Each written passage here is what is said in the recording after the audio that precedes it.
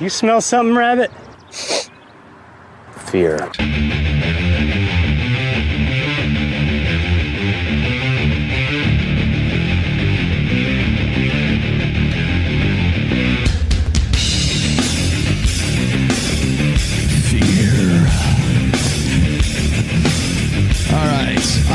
All right. Yeah, I'm a little late. Sorry, I'm fresh and fit time today.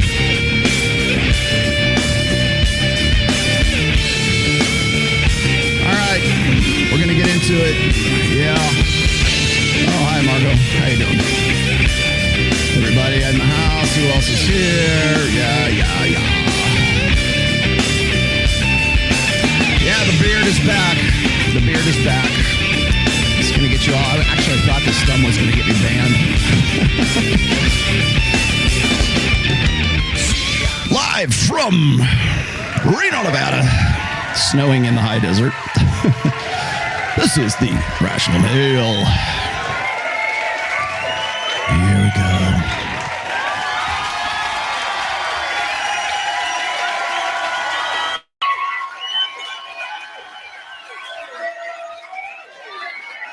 Fellas, we absolutely need to stop celebrating men who are sleeping around with a bunch of women, especially men teaching others to do so, because they're hurting the lives of men, and let me tell you guys why. So you have these guys who are complaining about the issues with women today, complaining about the promiscuity, the immorality, and the lewdness, all issues that I totally understand. But at the same time, when they become successful, they're sleeping around with as many women as possible, running through them and throwing them back to the streets. Are they helping these women become healthier, holistic members of society? Of course not. They're making them more damaged, more difficult to deal with, more disagreeable, and making it almost impossible for the next man to have a healthy relationship because he's run through so many women.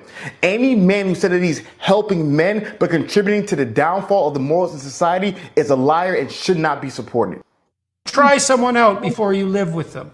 Really, like a used car, that's what you should do. You take them for a test drive and see if you're compatible. And you could say, well, yeah, that's the sensible thing to do. It's like, okay, let's look at the data. Do couples who live together before they're married get divorced more or less than couples who just get married? And the answer is they get divorced more.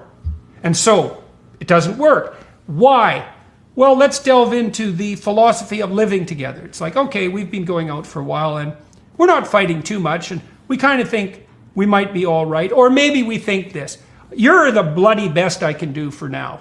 And so I'm kind of lonesome and some sex now and then wouldn't be a bad idea. So why don't we just live together and see how that goes? But if someone better comes along on either of our fronts, then why don't we reserve to ourselves the opportunity just to say, well, we're done with this because someone better has come along. It's like, that's the basis for your medium to long-term arrangement, is it? And you tell me you think it's different than that? It's a trial run, that doesn't work. It's what? It's an open door? Well, how committed are you going to be then? You're describing a hypergamy. Your boyfriend or husband stops being attracted to other women.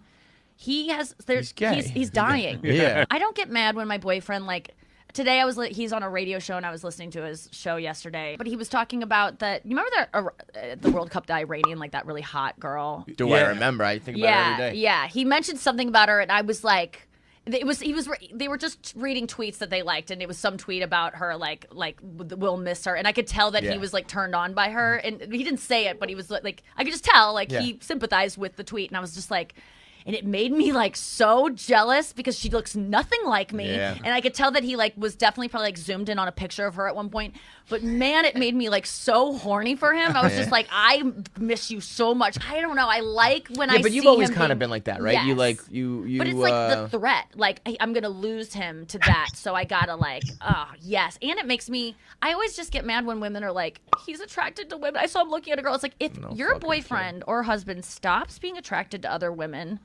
he's dying. Yeah. Negotiate with your wife so that you two have some time for each other, even during that initial period of infancy, maybe less frequently, but some. And then make sure that you negotiate that on an ongoing basis going forward in your marriage. It's really easy for the intimate part of your marriage, the sexual part, to drop to priority 12 on a list of priorities of which you only ever address the top 5. So it's not like it's not important, but it falls far enough down so that it gets ignored. And that's a very bad long-term strategy. You have to, especially once you are married and you have children, you have to consciously attend to the maintenance of romantic intimacy. Okay, yes, there's reasons for all this. I apologize. I'm sorry. Gosh, you guys, you know what's funny is like if I do like my intro videos like that, and I hand select all of those, by the way, I hand select those specifically based on the topics. Now, whenever I throw a Peterson video out there, people go, "Whoa, how come you got such a hard on for Jordan Peterson?" Well, you know, he is out there, right? So is Matt Walsh. And we're going to get into that today too. I wanted to throw the negotiation video out here first because that's kind of like the precursor to all of this. I got into a very long and heated exchange, let's just say, not with Jordan himself, but with, well, actually, you know what? I'll tell you who exactly I got into a heated exchange with. It was, where'd she go? There we are. Well, I mean, on that video, of course, too. But this was pretty interesting. Eva Lovia. Do you guys know who Eva Lovia is? Lovia? Is that what her name? I can't even pronounce it right. Is that her porn name still? Let's see, Spicy Star. We're not even supposed to say the prawn. We're not even allowed to say that. I gotta remember, like, you know, it's funny. It's like once we, let me come back to that. Once we switched over to like Elon Musk's version of Twitter, now it's like you're using words and you don't have to worry about using like certain, R words, and you don't have to worry about, you know, so much like really minding your, you know, being radio friendly, I guess, on Twitter anymore. And it screws me up on this show because like I'm used to like typing, oh God, I feel free. I can actually type what I want to. I can't do that on here. I was actually kind of a little sketchy about doing that thumbnail. But anyways, yes, this is Eva Lovia. High value men support their woman. Sound like Jordan? Emotionally, spiritually, romantically, psychologically, are present with their children, show and share their emotions, practice vulnerability, are generous with others, are involved in their community, and lift others up. I responded to Eva just with a very quick hit tweet, and I said, "You're describing a woman. That's your ideal woman, is what that is. Those are fundamentally feminine attributes, personality traits. It's what we would associate with the feminine. I mean, in a conventional sense, anyways." Oh my God! I should probably go and dig up that Twitter, the exchange. Of course, everybody, oh, you're an incel. Well, gee, thanks, NPC.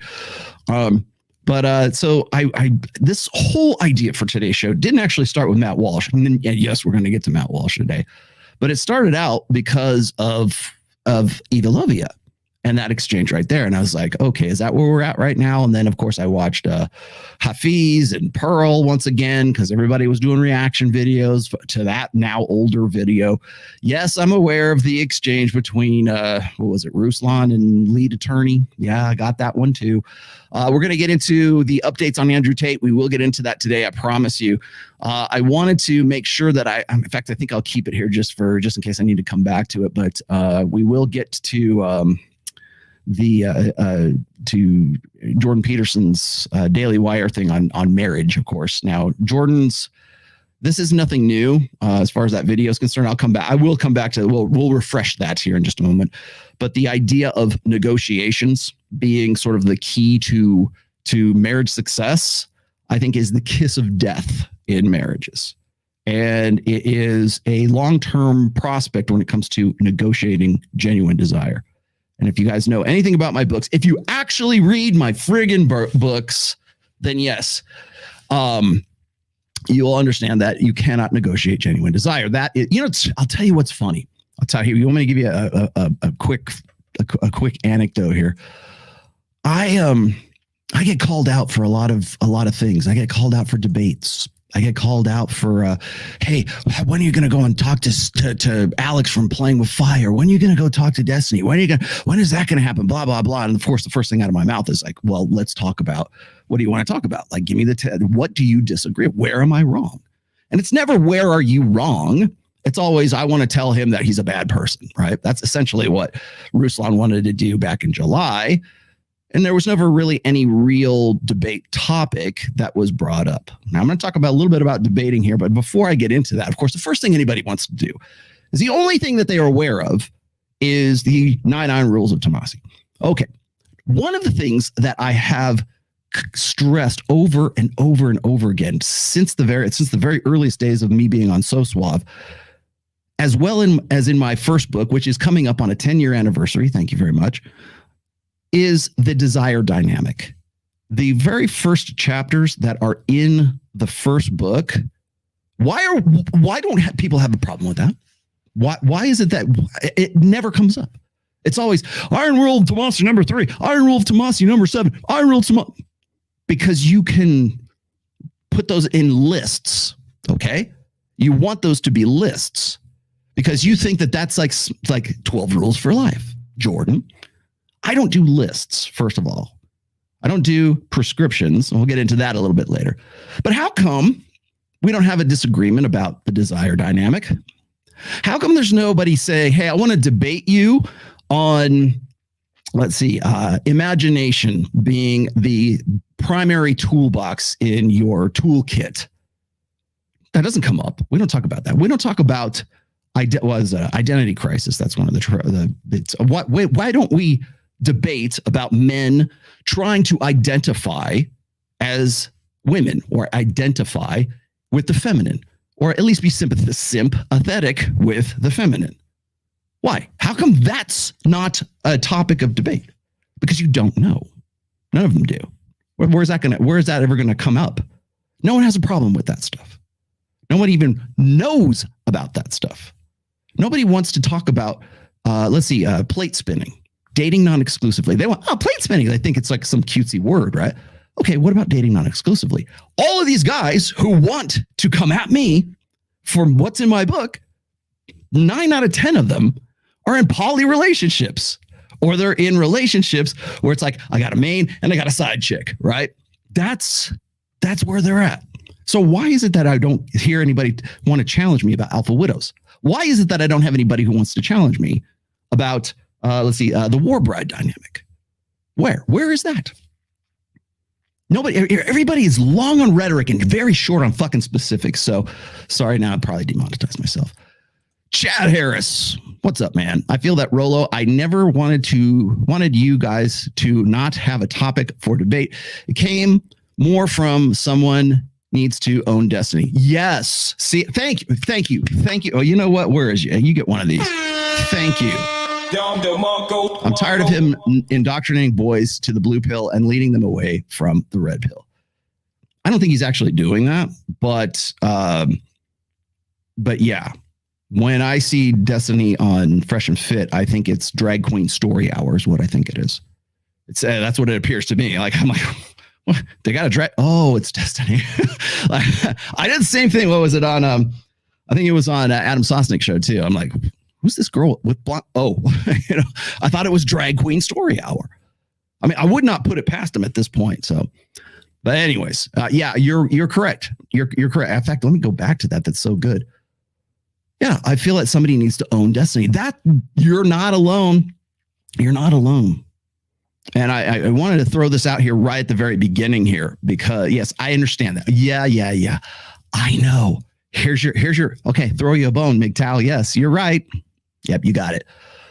But when I'm asked to do debates, I have to go and I have to look at who they're saying. Who do you want to debate? Okay, Destiny, Alex from Playing with Autism, Hafeez, whoever. I have to look at what their MO is. Right? Are they doing it just because they're clout jacking? Are they doing it because they want some juice? What is it? Because when I see Hafeez debate, it's all filibustering. It's all blah, blah, blah, blah. When he doesn't know what he's talking about, when he's presented with something that he has no counter argument to, he filibusters. He filibusters because he knows there's a time limit on that show. And I want to point this out here from the very beginning because I've got all these people throwing this crap at me lately. Okay, so you did. What did you do? I just recorded a video. Thanks, Glenn Morris, on plate spinning, and I'm recording your show on why men are disposable. Thank you very much. See, at least I got somebody who actually does his homework. You know what? Go to the front of the class. Children, how's it going? Yes. Thank you very much, Glenn. Glenn's a good dude. Glenn, another guy who's talked to playing with autism. And when I see what these guys, what their tactics are, it's like I watched the whole thing with, what was it? And I hate to say I watched the whole damn thing because we didn't do the show for Access Vegas. I'll explain to you why here in a minute. But I was actually I was surprised. It was Destiny, Pearl, and Alex. All these people who hate my guts. Where's Rollo? We need to have him on here so we can like run him up the flagpole. And I'm like, what the hell is Alex here for? And pretty much nothing, because he didn't say much of anything. In fact, that entire 2 hours, I want that 2 hours back. I was bored. It was boring. Again, you've got, Pearl, who just, when she's put on the spot, she doesn't know what to say. And she just yammers off what she thinks she's heard from somebody else on her show. Destiny just gives you his emotionalism. And Alex just sits over there and waits till the end where they say, what are your final thoughts? I really want to debate Rollos. That's his whole reason for being there. He did exactly the same thing on the first one. That's all he wants to do. He just sit there and wait for his moment.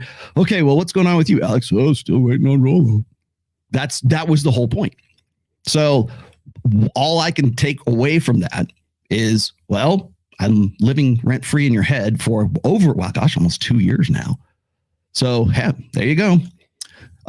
Christopher Harris. Sorry, I thought I said chat. Sneeko was supposed to be on that panel playing with autism. Was a fill-in for Sneeko. Oh, really? Yeah, I'm surprised Sneeko actually wants to have anything to do with Adam after the last one. But I don't know. I'm kind of cautiously optimistic about Sneeko, but I don't know him well enough to say, to actually have an informed opinion on that whole thing. So whatever, but Sneeko probably would have been a better guess. I'll give you that. So getting back to the point here, I wanted to get into the desire dynamic today, because that's really where this whole show is really about. And when I looked at Hafeez's intro video here that I was talking, he throws this stuff out there. Don't listen to anybody who's contributed to the moral decay of this society. I'm like, dude, like, start a church already. Seriously, because that's all you're doing. Like, I think we have passed the point with Hafeez where it's no longer filibustering so much as it is sermonizing. We've got to the point where guys who get into this position, they still have to sell a product. He's still selling his version of Men of Action, or his version of whatever it is, Style Council. Who knows? What is it? I don't know what it is, but like, when people come at me and they say, oh, you're grifting, I sell a book, dude. And if you want to join my Patreon group, fine. That's about it. So, and I go on shows and I talk to people, and I'm trying to put myself out there, and I'm in no way a millionaire. I am in no way paid like 90% of the people who are in the same sphere. I do this because this is what I want to do, and I feel passionate about it. And I've been doing this for 20 plus years, about 21 years now. But when I see stuff like that, and they're saying, it's really sermonizing. It's almost from the pulpit at this point. So, yeah. And I think Pearl has made the rounds well enough right now that I think most people, I don't like to insult the intelligence of my followers. I think my followers tend to be have a higher IQ, or they have critical thinking skills at the very least. So when they see that, they go, oh, okay, now I get what he's talking about. She filibusters. Hafeez filibusters. I would say Alex filibusters, but he doesn't do anything. He just kind of like, yeah, I guess. Well, yeah, I guess. Sure. And waits till the end of the show. Right. But that reminded me of something. And I started thinking about this because I had Jedediah Bila ask me to come out to Fort Lauderdale once again. Congratulations to her. Wait, here, let me give it to her. That's your 100,000 sub.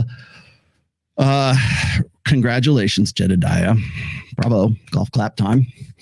I feel at least partially responsible for that. Hey, there we go. Thank you, Trader Z, my very good friend. Actually, let's do this. Thank you. Thanks, Trader Z. I love you too.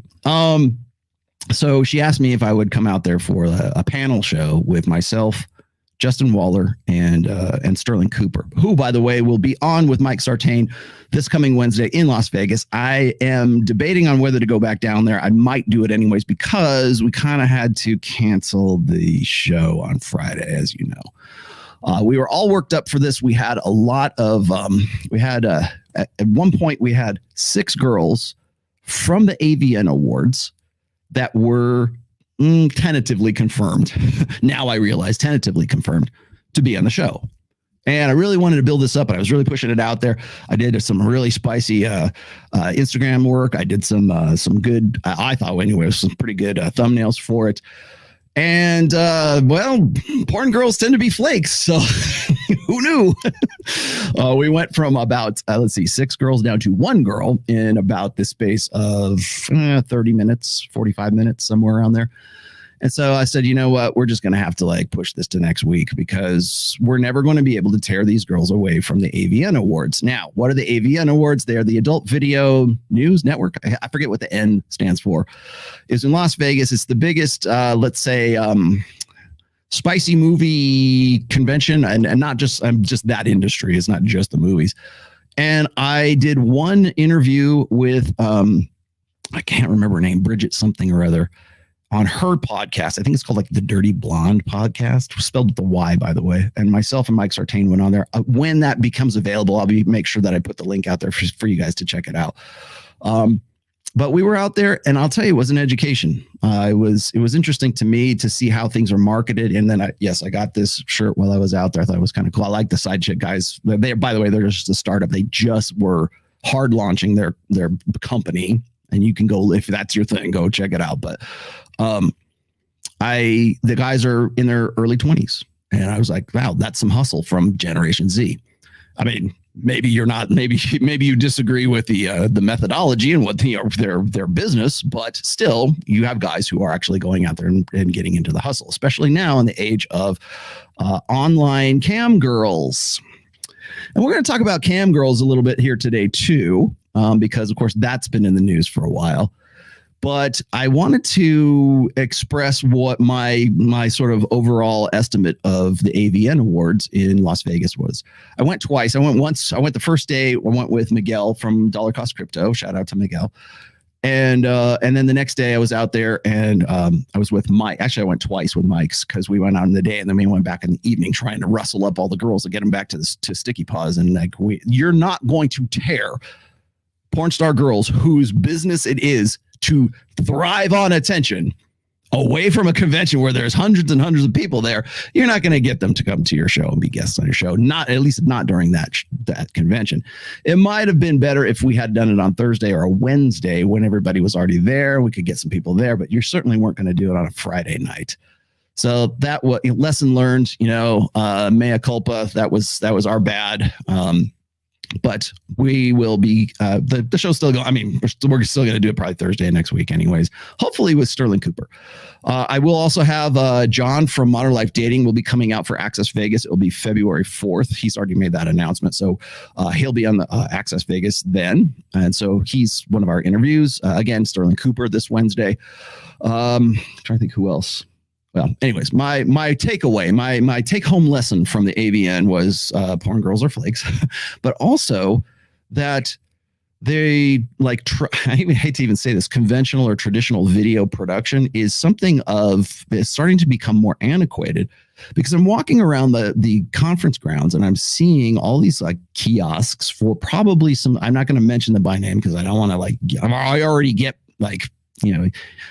prawn scams or prawn spam in this chat. So I'm not going to mention that just yet, but I'm watching these girls that are all at these kiosks, and every last one of let's say 85% of them are there, and they're on a laptop, and they are live streaming directly from the AVNs.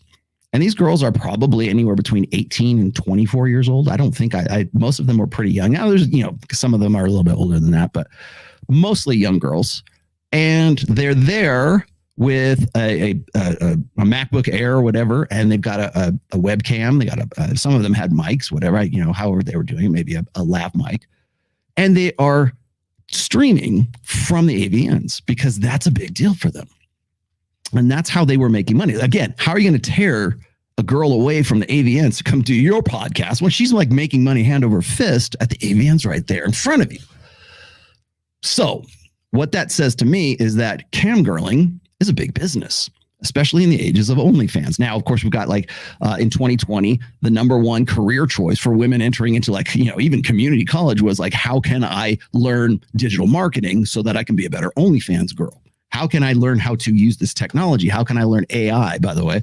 How can I learn all this stuff? And of course, there's no like really formal classes for something like that.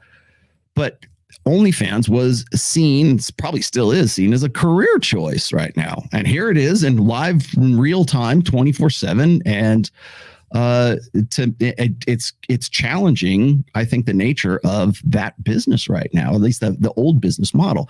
And so I'm seeing this and I'm thinking of it in terms of like, say, the old music model, like back before like Napster and MP3s and iTunes and the way Spotify and the way that we do music right now. It killed an industry. It killed the old industry.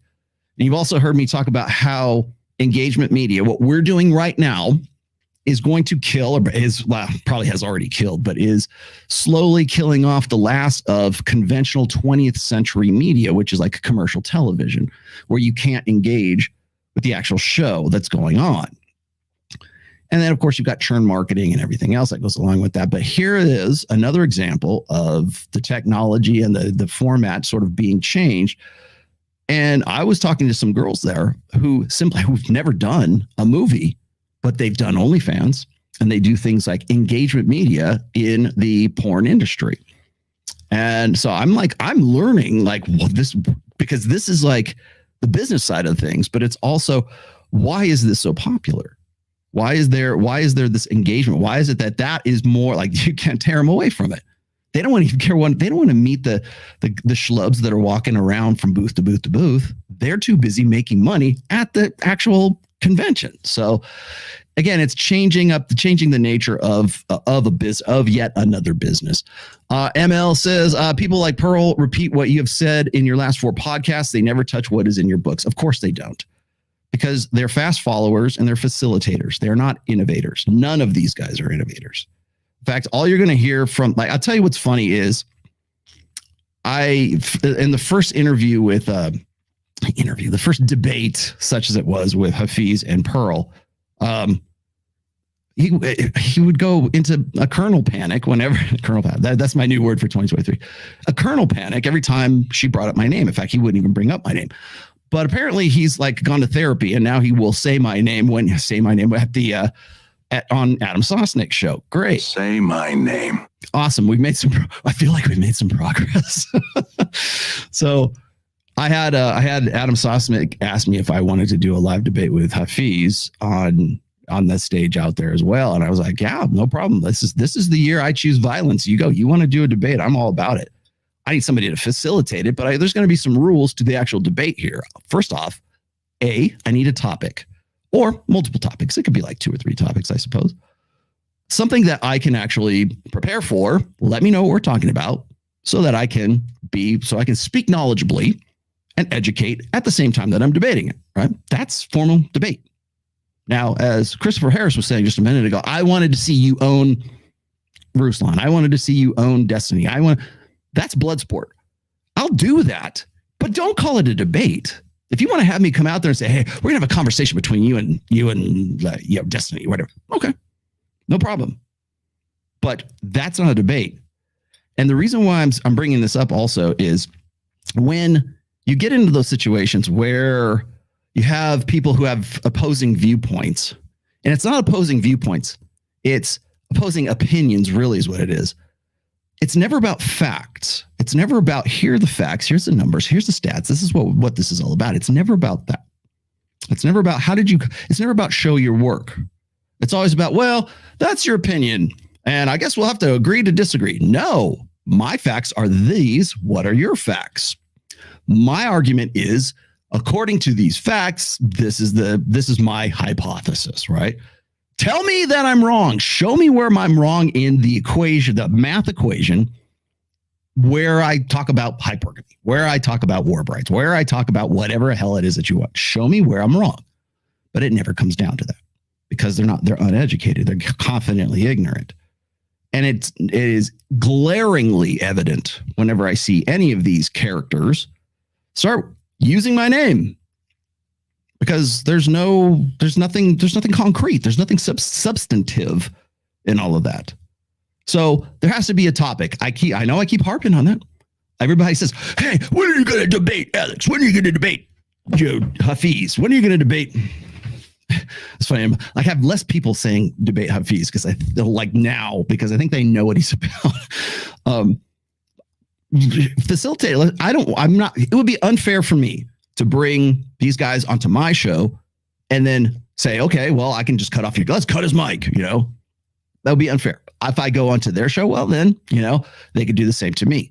If there's a neutral ground, if there's somebody there who actually knows how to moderate a debate, fine. That's a real debate.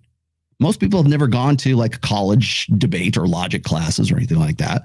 I was never competitive. I took logic and debate when I was in like a community college, but I was never on the debate team, but I understand the mechanics of it for sure.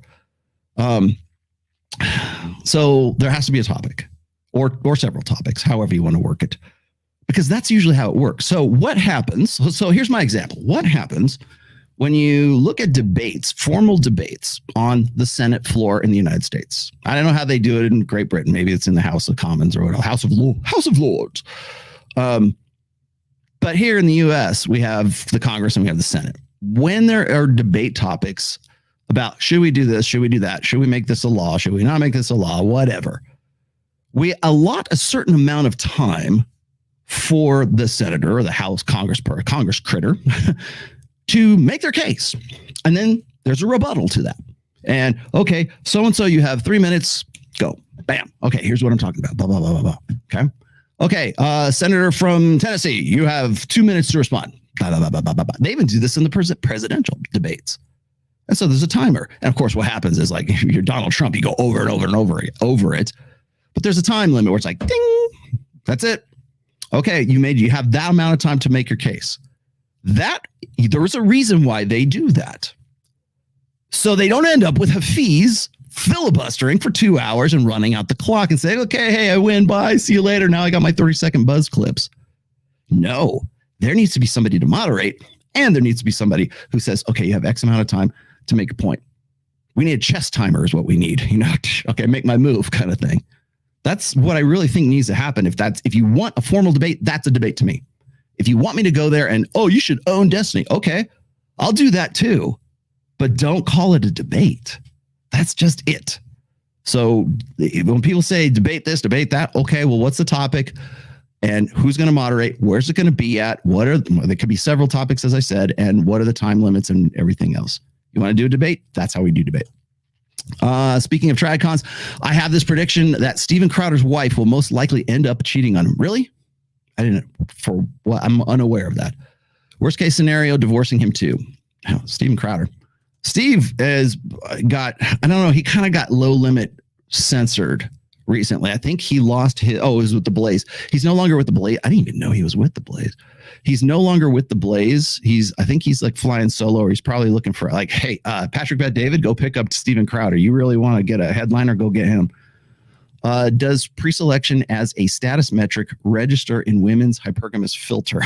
If so, which side of hypergamy? Yes. Actually, let me star that. I'll come back to that because that actually is a point that I'm going to get to today. But Saralita, I need a sound drop for you. And which channel is pro? Okay. It was on Adam Sosnick's show, I believe.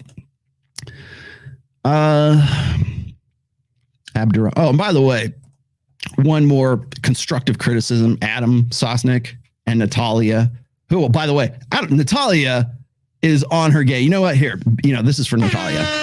Natalia, my girl.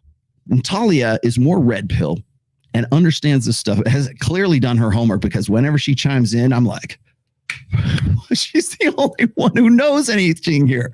Natalia is so good. And maybe it's because she has to go and dig up the information and everything. But like I saw on several occasions, several points, and not just in the last one, but like in a couple of these other shows that they've done, Natalia's on point. when Ricky Red Pill, or whatever the hell the guy's name is, he was on there. She called him out immediately. And I was like, damn, she knows her shit. I think I told her that when I was on with Mike Sartain. And then just recently with Hafeez and Pearl, she had a few spicy, hot takes to throw out there. Very good. Bravo, Natalia. And then again, like on last Friday's show, she was really on your game. I would love to do an interview. Natalia, come on this show. I would love to do a show with you. Let's see what you got here. Mansoor Abduram. Am I saying that right? You helped me save a friend's life. It was oh, really? Let's read that again. You helped me save a friend's life. Was about to delete himself and came through like a hero. I listened to all your shows, but this is the first time live. Oh, cool. Welcome, my friend. Go to the front of the class. This is a professorship. This is a college class. This is not a talk show anymore. This is, can you attend my class? What you call filibuster, I call deflecting the question with a rope-a-dope word salad answer. Yeah, that is, but that's it. But on the Senate floor, that's called filibustering. Talk until the time runs out. That's what that is. But you're right. Okay, so the filibuster is that, but what they're doing is what you're saying. So let's see. JPB. Hafeez and Tradcons want you to put society first as your mental point of origin. Yeah, we'll talk about that. Wait till they see how much this society cares for them post-divorce grape fleecing. Always be on your mental point of origin. Okay. JPB. Yes. Let's put a sticker in that one real quick. Simply because when I get to Matt Walsh, which I will hear in just a minute, he's more or less on what he's a really shining example. I think he's almost a more dangerous example of that than Hafeez is. And I'll tell you why. Like, Hafeez is just a blowhard. And he doesn't want to talk shit about me until it's like one of those spicy clips, right? Anybody who's telling you that not to get married is an enemy of the state. He's an enemy of morality. Okay, well, that sounds pretty extreme and over the top right there. But I know where it's being directed. Trust me, I know where this shit gets directed towards. And I'm glad he can say my name, but I'll tell you the other thing that gets me is like, there's a lot of guys creating content right now, and I'm not going to name names, who want to reference me by the things that I've done or by the things that I do right now. Like, for instance, I'm trying to develop a show with Mike Sartain down in Vegas, right? Oh, well, they're all porn stars and they're hoes. And well, anybody who sits down and talks to girls, well, they must be trying to like trick you or get you back onto the plantation or get you back into the matrix, right? Or they'll say by the way, it's not just me. They'll say the same thing about Myron and Fresh too. But or Brian Atlas on whatever podcast, they're going to say that about you too. Funny how they don't have anything to say about Pearl because she does more or less the same thing. But there's a different standard for us, I guess. Or it's like, oh, some of these podcasters, some of these red pill guys, some of them have NFTs, and I don't agree with. Dude, just fucking, say my fucking name. Really, like, do me the solid. At least have the integrity to just call me out by name. Hafeez, anybody else, I don't care, whatever. If you think I don't get no hoes, or Tomasi don't get no hoes, then say so. At least I use my name, right? Almost have more respect for like come-ups who like just balls to the wall. Like, fuck it, I'm just going to say it. Like, you either love me or hate me. You're going to use my name in your title. That's fine. At least you're using. I got more respect for you because you use my name. And they go, oh, well, he's using a pseudonym. That's not his real name. He got that name from LA Confidential. Yes, I did. Yep. And I'll tell you, Destiny, his real name is not Destiny. But you'll call him. Hey, I know what his real name is. It's Steve something or other. I don't even know what his last name is, right? Why is that a big deal? Why is that not a big deal for him? But it's supposed to be a big deal for me. People know my name. I'm not hard to find. That's just it's my online. Everybody has them. Everyone has them. Let's see. Oh, here you go. Is this it? Trads and Hafeez refuse to acknowledge women's role and hold them accountable for their hypergamy or their role in the decline as we move away from the 18th century marriage. Yeah, 18th century. Very, very astute observation there, JP. Yes, but the other thing is they will recognize hypergamy, but they only recognize one side of it. That's how you get Jordan Peterson talking about, well, you need to negotiate with your wife so she'll fuck you. That has been pretty much the basis of every marriage counselor since the mid 80s. Well, if you just get down together and talk and just like hash it out and just say, hey, you know what, baby, I think I'd like to have sex a lot more than I am right now. Oh, really? I think you should wash the dishes. Oh, okay. So if I wash the dishes and I change the baby and I do more laundry, then you'll want to suck me? Well, I guess I have to. Well, that's obligation at that point. It's not based on genuine desire. That's the bonehead way of understanding like the desire dynamic, which is something I've talked about for a while. But when I see stuff like that, it's always based on this, well, everybody, we're all the same, and men and women have the same emotions. You know, Destiny talked about this. They have the same emotions. We're almost equal in emotions. It's just that, you know, one's taught to be more emotional and one's taught to be less emotional. Bullshit. We'll talk about that here in a little bit today, too, because we're going to get into happiness as well. And when I see stuff like that, the idea is this, or like I think that the basic idea is this, is that if men and women are the same, then we must be just as smart and just as rational and process emotion just the same. That has to be. And if we don't, then the differences are so insignificant, then it shouldn't make a difference. Bullshit. It's the devil is in the details. And that's why we're at where we're at right now, as far as like gender relations are concerned in the 21st century.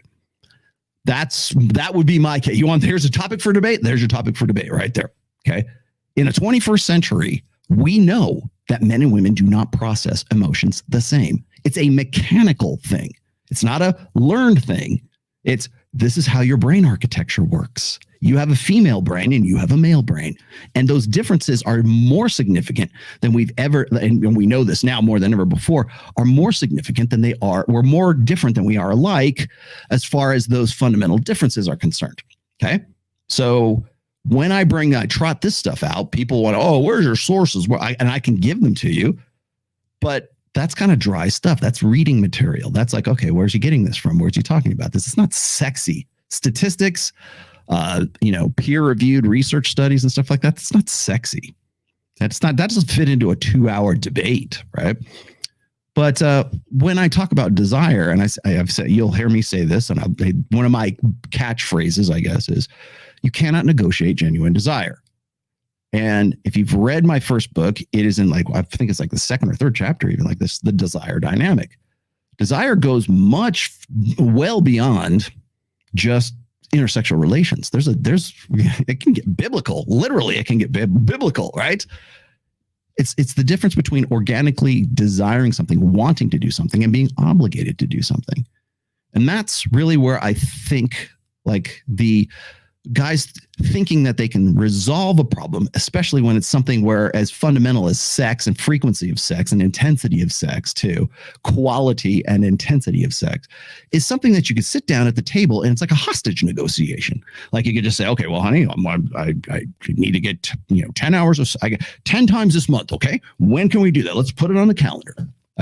Like you're going to negotiate those terms. Okay. And in that case, I want you to make X amount of money and you got to give me roses and you got to, treat me right and take me a date night and blah, blah, blah. Like there's this, where's the spontaneity? Like this, when men and women get together and they're actually banging when they're single, like premarital sex, when it's premarital sex, it's not negotiated. It's not like it's spontaneous. It's like, unless you're, even at a Tinder date, on a Tinder hookup, it's still semi-spontaneous. You know what you're getting into. Both parties usually know what they're getting into.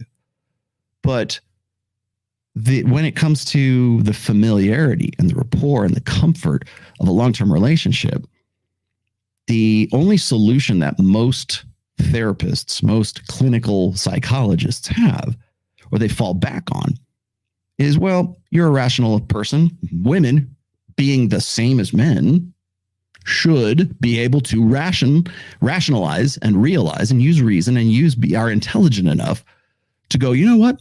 I don't fuck my man enough. I think I better step up the frequency. Like that's fundamentally, that's where it comes back down to. So you sit across from her at the breakfast table and you have that conversation and you negotiate terms. In Jordan Peterson's case, you got to do it all the time. Well, that is like living like as a hostage is what it is. It's like it's this constant, turnover. It's a tail chasing, and we'll come back to that a little bit because I get into this with Matt Walsh here a little bit as well. But it really comes down to genuine desire. Now, this is not pick on Jordan Peterson episode. This is actually a pick on Matt Walsh episode. Let me see. I'm going to do my best to keep up with super chats today. If I miss you, I apologize. Think we can get Destiny Rollo Cage? Yeah, well, 2 men go in, one drag queen and 1 man go in, 1 comes out. Guys would become an ice cream liquor. Become an ice cream liquor.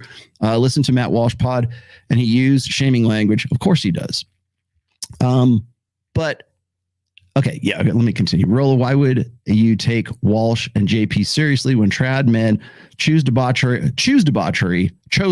and how to understand morality is external? Okay.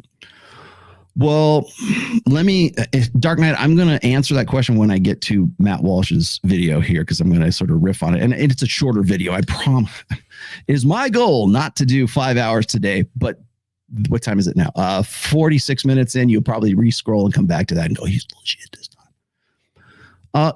Guys become an ice cream liquor. Yeah, that's what they would like to think.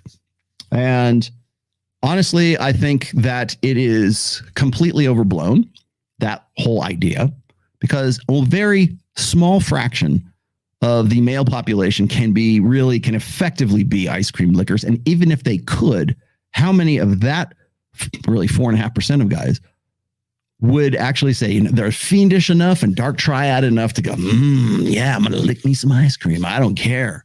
Right? Very, very minute. And they do that because women are spoiled for choice today, or they believe they are.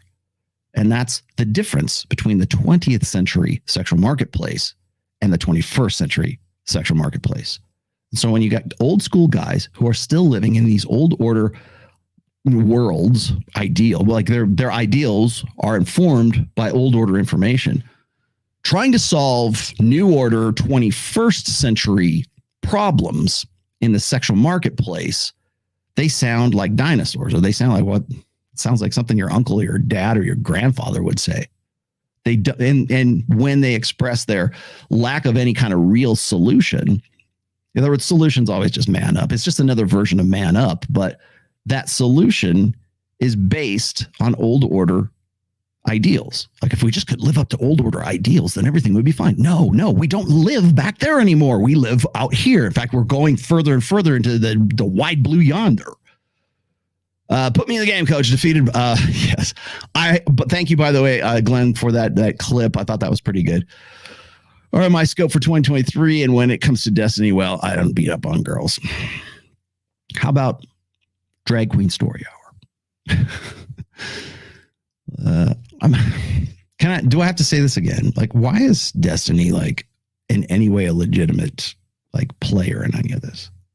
Why is it that like Chris Williamson will say, well, Destiny's going to tell us all about the manosphere because he's been around for a long time? Like, what is he, like a coach? What is he doing? Because to my knowledge, he doesn't do anything. And yet every time I hear him open his mouth about the manosphere, it's completely confident ignorance. So I think Destiny knows better, but he likes to sell the dream to the girl audience. Yeah, he thinks he has. It's funny. Whenever I see Destiny on, and again, I shouldn't even say this because like this is not even a cut on Destiny, but like because I see other guys do the same thing. But when he's on there, he tries to vibe with the girls. And I think maybe a couple of things that come out of his mouth, the girls go, okay. But then like something else happens and he completely like shoots himself in the foot with a comment that comes after the comment that made him go, all right. But so they're kind of like agreeing with him. And then he says something like really soy and beta. And they're like, yeah, it's confusing. You're confusing them. Yes, I agree.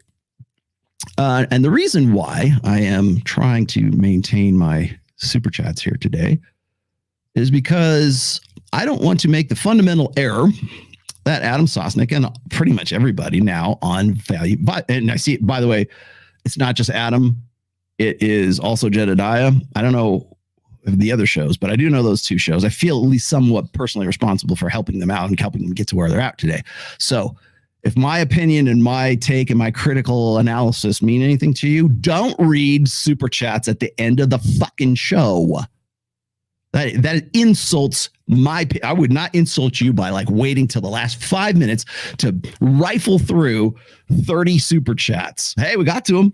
We didn't talk about them. You had no influence in the show. You actually had no real engagement in the show because we waited a 2-hour show and we waited up till 1:55 before we start reading your super chats. Don't do that. Because people will stop super chatting. They go, I'm not going to bother with this. I'm never going to read it, right? Because they get wrapped up in that. You have to do them at regular intervals. I was trying to do them like the top of every hour, and I still might go back to that. But for right now, I kind of have to, I'm a one-man show, so I'm doing the show at the same time you guys are chatting, and I'm actually Natalia and the host at the same time. So just finished watching all of your Red Pill 101 videos with Pat Campbell. Thank you. And man, one more insightful than the other, really. Thank you. I think the older material was great. My audio and my video sucked, but I think the conversations and the content and the material was awesome. Definitely have a long list of notes. Much appreciated. The cult leader himself. Yes. I am the cult leader. I also have to do all my own sound drops. I have to light this damn stage. You want to know how come Rollo's not on time? Do you know how much crap goes into even that nano leaf back there is a pain in the ass sometimes because it look at it. It's like I had to come up with like something. You got to get the lighting levels just right. I'm still like, I'm probably don't think this is permanent. I'm going to probably do something else. I am eventually, once the snow dries up, probably in the spring, I'm going to refloor this the studio in here, and then I'll pull this whole desk back. So I'll get the devil horns again. All right. Let's see. What's this? You and Rich Cooper got a beef? No, we don't have a beef. As a matter of fact, I invited him to come on the Rule Zero end of the year show, just like I invited John. And people said, "Oh, you and John got a beef?" No, we don't have beef. I don't have beef with anybody, especially not my boys. That's for sure. Rich could do, and by the way, Rich had some other thing he was doing at the end of the year. That's why he didn't come. But I talked to him. I talked to him like on the phone. I could call him up. But I put out the call to him and to John, and I will always do, especially for the end of the year. They're always welcome to come back on Rule Zero. Everybody, all the old school guys, myself, Ryan, Troy, John, I don't know if Aaron Clary, definitely old school. Anybody who was like the original crew plus the extended family, you're all in. Myron, if Myron wants to come back on the show, fine. He's too busy. Doesn't mean I have a beef with him, but he's just too busy to come on the show. So I don't know. All right, let's see if I can catch up. Well, this is Jay. God damn it, I got a lot. My father complains about hating when sex feels transactional, but also refuses to admit that he needs to behave in a way that is actually sexually attractive to women. A torturous conversation to have. Yes, negotiating. And here's the thing: is most guys, before they even get a girlfriend or they get a wife, they buy into what Peterson was talking about when it comes to negotiating desire. It's a form of being pre-whipped, like pussy whipped, but it's like you're whipping yourself in the sense like, well, when I finally get with the girl, we're going to be even Steven and egalitarian, right? She's going to be my partner. Like most guys already have a preconception of what their relationship is going to look like. And it's already a bad idea. So like for years, they're thinking that that's the way it should be because that's the correct way to do things. When in fact, it's not. I don't know what the term is called, but the fetish women have of fellas, hybristophilia, was in effect when Chapo's son went viral. Again, women talking about how attractive he is. Yeah. Chapo. Are you gonna do a passport, bro? Yes, I am. That is in the mix right now. I'm looking for good videos. I have to I realize how broad a topic that is. So yes, it's still in the books. It's still in the great big book of everything. It is coming up. You know, what's funny is I go, okay, this will be the week that I get to it. And then like Andrew Tate goes to the hospital, which by the way, he did. He's back in jail now, but they took him to the hospital and brought him back. And they made a big deal out of it. Like, oh, it must be the Matrix. They're going to eliminate him. He has a condition, I guess. I don't know why. Took him to the hospital, took him back. It's not a big deal. Just get over it. Yes, I will do the Passport Bro show, though. Let's see. Neither Hafeez nor Destiny would ever debate you. For caterwauling feelings may never defeat cogent reason. Please don't waste your time. See, that's the thing. That's it. Okay, I need better enemies. A more intelligent enemy. Talk about the latest brain part well-being study. Good call, man. I have it. It's already loaded up. As a matter of fact, it's already loaded up. Oh, good call, man. You guys know me. Damn, that's only a two pound super chat, but you're gonna get a big one for that. You got it, man. You got it. It's all right. In fact, I'm looking at it in the sidebar right now. That's funny. Well, you go to the head of the class. That was great. Rollo, the same thing you said about Destiny, Angry Man says about you. Who's Angry Man? Okay, I think you two should work together, but it seems he might not recognize you. I don't know who he is. People kept saying, "Oh, you need to go talk to Hammerhand, whatever his name is." I looked the dude up and I'm like, oh, okay. He was somebody who I was working with Anthony Johnson for a while. And now he's all pissy with Anthony Johnson because Anthony Johnson has decided that he is going to, he knocked up a girl or his psychotic girlfriend. And now they're going to get married as a result. And he's basically shotgun wedding guy now. And I can understand how MGTOWs and Black Pill Doomers would now want to throw him under the bus. When, of course, before all that, it was Anthony Johnson who was feeding them all this information so they could come at me and Donovan and John and, to a lesser degree, John Sonmez and I'm trying to think who else. Like pretty much everybody. They'll go after anyone on the hit list that Anthony Johnson gave them. Now suddenly they realize they've been cat's paws. That's how he keeps his hands clean, right? And now they realize that he's actually full of shit. And like pretty much everyone who has worked with him already, now they're just like, it's like getting marked off on the bulletin board, the cork board with all the pictures and stuff. Oh, he's gone now. We got him. Right. Does Destiny live with his mom? I don't think so. I do know that. Thank you for that, Stonefish. You get, what should we give you? This is kind of like an upper up one. Where's a good one? Here you go. You get this one. Tell that bitch to be cool. Say bitch, be cool. Be cool. Say bitch, be cool. Tell that. That's good. Okay. I like that one. I think it's like there's tiers of sound drops. I don't know. He does not. I'm pretty sure he does not. Someone needs to tell Destiny being into men doesn't make you an expert in the manosphere. You just did, Steve. Let's not forget Ben Shapiro taking shots at Tate. Yeah, funny how all the roaches seem to scatter when you turn the lights on for them. I'm going to talk a little bit about Tate today too, just to give you some updates on what's going on, because I have had some people hitting me up in private on DMs asking me for information. I can only connect dots at this stage. So when I get to the Tate portion of today's show, I'm going from the official stories, like as official as I can get them. Also, people have been digging up my old videos with myself and Tate to sort of like either refute or to confirm things that are going on. I thought that's interesting because like suddenly I'm showing up, like I'm wondering why am I getting like play on my Odyssey videos? In case you're wondering where my videos are with Andrew Tate and Tristan, by the way. I had to pull them off of YouTube back in August when he got canceled, because I was getting like copyright strikes and I was getting warnings, let's just say, for anything that pretty much had Andrew Tate or had the word Tate in anything. So I felt it was sort of like the better, reasonable to take those off. However, they are still available on my Odyssey account. So if you go to and you can find the Odyssey link that's in my description, you can still find them there. Because all of my stuff is mirrored on Odyssey.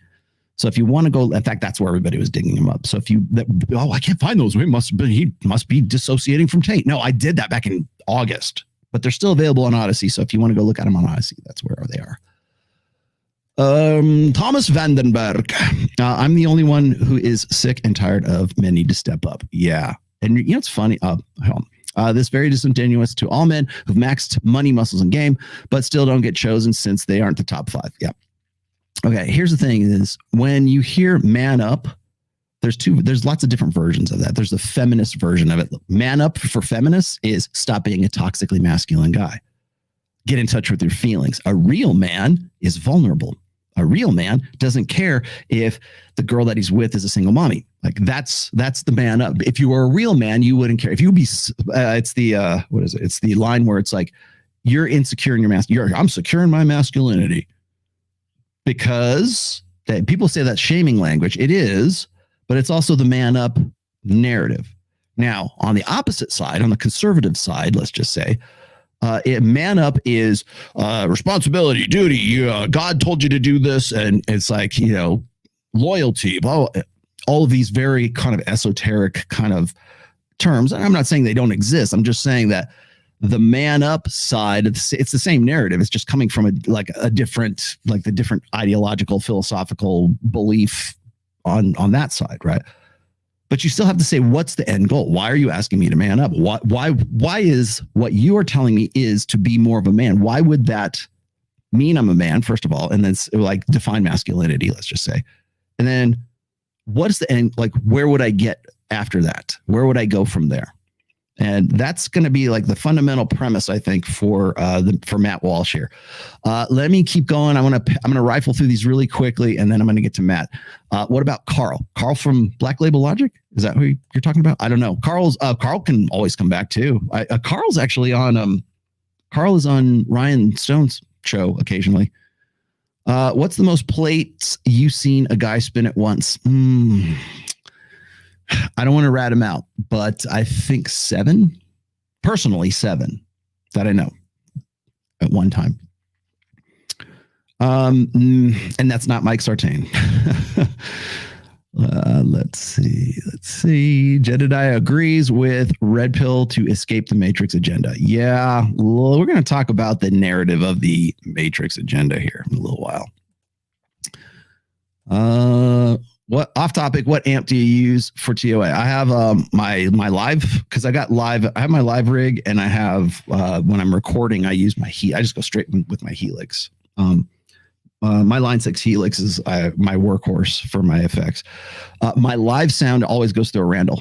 I have a Randall. I've got several actually. I've got a Randall Warhead, which I hardly ever use, but I have the triple rectifier, the ultimate rectifier. It's the Scott Ian Satan. It's 100 watt, 120 watt. It's all tubes. It's loud as hell. It's basically an amp. To me now, an amplifier is just to get the sound out. But you know, it's old school. I like. I'm a Randall player. Occasionally you see me with the Randall shirt on. I've never been endorsed by Randall, but I'd like to. I'm glad you know those things, my friends. Okay, here we go. Let's get this out of here. Actually, I need to keep that in. I see Excel. Hang on one second. I'll get to you. My kid asked me what's good. I said, whatever benefits you most. People who tell you to be good or man up are just looking for their own benefit. They're looking to get you to reaffirm their belief set, more or less. All right. Where did I put this? Okay. I'm also going to do a video today by Alex Hormozy. And if you don't know who Alex is, I'm going to make you familiar with him after I get done with the, after I get done with Mr. Walsh here.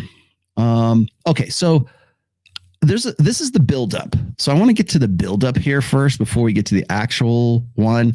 I'm not going to play this entire thing because this is, oh wait, no, actually I don't want to play that one at all. Here it is. This is the actual video that the part of the video that I want to get into. But the buildup here, this is what he was saying about Andrew Tate just after the... On Matt Walsh Show, we are suffering from a crisis of masculinity in our culture, and it's only getting worse as anyone who tries to speak up for men inevitably gets silenced. We'll talk about all of this and how it relates to the Andrew Tate phenomenon today. Also, the Kevin McCarthy saw twice. It's hit the #1 spot on Apple Podcasts.com. Say, and more importantly, no one should be allowed to hear. But not for the first time, however, the effort to erase and unperson someone only had the opposite effect of making them more influential and more famous and better known than they'd ever been before. I could say in my case, I'm one of, I think, probably millions of people who, before they erased him from everything, I'm not sure I'd ever even heard his name before. So I became acquainted with him because they were trying to suppress him. Okay, so let's stop right there. Now, class, what have I... Oh, thank you for this. Okay, well, we're going to come to that too. Hang on. Todd, I promise I'll get to you. Well, what did you guys catch that?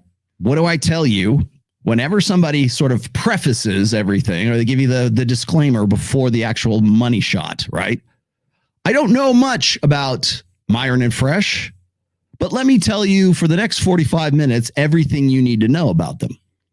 I didn't know much about Andrew Tate, but here, this video is actually about an hour long. I'm just going to give you the highlights here.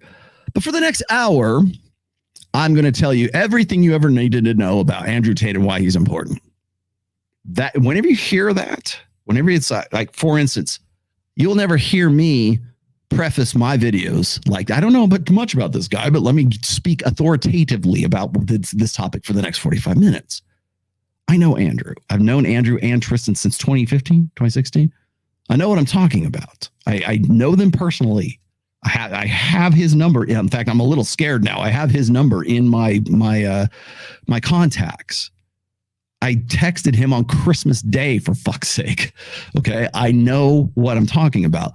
So when I hear this stuff, I don't know much about Rollo, but let me tell you what he's really about. That says, get ready for the straw man. Get ready for me to reaffirm my brand and my ideology and my particular take for the next 45 minutes by using this guy who's way more popular than I am, so that I can get some clicks, or I can get some CTR, or I can get some impressions. That's what I see. So if you're watching this and you're a content creator, stop fucking doing this. Stop it. Don't talk about shit you know nothing about. Or at least have the fucking balls to say, I don't know anything about this. So here's what I see going on. And, I thought it would make a good video. Like, at least come clean before you go at it. So here you go.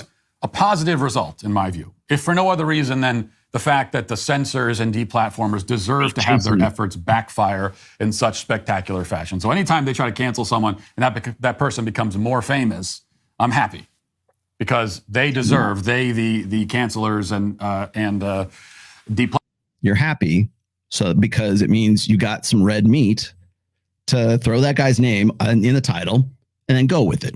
Trust me. If I get in trouble for whatever reason, if I get taken down, do you think he's gonna this Rollo Tomasi character? Let's talk about you. Not gonna happen. Platformers deserve to have that result. Now, the most recent update on Tate is that he was arrested last week by Romanian authorities on charges of sex trafficking. He says that this is simply just another attempt by the powers that be to punish and silence him. Meanwhile, the powers that be say that he raped and sexually exploited multiple women. That's what he's accused of. Now, as for my opinion on the man, I can say nothing about the criminal charges. I simply have no idea whether he's guilty or not. His accusers will have to prove his guilt in a court of law. When it comes to the less serious matter of his allegedly offensive opinions, I would say that some of his opinions are indeed objectionable in my view, though certainly not deserving of censorship, while some of his opinions are not only correct, but insightful and important. He's a human being, in other words, not right all the time, not wrong all the time. I tend to concur with Ben Shapiro's take on Andrew Tate, as he expressed in his podcast. Because Ben Shapiro's a fucking expert. A few days ago, Tate is very often good at identifying some of the problems, especially as they pertain to the situation that men face in the culture. So, for example, here's a video he posted on his Twitter page a few days ago, cut from an earlier interview with Tucker Carlson. Okay, we already seen the Tucker Carlson one. I want to let me push past this a little bit because you guys have already seen this stuff. It's the standard, Matrix got me. Tate goes off the rails is in the remedy that he suggests. Now, some of his prescriptions are reasonable and correct. Go to the gym, work hard, build networks, be around high quality people. I mean, okay, remember that. That's the correct prescription, right? That's the prescription that Andrew got right. The red pill got something right. Yay! Awesome. Then go out and work out. Don't be a fat ass. Okay. Chase excellence, my friend. Go out there and get the bag. Yeah, sounds good. Learn social skills, learn how to be a good conversationalist. Of course, they never want to talk about game, like formal game, right?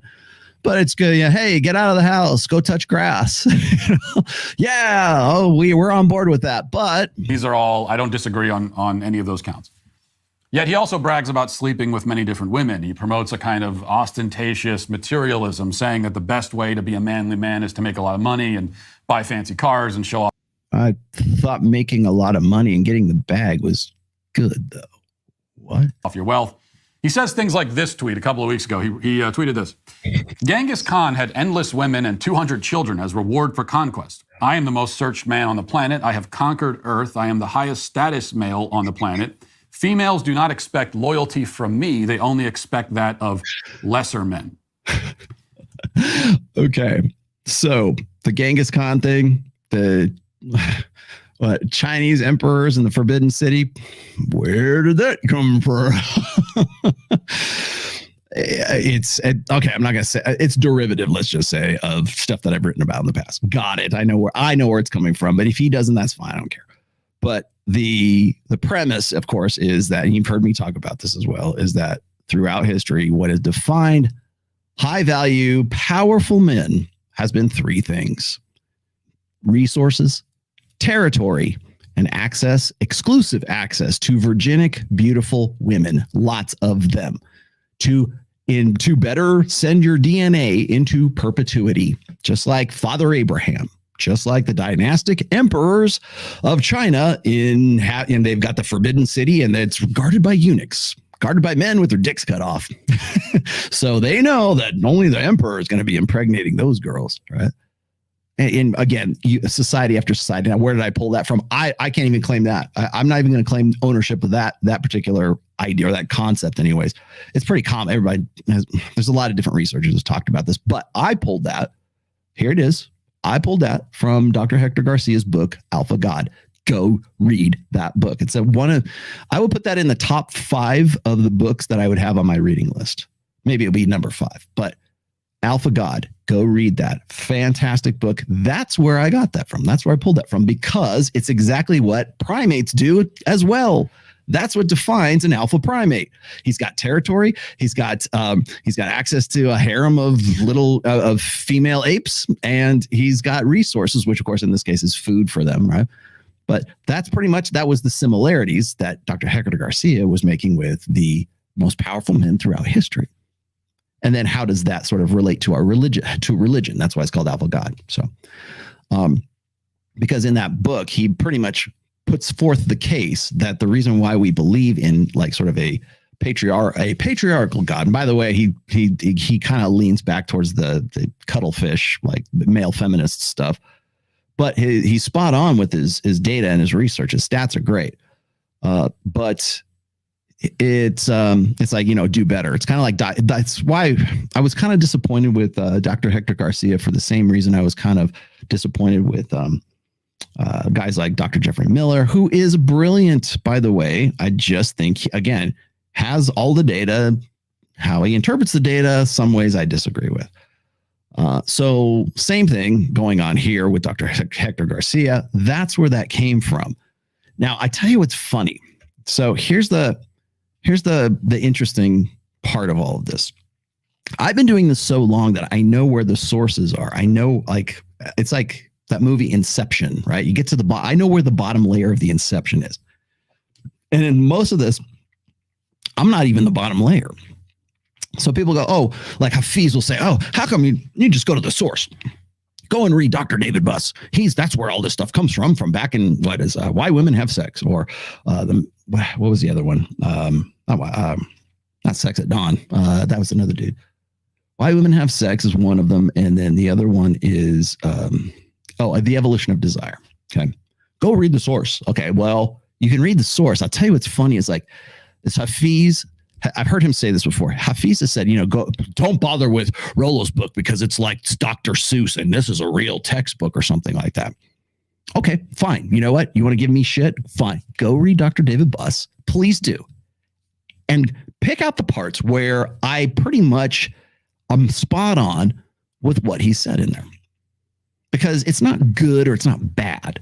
And that's the thing that I get with Hafeez. And during that interview, and I want to point this out here before we go on, is when there was the debate between him and Pearl.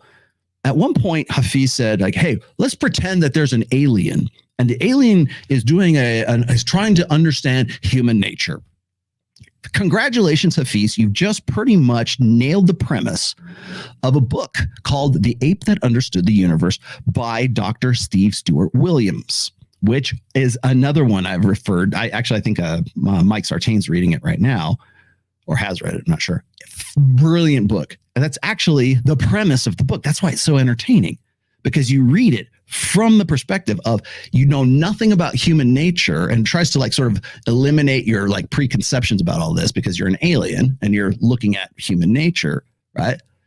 What Hafeez then does is he makes the next sort of ideological leap and saying, well, that alien would look at the bad part of men and look at the good part of men and the bad part of women. And no, he fucking wouldn't. He would look at and observe the behavior and say, what's the function of the behavior? There would be no judgment applied to it. There'd be no, oh, this is beneficial, this is not beneficial. Because you can look at human behavior and you can say, human beings smoke. Why do they smoke? That's bad. Yeah, but they're smoking for a reason. And maybe it's dopamine. Maybe nicotine has the effect of like relaxing them. Why is it that humans engage in behaviors that will shorten their lifespan? They're not looking at that, well, it's good or it's bad. They're just looking at the function as to why that behavior exists. They're not saying this is good or this is bad. And that's where you're never going to be able to find any kind of common ground with believers versus empiricists. And that's what it really boils down to.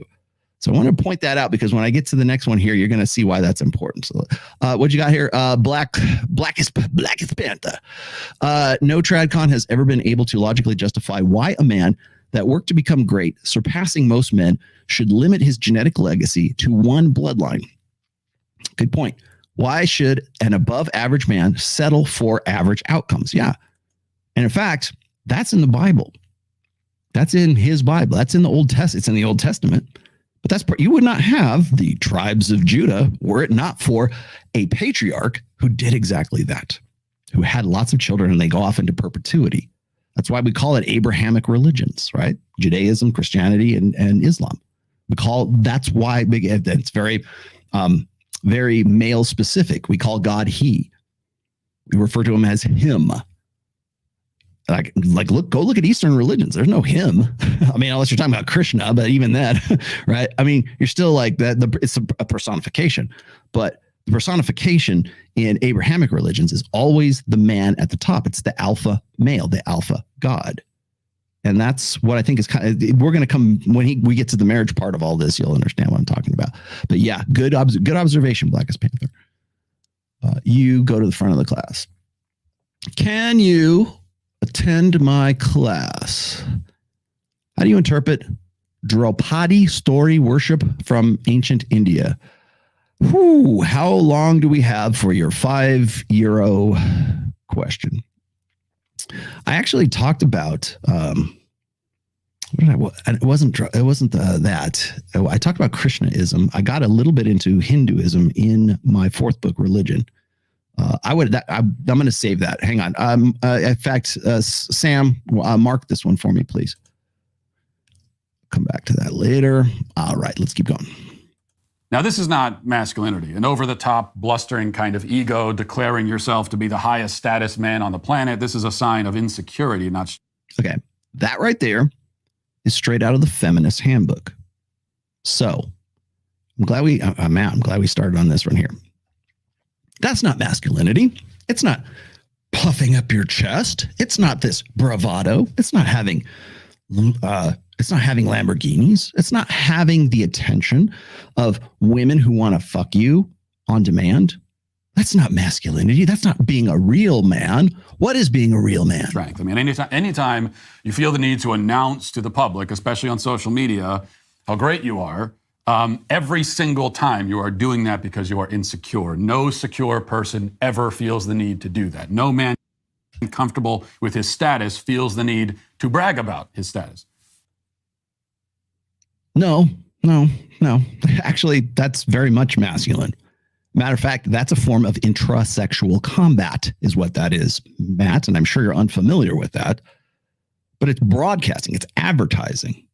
You could say, oh, it's insecure. No, he's not secure. He's very secure, especially in today's society, in today's gynocentric social order. That is peak security in his masculinity, because what it says is, I realize that the entire world that he just described here, the entire world is against men. The entire world is against this message. The entire world hates the man, hates conventional masculinity. But you know what? I got big enough balls to say, you know what? I'm the man. I have big enough balls to go out there and say, this is what I am and this is what I'm about, and broadcast that. That to me says a lot more. So what's the opposite of that? Well, he should just, people should be able to just see him and see that he's masculine. Well, what is by that definition? Because really what Matt is referring to here is pretty much this. Okay. Let me put Eva back up here. It's the same thing. A high value man supports their woman emotionally, spiritually, romantically, psychologically, are present with their children, show and share their emotions, practice vulnerability, are generous with others, are involved in community and lift others up, right? Those are not bad traits. Don't get me wrong. But if we're going to say, are those characteristic of masculine or the feminine? I'm going to say they're feminine. And so when we're talking about like a guy who's clearly broadcasting his masculinity, what's the first thing out of a guy's mouth who's supposed to be on board with this new, neo-masculinity, this new message of masculinity? We need to teach our boys to be more masculine and get them up, but not to that degree. We can't have them actually have any kind of like self, aggrandizement as a result of that. So essentially what Matt, the traditional conservative Republican red side of the table, is saying is pretty much the same thing that feminists have been saying since, Gloria Steinem and, back in the day. Worst of all, Tate suggests that loyalty is a virtue of lesser men, which could not possibly be more wrong. Okay. That's not what he's saying. He's saying loyalty as far as loyalty to one female. So let's clarify that. Any man can be disloyal, okay? Anyone can be disloyal. Any man, especially if he has a lot of money, can sleep with a bunch of different women and discard them. In fact, this is a fundamental misunderstanding of any of this.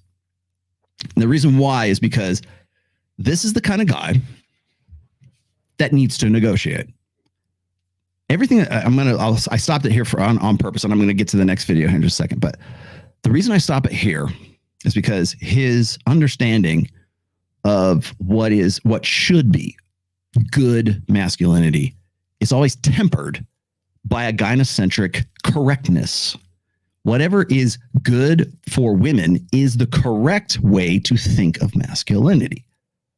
So, for instance, we got the super chat here just a minute ago, is a guy who is what has defined powerful men over the course of history has been access to many women so that he can send his seed into perpetuity, so that everyone on planet Earth will have his DNA. The only real stab at immortality that a guy has is passing on his DNA.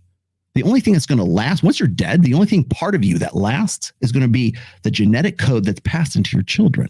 That can be immortal. That can stay on planet Earth while you're dead. Your body dies, but your DNA goes on. You want to know why rich men, why is royalty and why do we pass on our surnames to our children, the man surname to our children, is because it's a designator of that DNA. So when your last name goes with your kids, right? Because it's that name, in this case, your last name, that is what is identifying the genes that are flowing through your body, right? So your son is going to carry on your last name, and hopefully he'll have sons and they'll have sons. And then you'll know that the focus of it is that he was a guy who was a high enough value man to be able to reproduce, but also that the male children that he has will also go on into perpetuity and carry that name because that name is specific to that DNA. We don't really think about those things in evolutionary terms. We think it's just like, oh, it's just traditionalism. And I know that there's some cultures that don't pass on the last name or they have many last names. But by and large, when that man passes on his DNA, that is the only part of him that's going to remain here on planet Earth after he's gone. And you say, well, that's a stab at immortality. Is a want for that insecure? Is a want for that to know that your kids are your kids? Why is it that guys like, and this is like almost innate, why is it that guys want to either like delete themselves or delete their whole family? And yes, I'm aware of that story. We'll come to that in a minute. But why is it that once that guy gets to the point where it's like the woman's going to divorce him, or he finds out that the kids that he's invested in for all of his life, and I don't mean just financially, but emotionally, personally, teaching, has put all his entire life into developing these children, then finds out that they're not genetically his kids? Well, then we make up reasons or we rationalize it away by saying, well, they don't have to be his kids, but there are his kids because he's left this indelible mark on them. No, you just basically raised another man's kids, gave them the best possible life they could get so they can carry his DNA into the future while you go extinct. Do you want to know why guys fixate on it? It's not insecurity. It's our evolutionary imperative. It is our prime directive. Why men get jealous, why they fly off into rages, why they want to self-delete or they want to delete their families and their wives after, things don't work out or they find out that the kids aren't there. It's not because they learned that. It's not because they're, unstable with their emotions. It's a biological evolutionary function. That's why it's the machine, not the software. It's the fucking machine. And that's why it's important. But here you have a guy whose his only frame of reference is transaction. That's the first thing he just says. It just came out of his mouth a second ago. Any guy could have lots of women if he has lots of money. Like that's so yeah. But the problem with that idea is, yeah, you could do that, but you can't make them want you. And that goes back to the desire dynamic, which is what we started today's show about. You can't make her want you and can pay her to perform like she does. And maybe eventually she does because she performs enough for you and she like panders to you enough that you start a relationship with her. But that relationship is based on transaction, not on validation, not on real, genuine desire. It's based on a mutual interest that as long as you make this money, I'll keep fucking you. It's not based on genuine desire. So his misunderstanding here is like, oh, well, you can just lead with your wallet, right? Anybody who has a lot of money can get laid. And he's not necessarily wrong. The thing is it's not based on what he thinks ought to be, well, what I believe anyways, ought to be genuine desire. Any man with not a lot of money can still do the same if he's willing to, go out and buy the affections of a $2 hooker for a few minutes. Bible hookers are $2. Sorry. What direction he should go. Because that's what these young men are looking for. They're looking for hold on, let me cut back here. Masculine. They prefer to listen to him. Oh, let me push back a little bit. And in so many other cases, there might be a father physically present, specifically, okay, in the public sphere. If you're saying, silence that person. Okay. We'd get glowing interviews. Okay. And they are among the only people on the national stage doing that. So the audience naturally goes to them, to the guy who isn't spitting in their face. It kind of makes sense. And as I said at the beginning, a huge percentage of young men are raised in homes where there is no fatherly role model. Often isn't a father present at all. And in so many other cases, there might be a father physically present in the home, but he's not present emotionally, spiritually, psychologically. He's not present in any other way. He's just there. He's a lump on a log. Okay, so masculinity is in crisis because it's men's fault. Men won't man up, women most affected. And again, you want to talk about straw manning? This is crazy. Now, here's the thing, you've heard me call these stats out before, so I'll just do it really quickly here. It's not about men not being involved with their kids. It's about men not being married to their baby mamas. That's what it is, especially in the black community right now. Men have never been more involved in their children's lives than they are today. The problem is we call it fatherlessness. We call it, oh, you just got with a $2 hooker. We call it this crisis of masculinity because men aren't living up to their responsibilities, and they're not involved fathers. Bullshit. They are. They're just not married to the baby mamas. And this has been sort of like the bugbear that's been the trope of the right for a very long time. Oh, we need to man up and we need more fathers. We do. Absolutely. Especially in the black community, like we're talking about, like, oh, we don't have any fathers here. We don't have any masculine guys, because we have effectively made those fathers superfluous. We've said, girl, you can have it all. You don't need a man. You can want a man, but you don't need a man. You can have a baby on your own if you want to. What is it, 42? I believe my last numbers are 42% overall numbers. 42% of children born in the United States are born out of wedlock.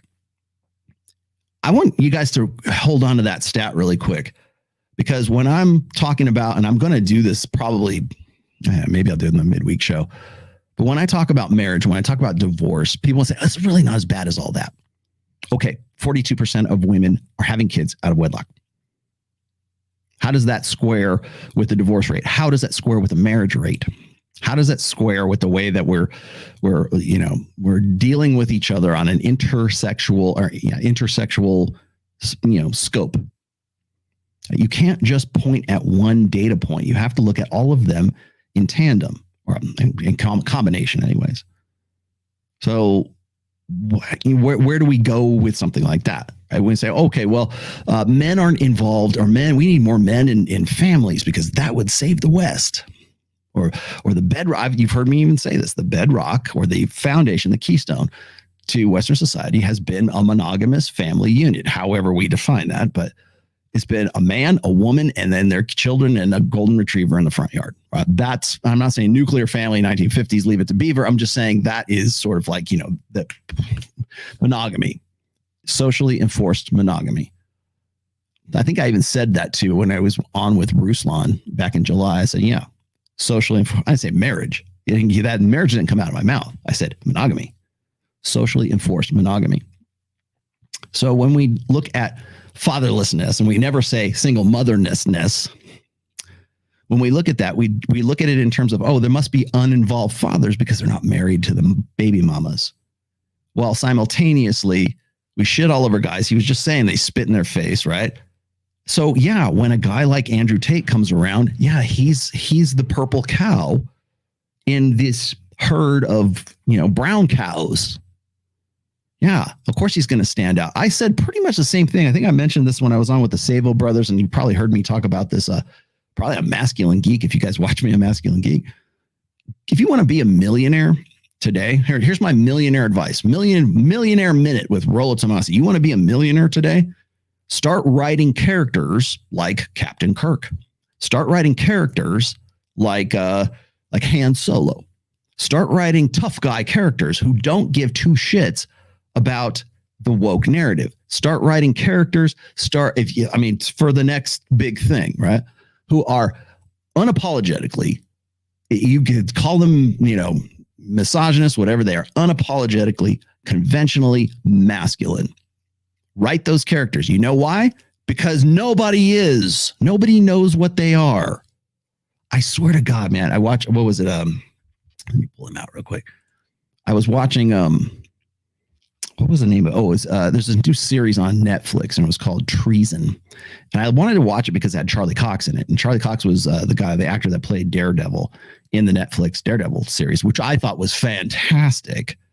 And he's a really good actor, but my God, they made him the most effeminate, weak, like masculine male character. There's no masculinity whatsoever. And they basically, the entire series, I think it was like 6 episodes, focuses on him being framed for treason in the UK, right? He became the director of MI6 or something like that. Again, it's the CIA. But all of the powerful characters, the CIA chick, the director, is this tall, black female, like butch female, who is the CIA director. His not his baby mama, but his new wife is one of the characters. Very strong. It takes over she loses her shit when she has to like actually shoot somebody. And then when he gets shot and they kill Charlie Cox, like at the end of the thing, sorry, spoiler alert, but they kill his character off and nobody bats an eye. And then, so you got her, then you've got the secret agent from Russia who's like involved in all of this. And she, of course, is female. It's like a little femme Nikita, and it's that standard stereotypical tough bitch. And pretty much any character that has any responsibility, any kind of like understanding, any kind of intelligence, any kind of critical thinking skills, any kind of combat skills, any kind of go get it done, like do the right thing kind of thing, they're all female. And they're all essentially male roles, but they put women into those roles. And it's got to the point where it's so characteristic of these shows that that's what you come to expect. And so when they kill off Charlie Cox's character at the end of the last episode, I'm just going to give it away because you guys don't want to watch this crap anyways. But it's like he's insignificant at the end of this. His sacrifice, and he basically just gets gunned down by the black female CIA operative, like right straight there in cold blood. And the bad guy, of course, is a male. The people who are trying to prop him up, the real traitor, is also male. And when you see characters like that, it's like you're expecting this. And by the way, this is formulaic now. There's all kinds of different shows just like this. Like, what was the other one I was watching? It's The Recruit, by the way, which I thought was pretty good, but it's the same format. Now, The Recruit actually kind of had, the main character doesn't die, but it's the same format. There's a Russian spy, there's the CIA director, and it's like the same thing. It's like the same formulaic crap. But even the main character, who is male, is weak. He might as well be they could just as easily put a female in there, but they feel like they have to at least like mix it up a little bit, right? Now, along comes a guy like Andrew Tate. He is Captain Kirk. He is Han Solo. He is that character. And if he's not, he certainly portrays it well enough online that people respond to it. That's why you need to create the culture that you want to see. Star Wars is dead, okay? It's gone. God forbid you go and watch Indiana Jones Part 6, right? It's not the same show. It's not the same character anymore because people don't know how to write those characters. Along comes Andrew Tate, and everyone responds to it. Everyone. 12-year-old kids. What color is your Bugatti? Of course. It's like in this desert of masculinity, along comes Andrew Tate, and he could be the worst criminal in the world, and people would not care because in this ocean of this lack of masculinity, along comes this character who is a Han Solo, who is a devil-may-care. I don't care if you call me a misogynist. I don't care if you think I'm a chauvinist. I'm going to go on Sean Reynolds' show, and I'm going to tell you like it is. And of course, wildly, wildly popular. That's why. So when they see a guy like Matt Walsh, you're just basically another brown cow in the herd of cows. That's what it comes down to. What do you got here? Spoiler alert, every TV show, a movie. Yeah, exactly. Woman survives. Is there any way to take bets? Yeah, it's like, why? I don't even want to watch crap anymore. I don't even want because, and then even like I watched Wednesday, by the way, because my daughter really wanted to watch it. So we watched Wednesday. It was funny. It was okay, I guess. But every main character is female. And every male character in there was effeminate or was very much the lower end of the player. Even the headmistress, female. The bad guy, of course, was this evil white bad guy who was there. But all of the characters who were propping up the bad guy, they're still female. And I'm like, of course, Andrew Tate is going to be the purple cow in the the ocean, the herd of brown cows. That's because it's so rare that we see that. I'm masculine, and it doesn't matter whether or not he was a sex trafficker. It doesn't matter if he was laundering money. It doesn't matter if he's a criminal whatsoever. In fact, the criminality only contributes to the conventional masculinity. It only reinforces that. So when you tell me, loyalty and vulnerability and all this other bullshit, it's like that. I can go on Netflix and get that. Thanks. But I can't get that. I can't get conventional masculinity anywhere else. But along comes Andrew Tate, and suddenly everybody and their mother loves Andrew Tate. That's why, Matt. So they're not taught how to be men, how to harness their masculinity, how to constructively use all of the energy and aggression that's brimming inside of them. For what? Out in society, they're greeted with accusations and scorn, and they're told that they must suppress their masculinity, feminize themselves. Then a guy like Andrew Tate comes along and says, no, it's good to be a man. It is good to be tough, strong, and masculine. They prefer to listen to him, and they are justified in preferring him, considering the alternatives. Spoiler alert, Matt. The reason why he's popular is because everything that you think should define masculinity has been defined by a female narrative for now going on about 60 years. In fact, the reason why you have a problem with that is because your understanding of masculinity has been informed by gynocentrism. That's why. And you're like dumbfounded. I can't believe this guy is actually popular. Yeah, he is, because he's going back and he's hearkening back to a conventional masculinity, like a Captain Kirk, like a devil-may-care character. See, James Bond, right? What happened to James Bond, guys? You guys know what happened to James Bond. Now, yeah, we have a gender swap. Everything is gender swapped. In fact, Matt Walsh, you are a gender swap. That's the long and the short of it, because your understanding of masculinity has been informed by gynocentrism. The correct response to Andrew Tate, then, isn't to silence him and condemn his followers. It is instead to say, yes, he's right. It is indeed good to be a man. And then to follow that with a better and clearer vision of what it means to be a man and how a man should behave, what his roles and duties are. What is that? Who defines that? Who's going to say that is where we ought to go? Who is going to say that? Who's going to define that, Matt? What direction he should go? Because that's what these young men are looking for. They're looking for direction and guidance. Mm-hmm.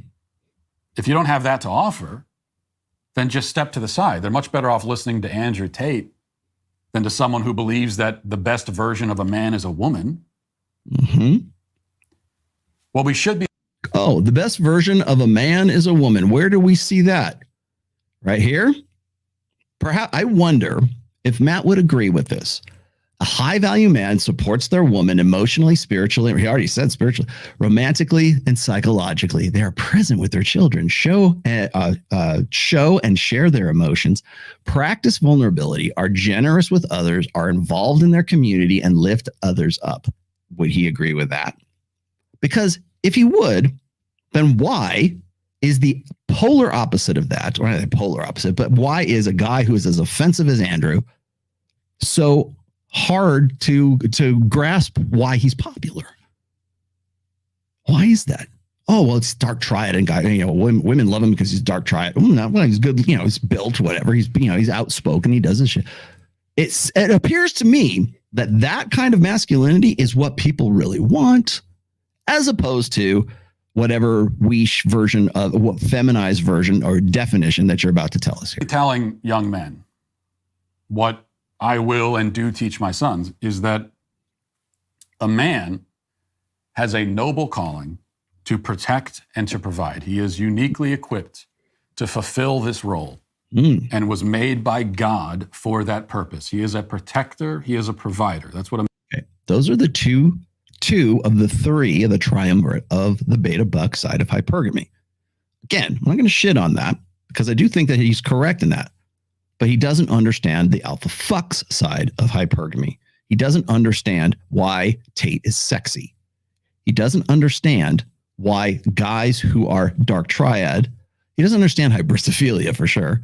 He doesn't understand any of that because he will not acknowledge the visceral nature of women's mating strategy. Alpha fucks and beta bucks. Same thing that Jordan Peterson was saying before. Just negotiate. when you're negotiating, first of all, he's approaching this like a gamma would. We're going to go down like, our Excel spreadsheet and figure out what we need to work on kind of thing. But everything he's saying, protecting and providing, he's absolutely correct about that, by the way, that side of it. But he hasn't taken it all the way.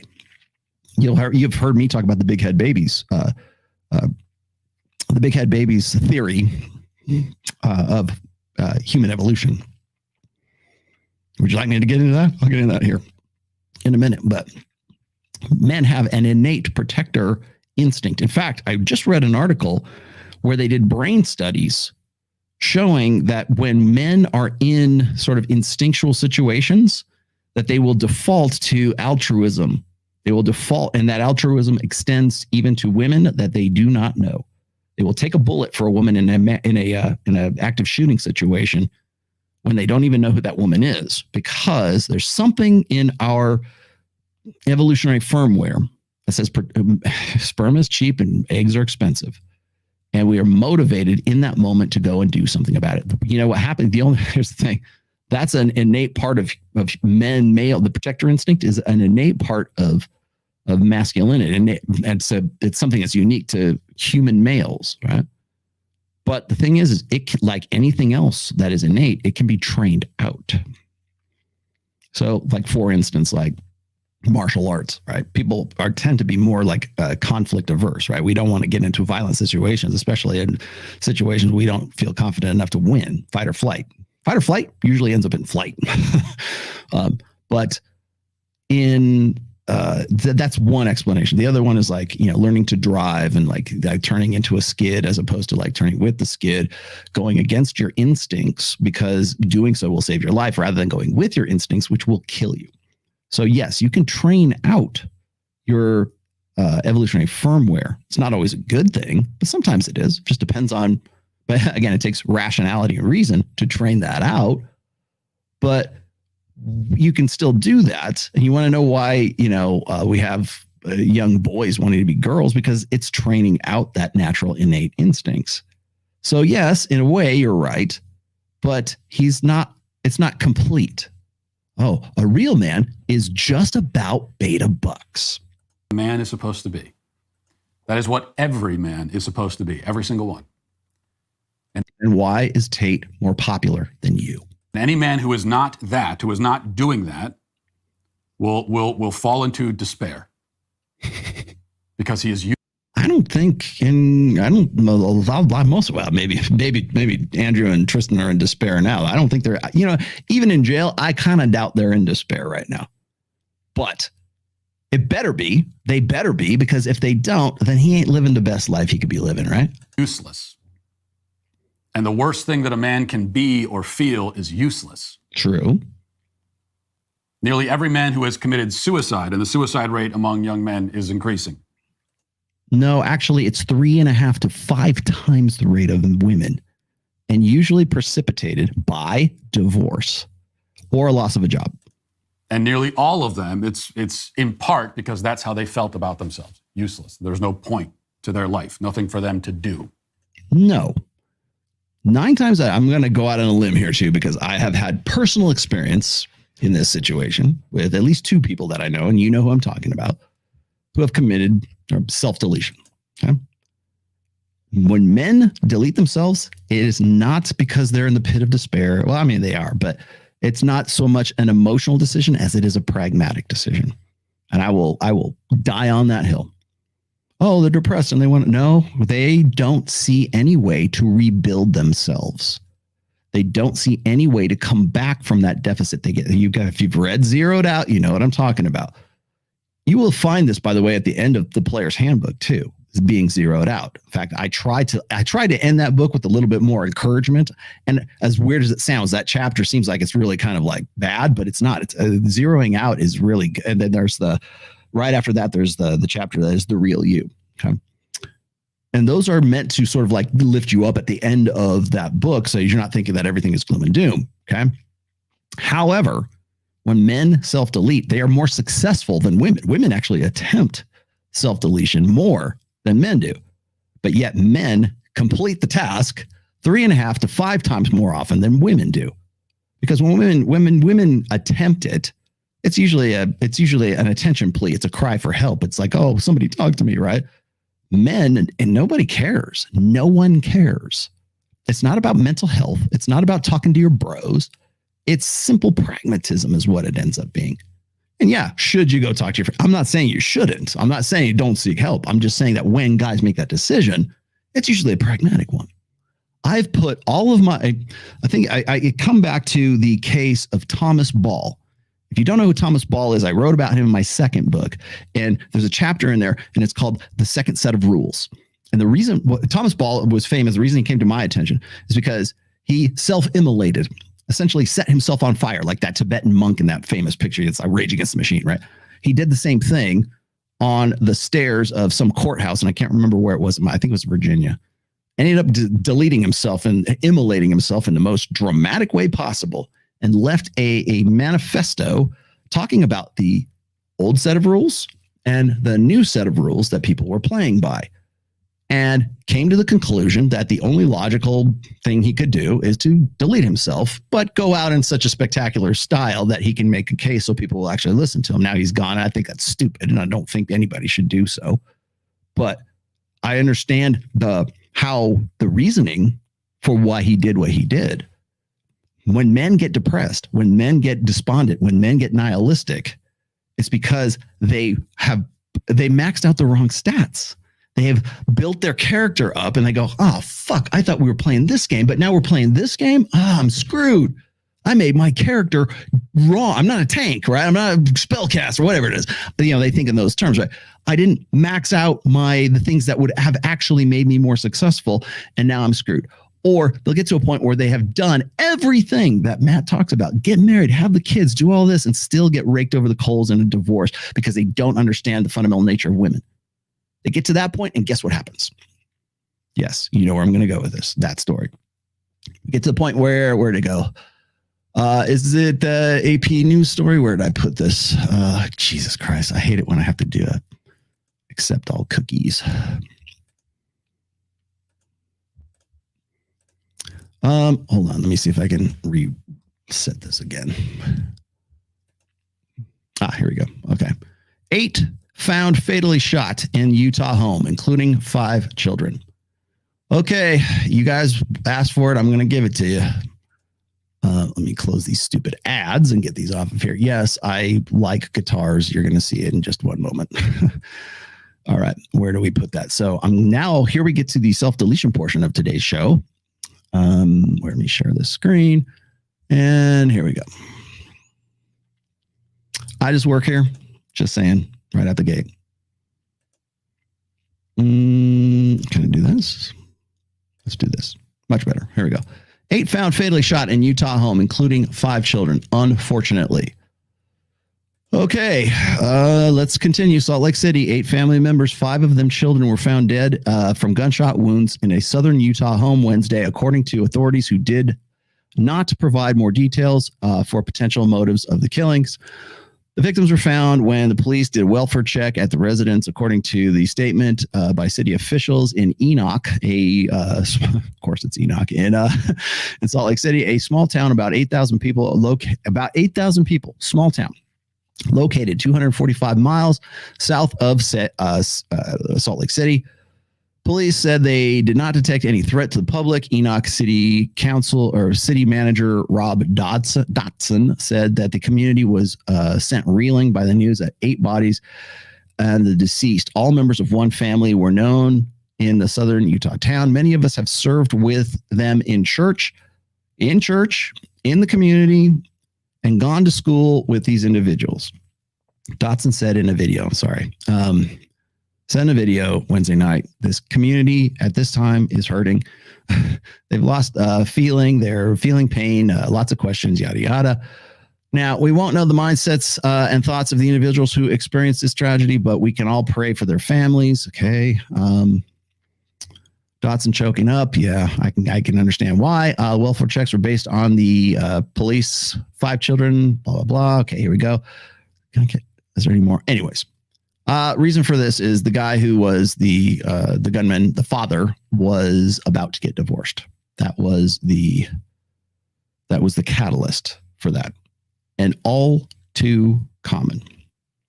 Church member, going to school, doing everything the right way.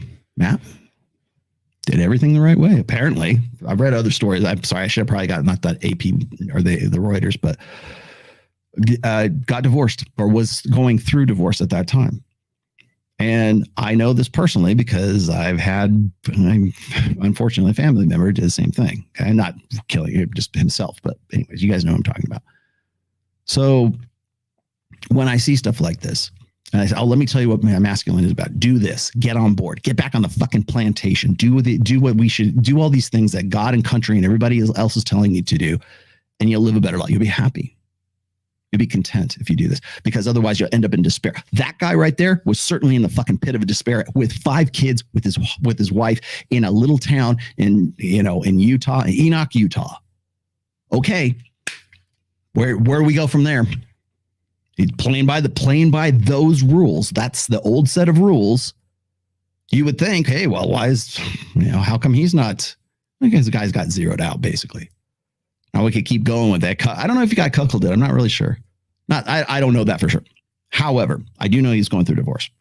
And that came out like later after. You'll notice that they dance around that in the beginning. They probably know that shit. They just don't want to like throw it out. The community's reeling. Yeah, and he was going through a nasty divorce with 5 kids in a religious, town. I presume it's Mormon in Utah, in Enoch, Utah, probably. But I mean, I don't mean to make light of this, but it's very serious. And the reason why I lay this at the feet of guys with the mindset of Matt Walsh here is because like when young men see an Andrew Tate, and I'm not saying Andrew's like the epitome of masculinity, but he does play a character that seems like Han Solo, seems like somebody who is at least at apex of masculinity that young men want to aspire to. Now, why did I bring Destiny into all of this in the very beginning? Because Destiny talked about this as well, saying like, oh, it's you manosphere guys think that having a big Lamborghini and living a lavish lifestyle, as Matt said, Matt would probably agree with Destiny on this. Like, you guys are promoting this ostentatious, opulent lifestyle and fucking a lot of women and having a lot of money and sports cars and blah, blah, blah. And more we're starting to see that perhaps it's all bullshit. Perhaps everything that was built up that for Andrew Tate and everything that's been going on, at least for the last year anyways, has been character development of that, Han Solo, Captain Kirk, devil may care, conventionally masculine archetype.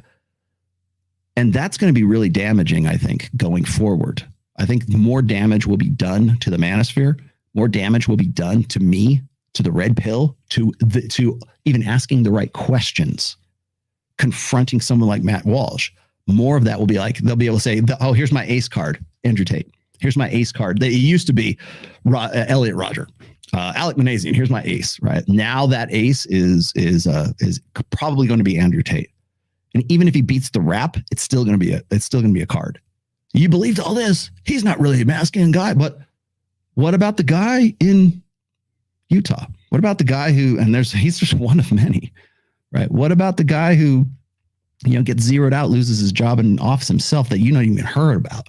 He might kill his family, but he killed himself because he lost his job and he was going through a divorce as a result of losing his job. What about that guy? That good church going guy who did everything right, did everything by the first set of rules. What about that guy? And that's why I'm always going to push back against, like, people say, well, Rollo, you're punching right. You're goddamn right. I'm punching right. I'm going to be goddamn right. I will punch right if I see objectively that's bullshit. And I'm calling out bullshit right here.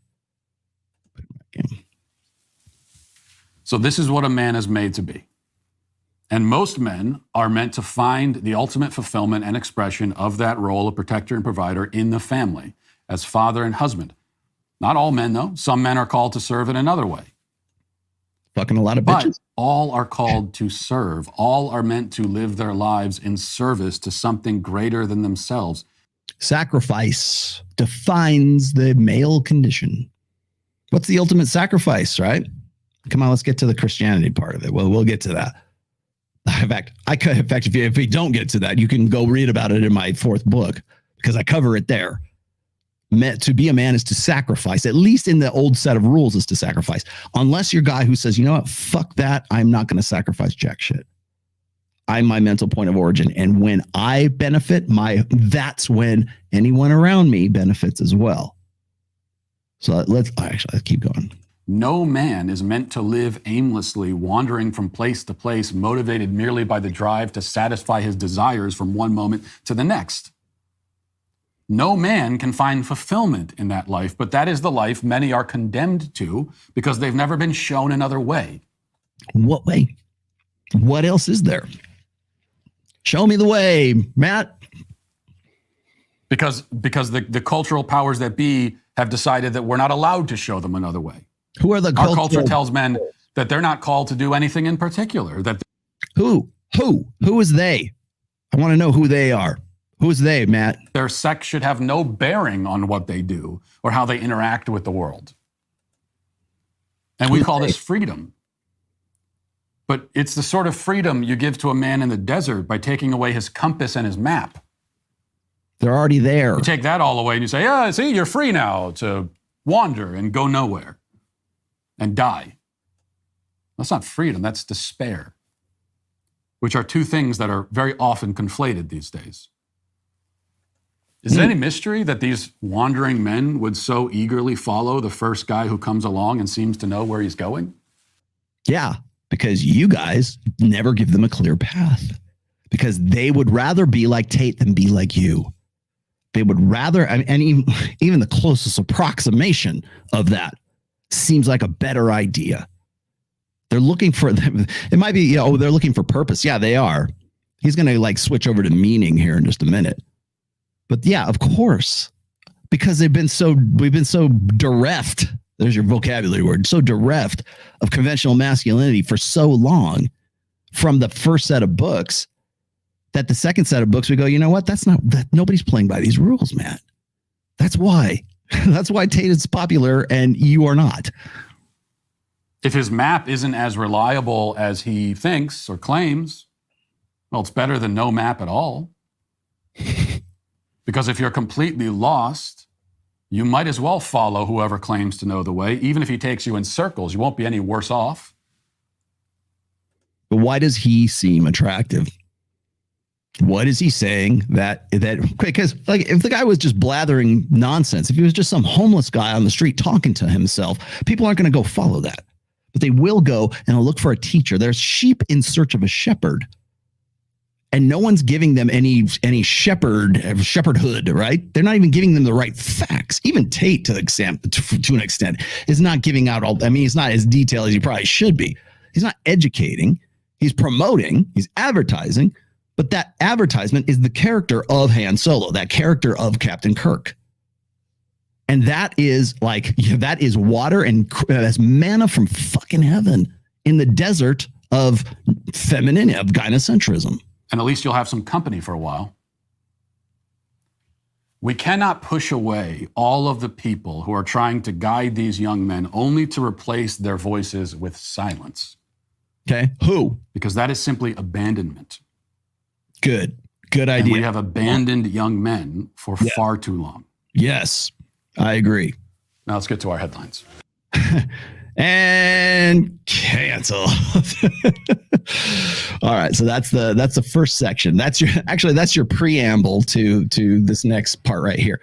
Now, and I trust me, the other one's much shorter than that. We're at the 2-hour mark here. I think I've caught up with more or less everybody else. Servant leadership. Thank you. I got that too. Where's Glenn? Hold on. I would rather be Andrew Tate than this blue pill datum. Yeah. And you know what? 12-year-old boy saying, what color is your Bugatti? Again, even if Andrew Tate turns out to be the worst of the worst, he goes away for 20 some odd years for sex trafficking. He goes away for money laundering. He goes away for organized crime. He goes away forever, right? That is not going to erase Andrew Tate or the character that people are looking for that is Andrew Tate. Now, you've heard me say this in the past, and there's other people who've said this too, that I've lifted this from, sorry. But when Kevin Samuels passed away, it left a vacuum. that Tate stepped into. I'm not saying he was the next Kevin Samuels. I'm just saying that the desert opened up again when Kevin was gone. The desert opens up every time somebody who is a significant, and by the way, the vacuum is going to open up when we find out what the fate of Tate is. And I'm going to give you the update here. I don't want to give it to you all at once because I don't want to do it right at the beginning. I'll give it to you towards the end here. But there's some updates and some things that are going on with Tate, which again, I'm just going to report the news here. I'm trying to be as objective as I can possibly be because people know that I'm attached to this, or I'm at least associated with this. But I want to be as objective as I possibly can. And even in doing so, I have to recognize that the character of the persona, the character of Andrew Tate, not the man, not the person, the brand, the persona of Andrew Tate is way more attractive than this guy, than what the definition that Eva Lovia wants for guys to think is this is a real man. No, it's not. And what color is your Bugatti? No, it's not. And again, I think that it's an overblown persona. It's an apex example. We get to the apex fallacy, right? Like how am I going to go and debate Destiny and say, well, you guys are all about Andrew Tate and that's like that's the highest of the high and you all aspire to be that. No, we don't. In fact, you've heard me probably say on this show, God knows how many times, that if the red pill isn't for the everyman, then it's for no one. If the guy who lives in a fishing village off the coast of Chile, who has like a pickup truck and that makes him the top G in the fishing village in Chile or whatever, that's uses the same dynamic, the same understanding of human nature, you could look at like tribal chieftains in the Amazon rainforest. The principles still apply to those same principles that make the chief the top G, and the G has his harem of, chicks in a fence somewhere. Like it's the same principle. The Yanomamo tribe, of hunter-gatherers. It's the principles are the same. It's just the context is different. He's not, the Yanomamo chief doesn't have a Lamborghini, but he's the top G wherever the fuck he is. Okay. But the same thing is like just different based on the context. And that will always get distorted because people will say, well, you're just looking at who would want all this opulence? You would be destitute and depressed if you had all of this. You would have all this money and you wouldn't know what profits a man if he has all the world and he loses his soul, right? No, thank you very much. But the thing is, when you've got money, it kind of depends on resources, territory, and women. When you have those things as a powerful man, that's really the test of character for the guy at that point. What am I going to do with this? People think I sit on top of the big money bags and everything, and I am in no way a millionaire. But like the money that I do get, that I have as sort of surplus money, I try to put that back into projects and guys and proteges and people like Giovanni Sanders, who you're going to hear at the end of the outro music once again, like that. I form bonds with people who I think are like creative and who I can get behind. Yeah, because give them a fucking fair shot. I wish I would have had somebody do that when I was 22 or 25 or how old are you, Giovanni? 27. Torsia, 27. Kevin Sabo, 27. I wish somebody would have I wish I would have had a rich Uncle Rollo. I'm not even rich, but an Uncle Rollo. I wish somebody would have been able to do so. That's, if I can help, I will help. If your cup runneth over, spill some. That's what I do. I spill some. I'm good with that. I want to do that. I don't you can't take it with you. You might as well help some other people, get the message across and do some things that are worthwhile. Now, if, 13 supercars are worthwhile to you, well, that's you. That ain't me.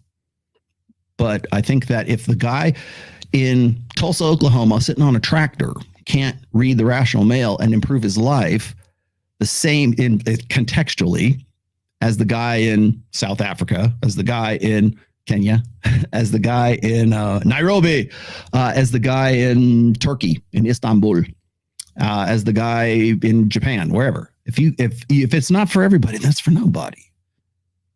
And I think what's going to happen is we're going to start focusing and fixating on personalities like this. And we're going to go, oh, well, that's what you guys are all about, right? Because you have this really immature uneducated, summation of what the red pill's about or the manosphere is about.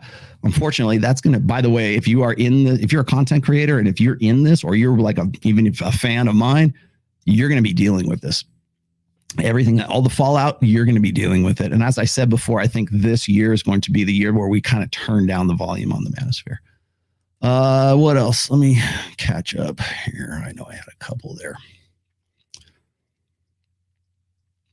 Now, the next part of this, I'm going to start talking about, the actual video people wanted me to talk about. Yeah, thank you. Yeah, exactly. Well, I tell you what's funny is like when you look at studies that show that women are overwhelmingly attracted to and aroused by dark triad personalities, and then you're going to tell me that it's your Christian duty to do everything that Eva Lovia says. That's a conflict right there. That's old set of rules versus a new set of rules. It doesn't seem like everybody's playing by those rules, man. I got zeroed out April 23rd, 2021. Rollo, I really wish I knew about you when I was 14. Sorry, that's why I wrote preventive medicine. I'm glad you're still with us, though, man. Thank you, Excel. Thank you for that. I love reading that stuff. To me, that's like more rewarding when people like show me what they've done. I mean, it's nice to get accolades and pats on the back. Don't get me wrong. I would much rather. People think, oh, Rollo just wants to be recognized. Are we recognizing you enough, Rollo? Oh, man. Don't give me that shit. If you want to recognize me, if you want to show your appreciation to the work that I've done, show me what you did. Show me how you've improved yourself, because that to me is more valuable than somebody saying, oh, yeah, and Rollo said this. You rip me off. But show me what you did with what I gave you, or how I helped you in whatever way. In fact, I might not even like directly tried to help you. And if it did, and you lived a better life, or you made a better decision for you, one decision, if you made one decision that was better as a result of having read anything that I've done, or watched me say anything, or been on anything, if you made one better decision, tell me what it is. That's appreciation. That's recognition. I'm all about that. When Jedediah Bila was saying, I'm at 100,000 subs, and I'm at least partially responsible for a lot of that, for showing her like, hey, this is the material and this is the conversations you should be having. Yeah, she's popular because she pivoted to intersexual dynamics. Same thing with Adam, and they both recognize. I don't say anything, but I want to know the people who watch her. How did they benefit? Well, one good decision that they made. What is that? All right. I have two of these things starred here. I want to come back to these real quick. Here we go.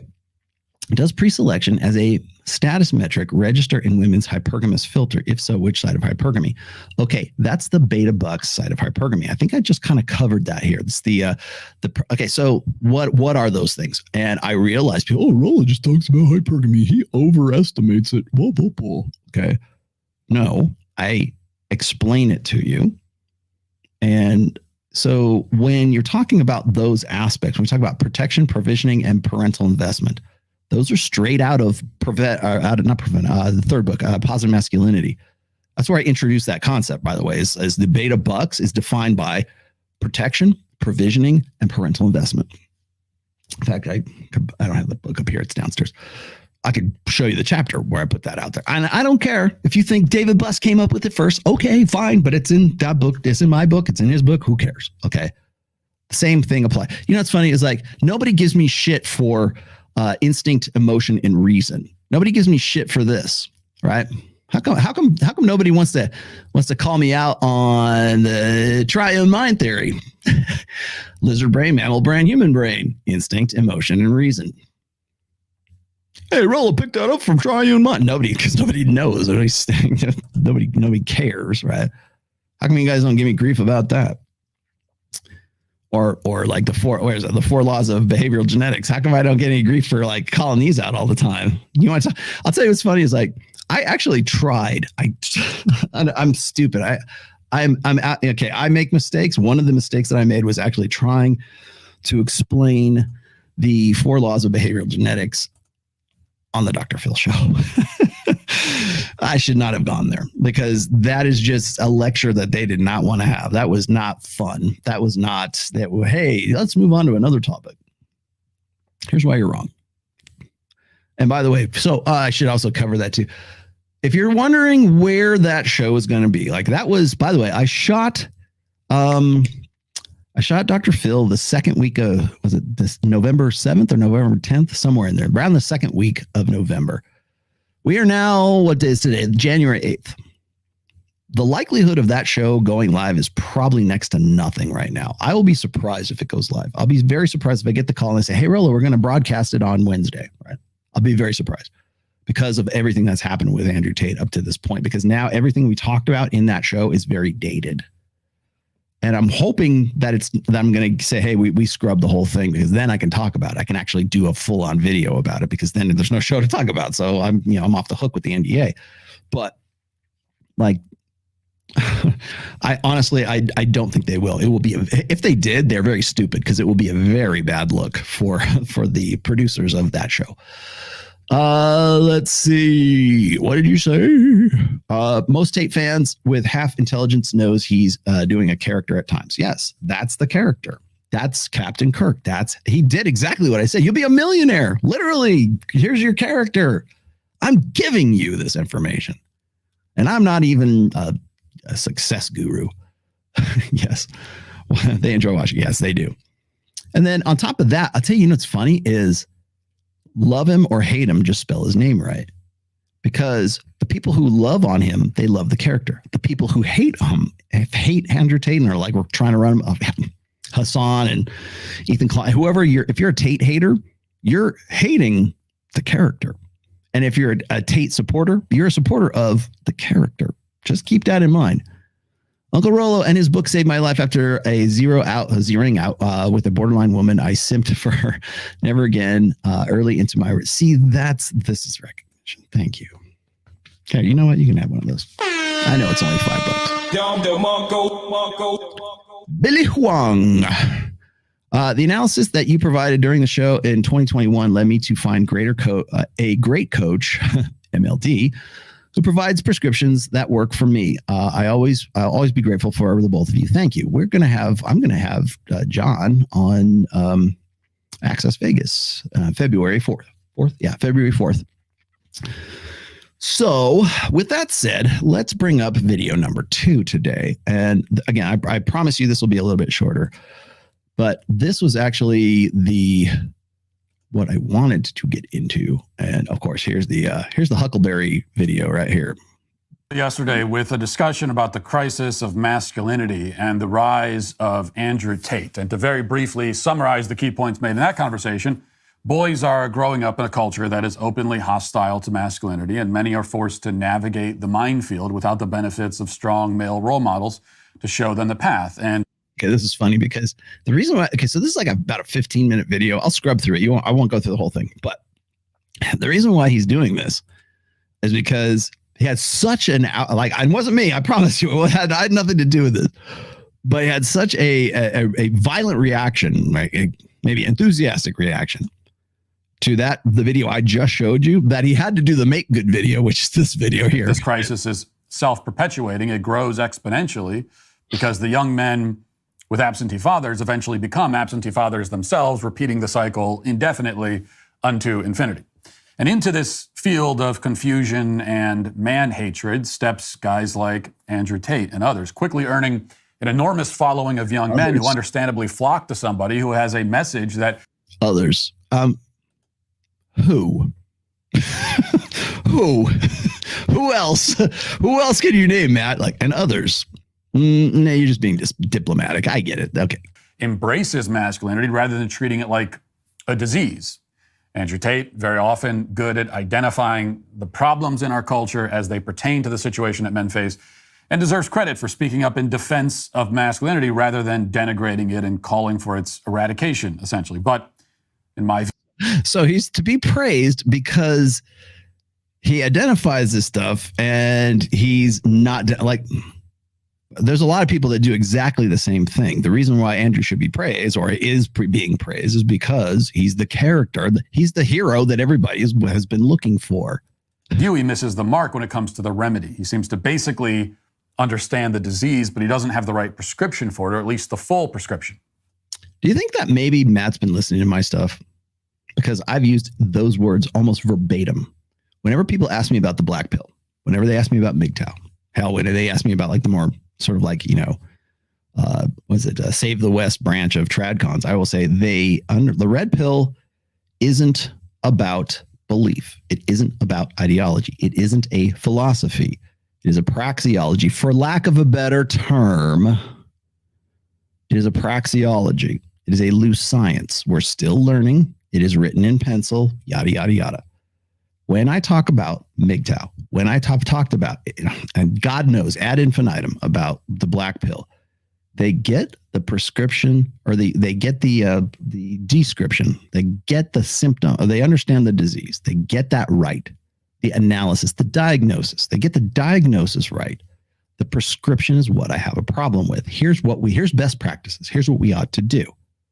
It's exactly, almost verbatim, what I've said in the past. So, Matt, if you're watching, come on, let's do it. If you're going to watch me and do that, you might as well have me on and have this conversation. I don't think you will, but whatever. Yes, men should reject the programming that our culture wants to subject them to, programming which seeks to neuter and feminize them. Yes, they should work hard. They should take care of their minds and their bodies.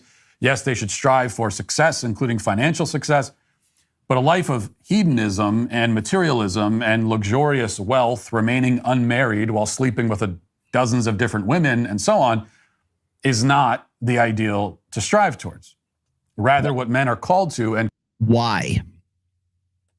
Why is that not an ideal? Why is it not an ideal to essentially pursue your innate mating strategy? Unlimited access to unlimited sexuality.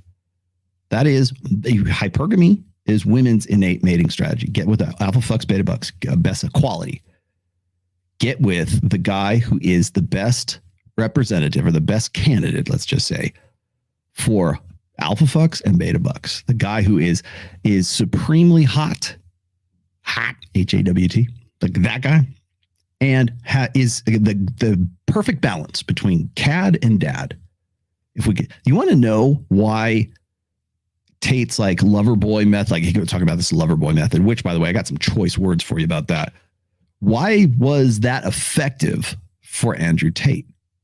Why? Like, I can imagine like a lot of people going, well, I tell girls I love them all the time, blah, blah, blah. And they don't want to fuck me, or they're in a marriage and they're in a sexless marriage because they have completed, or they're like part of the alpha, or excuse me, the beta buck side of hypergamy. They got that down. Got it down, man. They're upstanding members of society that, protection, providing, and parental investment. They got it. Their wives don't want to fuck them. Remember the chicks video in the very beginning? I'll put it out there if you want. If other chicks don't want to fuck you, if there's not even passive dread, then you're going to have problems, because it's the opposite side anyway. So the hypergamy is women's innate mating strategy. Men's innate mating strategy is unlimited access to unlimited sexuality. I wonder what Matt would have to say about that. Now, maybe you'd agree, maybe you wouldn't. If you didn't agree, I would simply say, well, that's why pornography is free. Okay. That's why 70% of Christian men admit to being addicted to pornography or jerking off or whatever. I don't see it as an addiction, but it is what it is. You guys can call it whatever you want to. However, why is that? Why is that? Everybody wants some. Everybody wants some. So when we talk about unlimited access to unlimited sexuality, why is what you say the ideal to strive for, and not fulfilling unlimited access to unlimited sexuality? Because most guys do that vicariously. They try to live. I think that's probably one of the biggest dichotomies or cognitive dissonances that guys have to deal with, is like they have to be perfect dad, but then they're watching cuckold porn, right? Then they're watching whatever they get off on Pornhub or Sidechick or whatever. So they're just languishing in this. And the reason why men like have this, like they want to call it an addiction and they want to have a problem with pornography is, and Lord knows I saw enough of them at the convention, the cognitive dissonance that weighs on certain kinds of guys who can't reconcile that. Yeah, I'm a red-blooded, testosterone-fueled man who needs to get off, but I'm also going to take care of my fucking business and take care of my family, and I'm going to take care of, my dogs. I'm going to still do what I'm supposed to do, but you know what? God damn it, I'm going to have, a wife and 3 side chicks. Why is that not the ideal? Why is poly not the ideal? Why is what Destiny's doing? Maybe Destiny's got it right, man? He might be, especially in a post-marriage society. Maybe that's the answer. Maybe dyeing your hair blue and being a cuttlefish is the key, right? Like why is that? Like why? It's like one of the things that evolutionary psychology does is it asks questions that people think are boneheaded questions. Why is the sky blue? Right? Well, who would ask that question? Well, sometimes you need to so that you can get onto more complex questions. But why is it? Why does that seem like that's the right thing to do? Created for, and the only sort of life that will be truly happy, that they'll find true happiness and joy in, is a life of service as protector and provider. Okay, did you catch men, it? the vast majority of men. Okay, hold on a second. So I'm going to agree with him for a minute here, but hear me out here. I wrote down some notes here, and I kind of want to, actually just put me on here, and I'll just read these direct. I want to give away the farm, but I wrote a lot of notes about this particular part right here, okay? Crisis of masculinity. The crisis of masculinity that he's talking about and that we've been debating this whole time with Andrew Tate and himself and God knows who else, it's not fucking new. It's been around for a long time. This is not like some new, oh my God, the crisis of masculinity. We've talked about this. I talked about this with, if you guys go and watch my Pat Campbell shows, we were talking about exactly these same topics. We were even talking about Andrew Tate and these topics as far back as 2018. And then we can go all the way back to Hannah Rosen. Do you know who Hannah Rosen is? Of course you don't. She wrote an article back in The Atlantic back in 2012, and it was called The End of Men, which ended up becoming a book for her. She talked about forecasted this. Maybe she got her magic 8 ball out. All right, it's not a show if I don't show you that. She got the 8 ball out, and she predicted all this stuff coming down the way. Men were declining enrollment in college. Women were making more money. Women are in the future. And granted, she said this in 2012. 2022, here we are 10 years later. Everything in fact, probably everything and more that she predicted back then has come to pass. So don't think that this is some new novel shit, man. Don't think that this is something that hasn't been sort of percolating for 10 years now. And it just caught you by, caught me with my pants now. Caught you by surprise. No, it didn't. It's been around for a long time. Unlimited access to unlimited sexuality, okay, is men's mating strategy. Now, he talked about this just a minute ago about the hedonism. Well, living a hedonistic life is just not, it's unfulfilling. He's going to get to this here. It's not something, that hedonism, by the way, Matt, is not something that 80% of the male population can actually make happen for themselves. Anyway, are called to be husbands and fathers, to be leaders of their families. Now, they're called to be that. Okay, let me keep going here. 80% of men cannot ever attain the kind of the extreme apex example, and again, it's a character, but that apex example of what Andrew Tate has put forth as being sort of this idealized lifestyle, hedonistic, fucking a lot of women. Anybody, well, if you have a lot of women, they'll fuck you. Well, what's funny is if you're a good-looking dude and you don't have money, you still get laid. Right? It's not about socioeconomic status so much as it's like, well, you're in the right place at the right time. You're the hot guy in the foam cannon party on Cancun. She was drunk, you were cute, and one thing led to another. That's something that probably has no actual experience with, but the fact remains that there's a lot more. There's the alpha fuck side of hypergamy that, of course, they want to be. Don't show me that. Don't show me the alpha fuck side. Don't show me the visceral sexual arousal nature of women. They don't want to talk about. They don't want to talk about 50 Shades of Grey. They don't want to show. They don't want to talk about the popularity of that and why it was popular in the first place. No. You're called to be a servant. You're called to be back on the fucking plantation. I was And yes, I realize MGTOWs came up with that. Okay, MGTOWs, here's your bone. I need a sound effect for that. Here's your bone. Yes, that's where it comes from. Oh, he's trying to get us back on the plantation, right? I will say this, though. And I have an essay. It's not in any book, by the way, but I have an essay. It's called Teaching Slaves to Read. And again, I didn't come up with that. Ed Lattimore came up with that. And Ed is a good friend of black guy. Ed Lattimore, positivity guy. I don't think he's fighting anymore. He used to be a boxer. A good friend of mine. And thank God he left the 21 convention. But I was on a podcast with him one time, and we were talking about the red pill, and we were talking about intersexual dynamics, and he mentioned something to the effect like, he says, what Rollo is doing is teaching slaves to read. And I thought about that. I go, he's kind of right. Because it's like giving away it's educating people who are uneducated. It's I almost like that as an analogy. I know we're not supposed to use analogies and metaphors. I like that as a metaphor better than the red pill. Teaching slaves to read. That's what the red pill is. It's like you were ignorant before and somebody came and taught you how to read. And now with that new literacy, you can make decisions for yourself that you couldn't make before. But yet we've got plantation owners like Matt Walsh here who want you to get you back on the plantation. They want to take you back. They think they can put you in the freaking DeLorean, drive to 88 miles, 77 miles per hour and go back to the future or back to the past. Samurai Jack. They want to believe that. Yeah, thanks for that. I see you, Sammy. Thanks for that. In fact, Sam, can you put that this teaching slaves to read in the chat for me, please?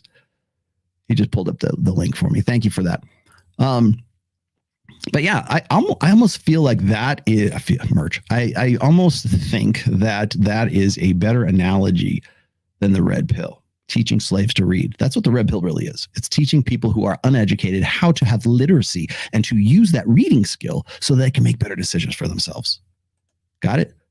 Matt, yeah, thank you. Yeah, it is. That's interesting. Now, I'm not saying he's a hypocrite. Maybe he's not. Maybe he lives this moral code. Great.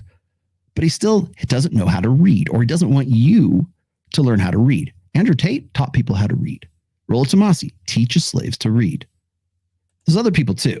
Rich Cooper, I'll give it up to him. Ryan Stone, new book, Frame, Praxeology, which I wrote the foreword to, just so you know. Praxeology, the theory of human action based on the notion that humans engage in purposeful behavior contrary to reflexive behavior and other unintentional behavior. It's the study of human behavior in that behavior has some purpose to it. There's something behind it. It's really kind of the reason why I like that as an analogy. And again, for lack of a better term, the reason I like that is because it sums it up. And it also, because people are always asking me for like give me an elevator pitch for the red pill. That's the best I've been able to come up with up to now. Perhaps I need to start telling people that the red pill is just teaching slaves to read. Yeah, you like that? Thank you, Christopher. Thank you, Christopher, for your $10. Just so you can laugh. Wait. Here you go. You need this there you go. There's your $10 super chat. Thanks, Wealth Mindset. I'm going to keep going here because this is some good stuff. But let me. Okay, so here we go. All right, so 80% of men can't live that life to begin with. So let's cut the shit here first of all, Matt. Okay. They can't attain that. Okay, it's not an ideal to strive for, primarily because the vast majority of men will never be able to, or will waste their potential on efforts to achieve that hedonism. So would your efforts be better if you're in the 80%, you're an 80%, you're a beta male, you're the 80% of guys that women say you're unattractive. Most women don't find most men attractive. You've heard, Myron has said this. I'll copy his line. Average women do not want to get with average men. Okay, let's take that a step further. I would argue that most women don't want to fuck most men. Most women find most men unattractive. 20%, the 20%ers, those guys might be attractive. We've already covered the studies. I've done this so many times. If you want me to dig them out, I'll be happy to.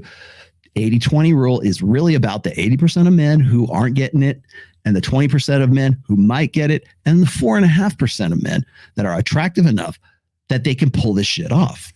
They're the Andrew Tates. They're the Justin Wallers, the Jason Momoas. They're the guys who are hot, sexy. Women want to fuck them. Men want to be them, and they make enough money. And then of that 4.5%, how many of those guys are actually licking the ice cream like Hafeez wants everyone to think that I'm creating, and any red pill, they're creating the next Andrew Tate. He's going to ruin our women for us. Well, first of all, the women want to be ruined by an Andrew Tate. That's why the lover boy method works so fucking well with a guy who's in the 4.5%. That's why. So you can't go and say, oh, it's the ice cream or licking the ice cream analogy. You can't talk about that.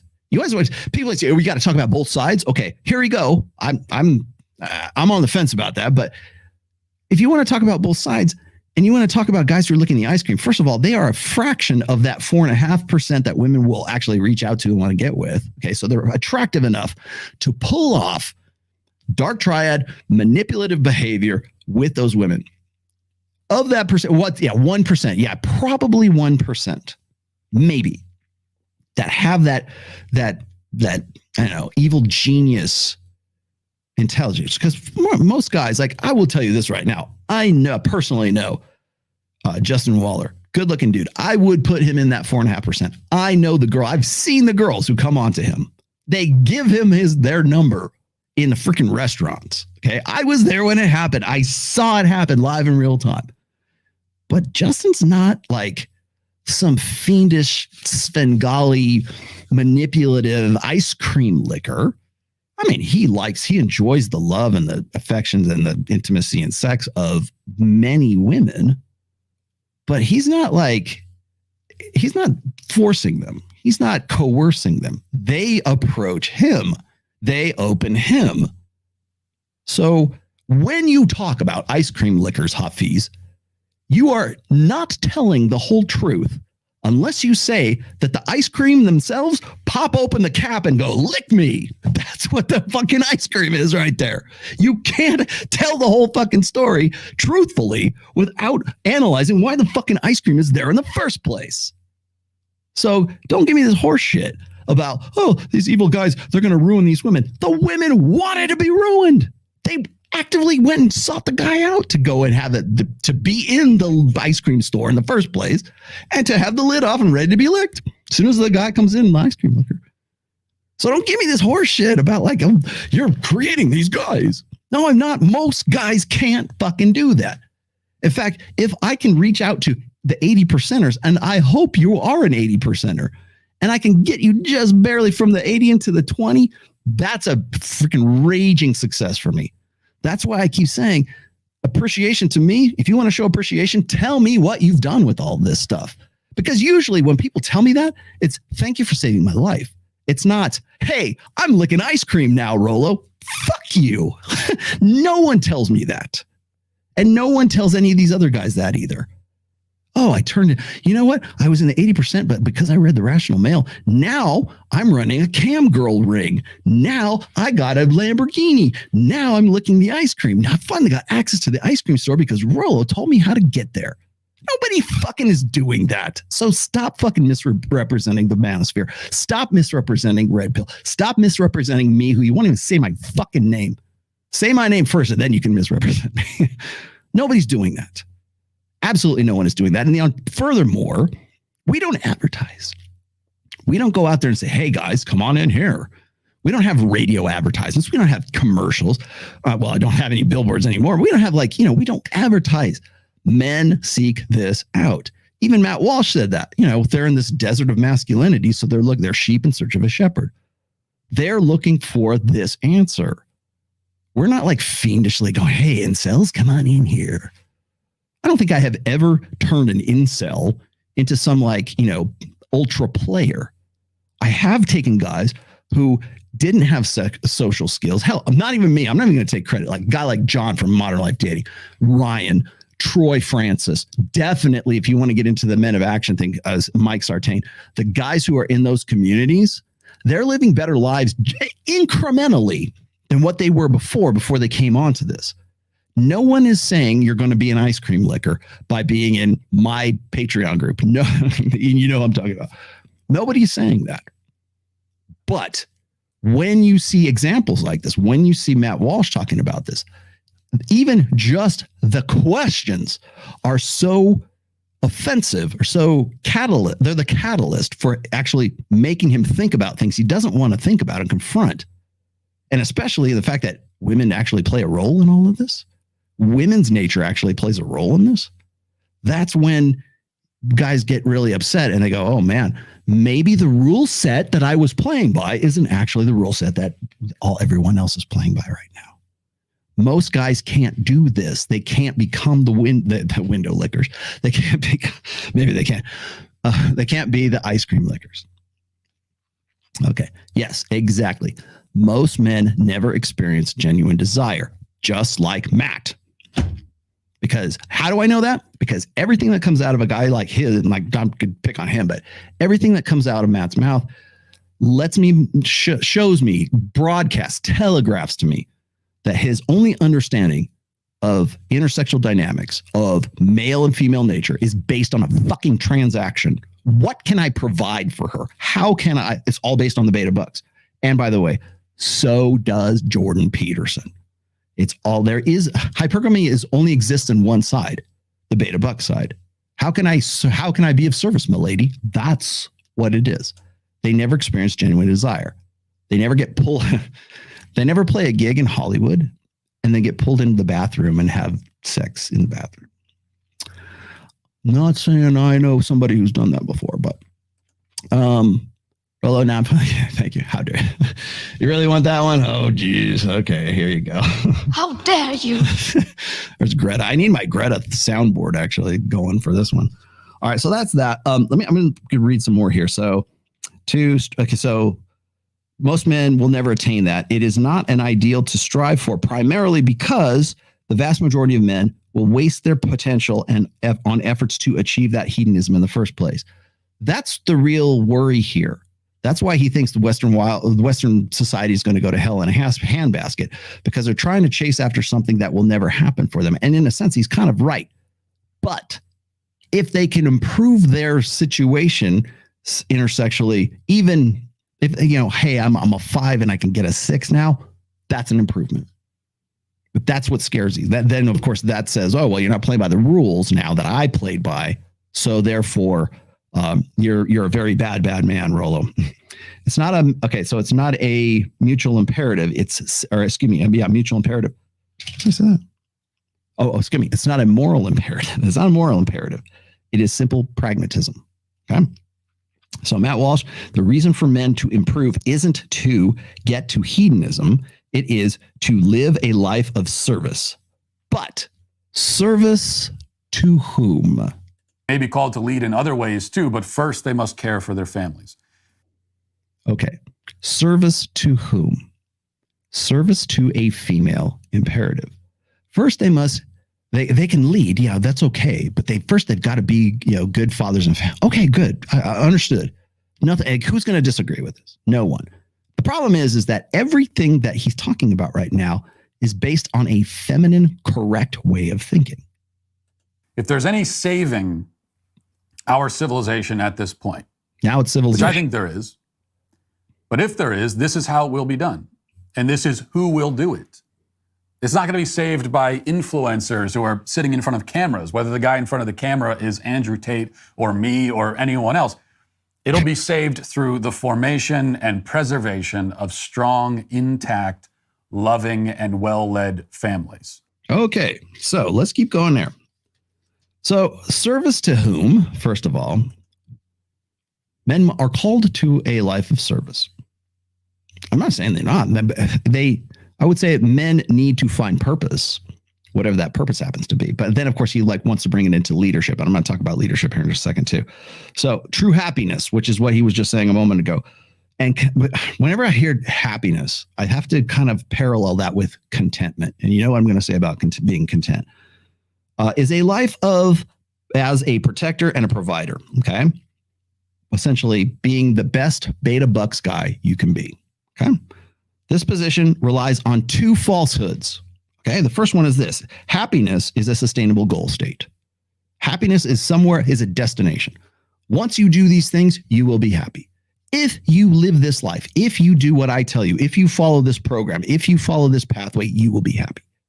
You will get to that. If you get married and you live a life of service and you have kids and you have a wife and everything, I'm not saying that for the vast majority of guys, the 80%ers, that sounds like contentment, because they're probably not going to get laid as it is.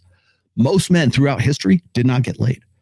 I think when we have to sort of put things in to this perspective, when we look at where we are pre-sexual revolution versus post-sexual revolution.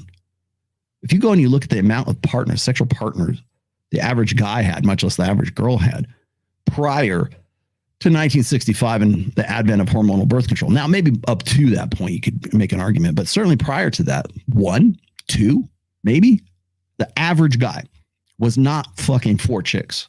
And if he got 2, it's probably because he married one, she died, and he was a widower, and he got with another one. Maybe. The access to sexual material.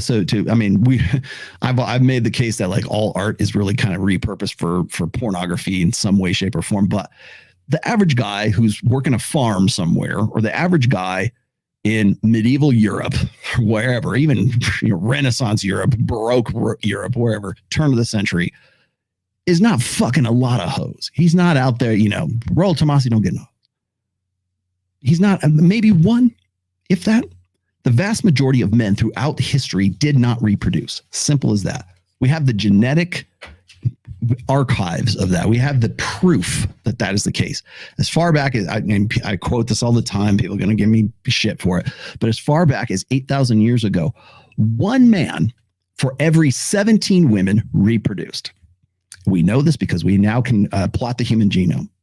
We have the ability to say that. So like when we talk about and we joke around this, even Andrew Tate, Genghis Khan, right? What is it? 1 in every 200 men on planet Earth have some sort of genetic component or some DNA strand from Genghis Khan. I'm not saying I do.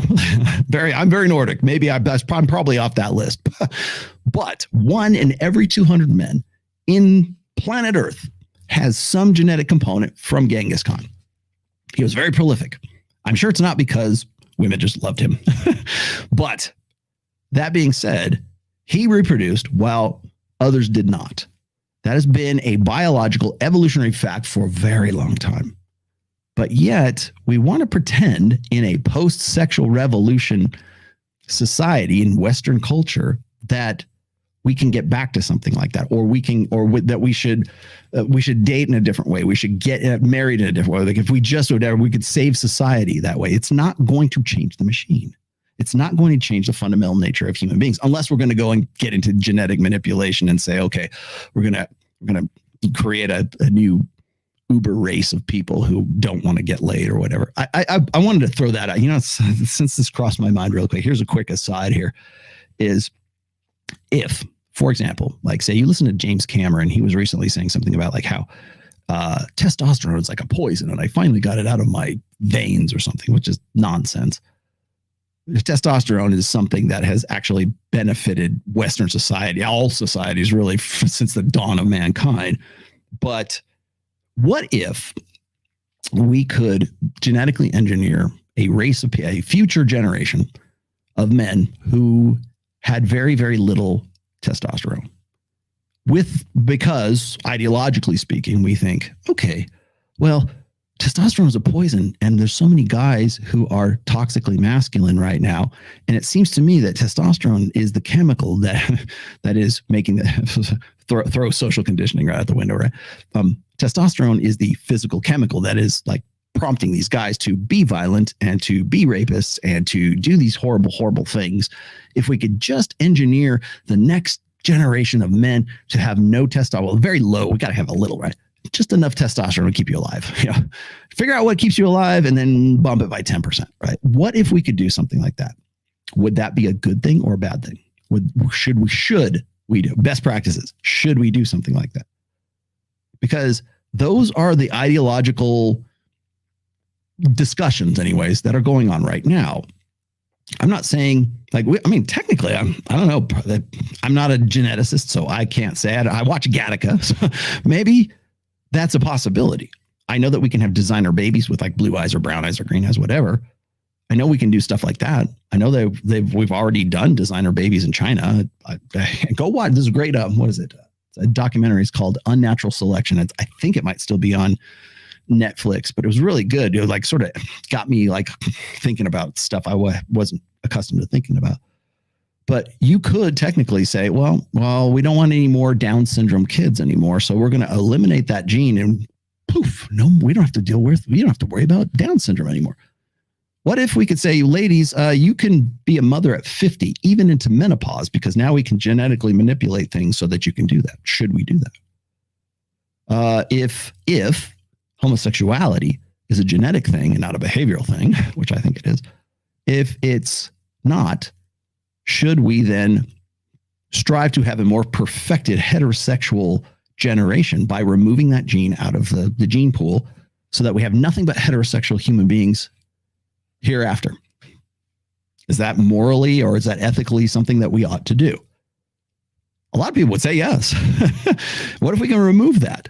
When I looked at the 4 laws of genetic behaviorism, that's subject to genetic manipulation if you could figure it out. There's an adult star who demonized men for just wanting bedroom fun. Yeah, of course. Her whole job is doing, it's probably Mia Khalifa. Anyway, let me keep going here. That is the only way. It is the only way forward. If every man in the country starts going to the gym and starts making lots of money and starts having sex with lots of attractive women, and yet they don't get married and stay married and have children and raise and love those children, then we will still be headed to ruin. It'll be all right. So you got that part. Let me see here. Shall we continue? So I'm sorry. True happiness, contentment, right? Okay. The position relies on 2 falsehoods. The first I only got to 1. Sorry, my bad. First falsehood was this: happiness is a sustainable goal state. You've heard me talk about that before. And number 2, that contentment is dependent on meeting women's approval criteria. So that answers the question of like, who are we supposed to be serviceable to? Who are we supposed to be indentured to? Who are the slaves being taught to read? Well, why are they slaves? Where's the plantation? This is the plantation owner right here trying to get you back onto the plantation of gynocentrism. And with the best of intents, like, how do you argue against it? Well, of course, we should create strong families. I'm married. I've been married for 26 and a half years. I have a family. I have a 24-year-old daughter who is going to get married herself. Okay. So how can I be against it? I'm not against that. What I'm saying is you have to question why you think that this is the way to go. And I think it's not. I don't necessarily disagree with it. However, what is the end purpose? What is the end function? Why is it wrong for a guy to be his mental point of origin, to have enlightened self-interest, and then whatever benefits him also benefits his family? Furthermore, whenever these discussions come up, it's never about, it takes 2 to tango. To have a fucking family means that there has to be a woman there in the first place who wants the same thing. On every single show that I've been on, with regular women, with porn stars, with models, with whatever girl, Jedediah Bila, on all of these shows, what's the number 1 complaint everybody has? Is that chicks want the best of the best. They want elite level men. Whether they merit that eliteness or not is immaterial. And yet we never hear shows. You will never, I don't, if it exists, somebody tell me. Because I don't think I've ever seen a show by Matt Walsh saying, you bitches need to get in the gym. You need to be sexy. You need to be feminine. You need to meet the approval of these high value men that I'm trying to help you get, but I can't get them there because you're not high level yourself. You're not elite. You're not fitting into this mold. That would never happen. That conversation simply won't happen because even on the traditional conservative side of things, they're still very, very feminist. He will never bring that up. Would never talk about something like that. Of course, now somebody's going to prove me wrong, right? Yeah, don't make money muscles in game. Yeah, that's the secret to happiness. For the 1 in 70 Neelic, 5% compares to the current top 5% stats. Does that indicate that we are back to living communal tribes, but instead connected digitally. Now, what they were saying is this, in that, okay, first of all, it's taken into account the global sexual marketplace. That's number one. Number two is post-agrarian. Okay, so that number, one man for every 17 has gone down since socially enforced monogamy, because it used to be like tribes, right? It used to be very tribal and nomadic, and it used to be very hunter-gatherer. Okay, but even pre-agrarian or post-agrarian meaning like people start making farms and they start settling down, creating their own food instead of being nomadic. Then it went down to 1 in 7. And I think it's still that right now. It might be 1 in 7, 1 in 5. Not entirely sure. Anyways. Hello, John. Wait, I got to give you one. Would you like to know more? He's not the plantation owner. He's the house servant parroting. But I could use a very unflattering term for John, or for Matt Walsh that you just reminded me of, but I'm not going to. He's the house. He's the help. He's definitely the help. Okay, so there's that. So those are the two falsehoods. Number two that I had this is men, the vast majority of them, are called to be husbands, leaders of their families. 80% of men can't hope to be anything else because moralism makes men's necessity a virtue. Do you see where I'm going with that?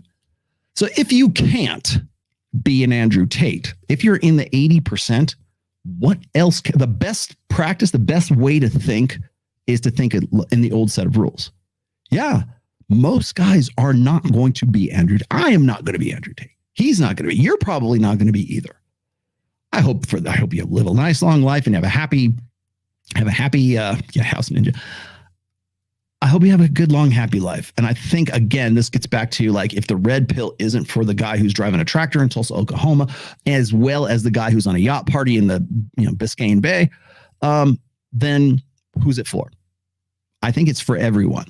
So it's tools and equipment to live the best life that you can. Okay. You improved. Got it. But when we talk about, this is where you're going to be doomed if you don't follow this path. Well, when you mythologize that, when you put it into a sense of moral imperatives, when you put it into ethics and everything else, yeah, I'm sure it sounds reasonable, because what happens is then guys who are in the 80%, it becomes an adaptive intrasexual combat strategy for those guys. The more guys who can reproduce, the better. That's why socially enforced monogamy has been really the bedrock and the foundation of Western societies. Well, we've always done it this way. No, we haven't. You got to remember that monogamy, the way we do it right now, is in a blink of the eye in human history. We didn't have, especially in post-sexual revolution, right? What, 1965, 60 some odd years, 55 years, whatever. That's not even a flash in the pan. And we think it's normal. We're normalizing all this shit, thinking that the old way was better. The new way, fuck that, right? Well, you don't go backwards. You can't back into the future.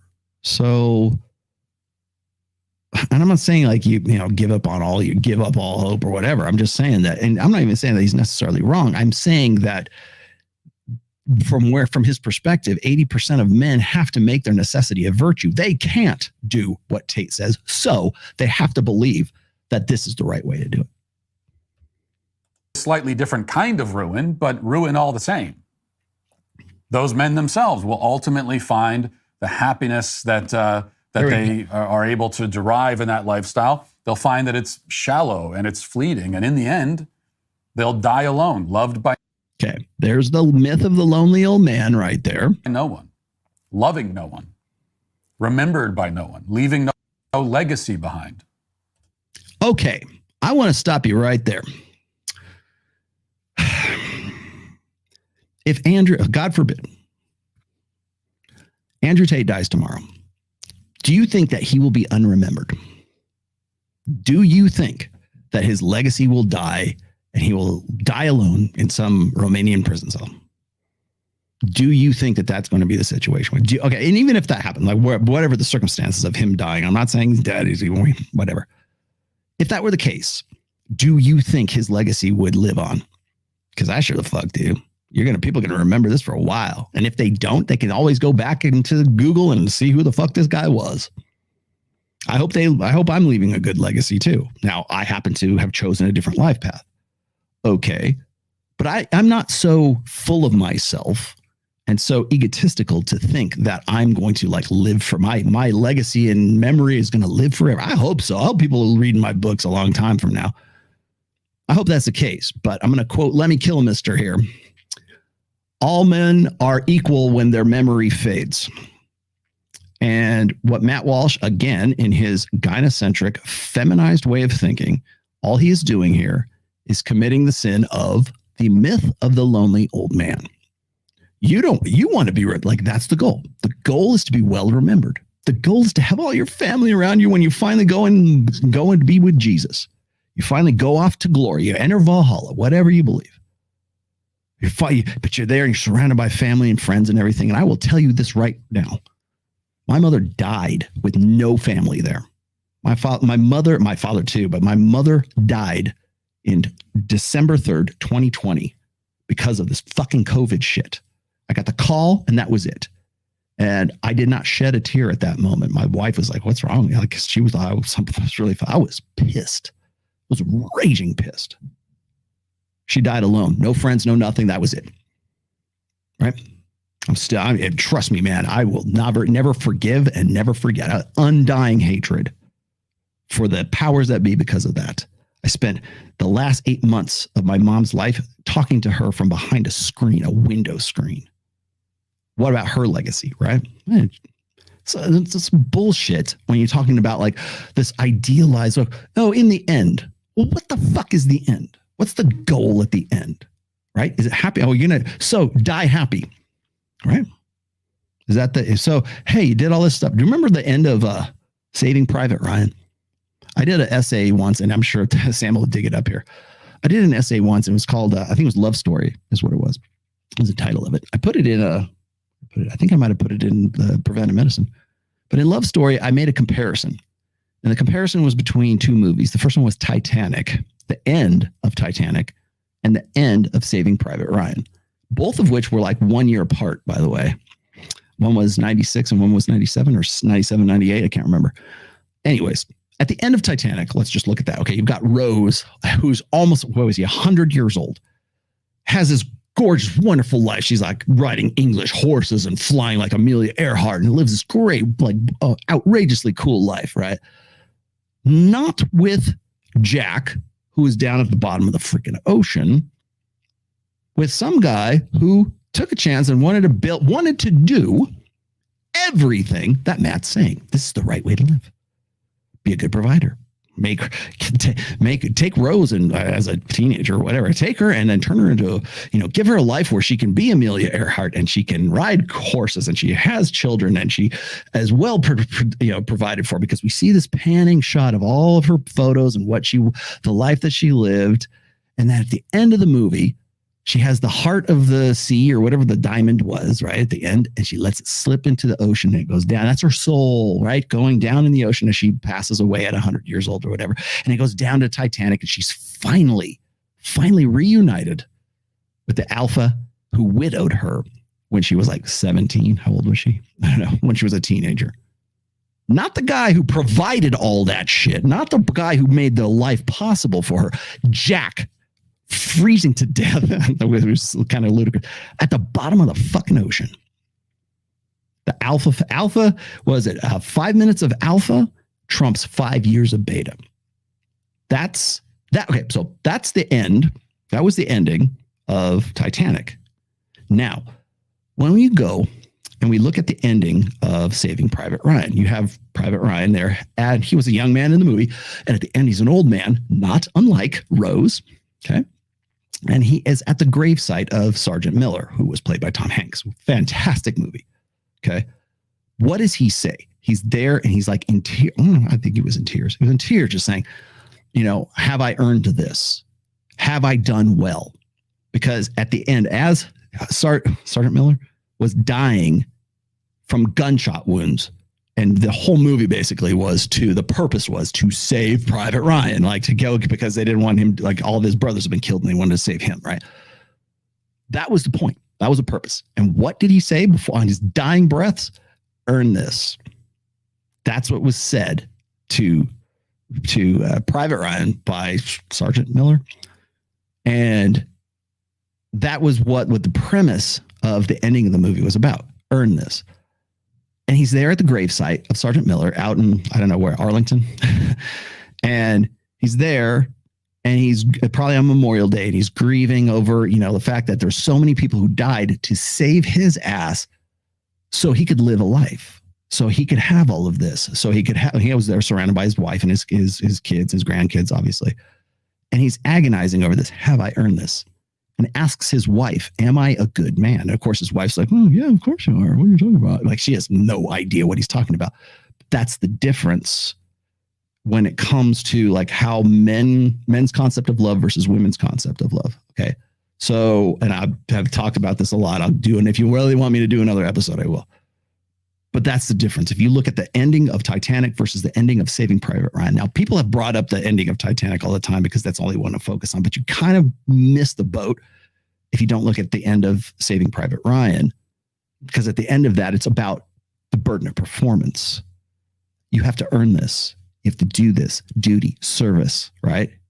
You were given a great gift because so many people died for you. Not just Jesus, right? But Sergeant Miller and God knows how many people in that squad died to save your ass. And now you have to like earn this every day.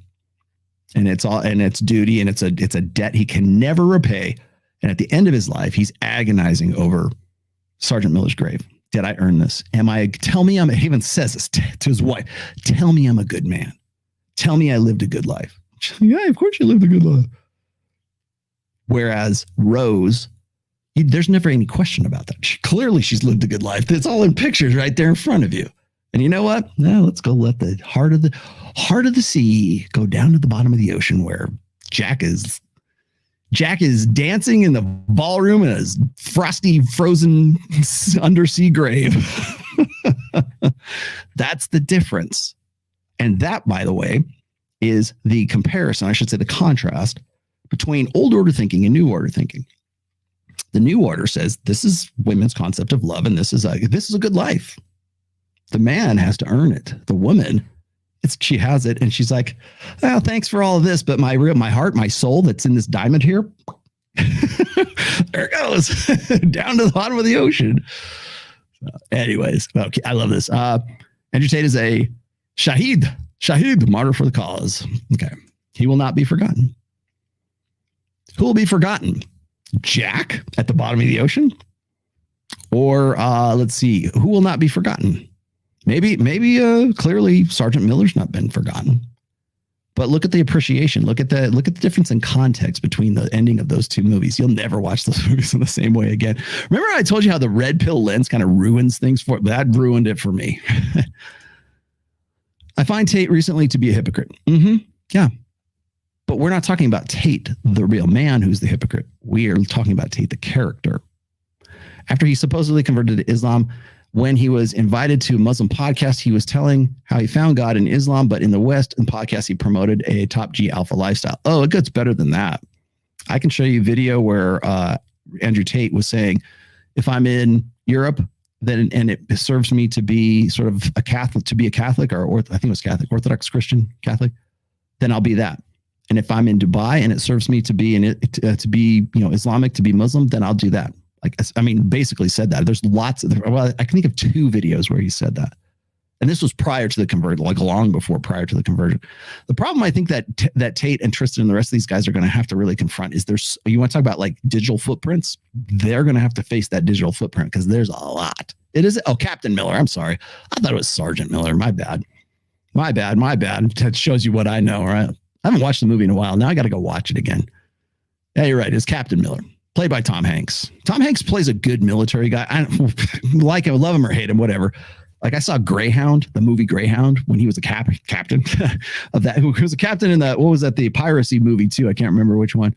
And he was the captain of the airliner that landed. Like he's always a captain. What the hell?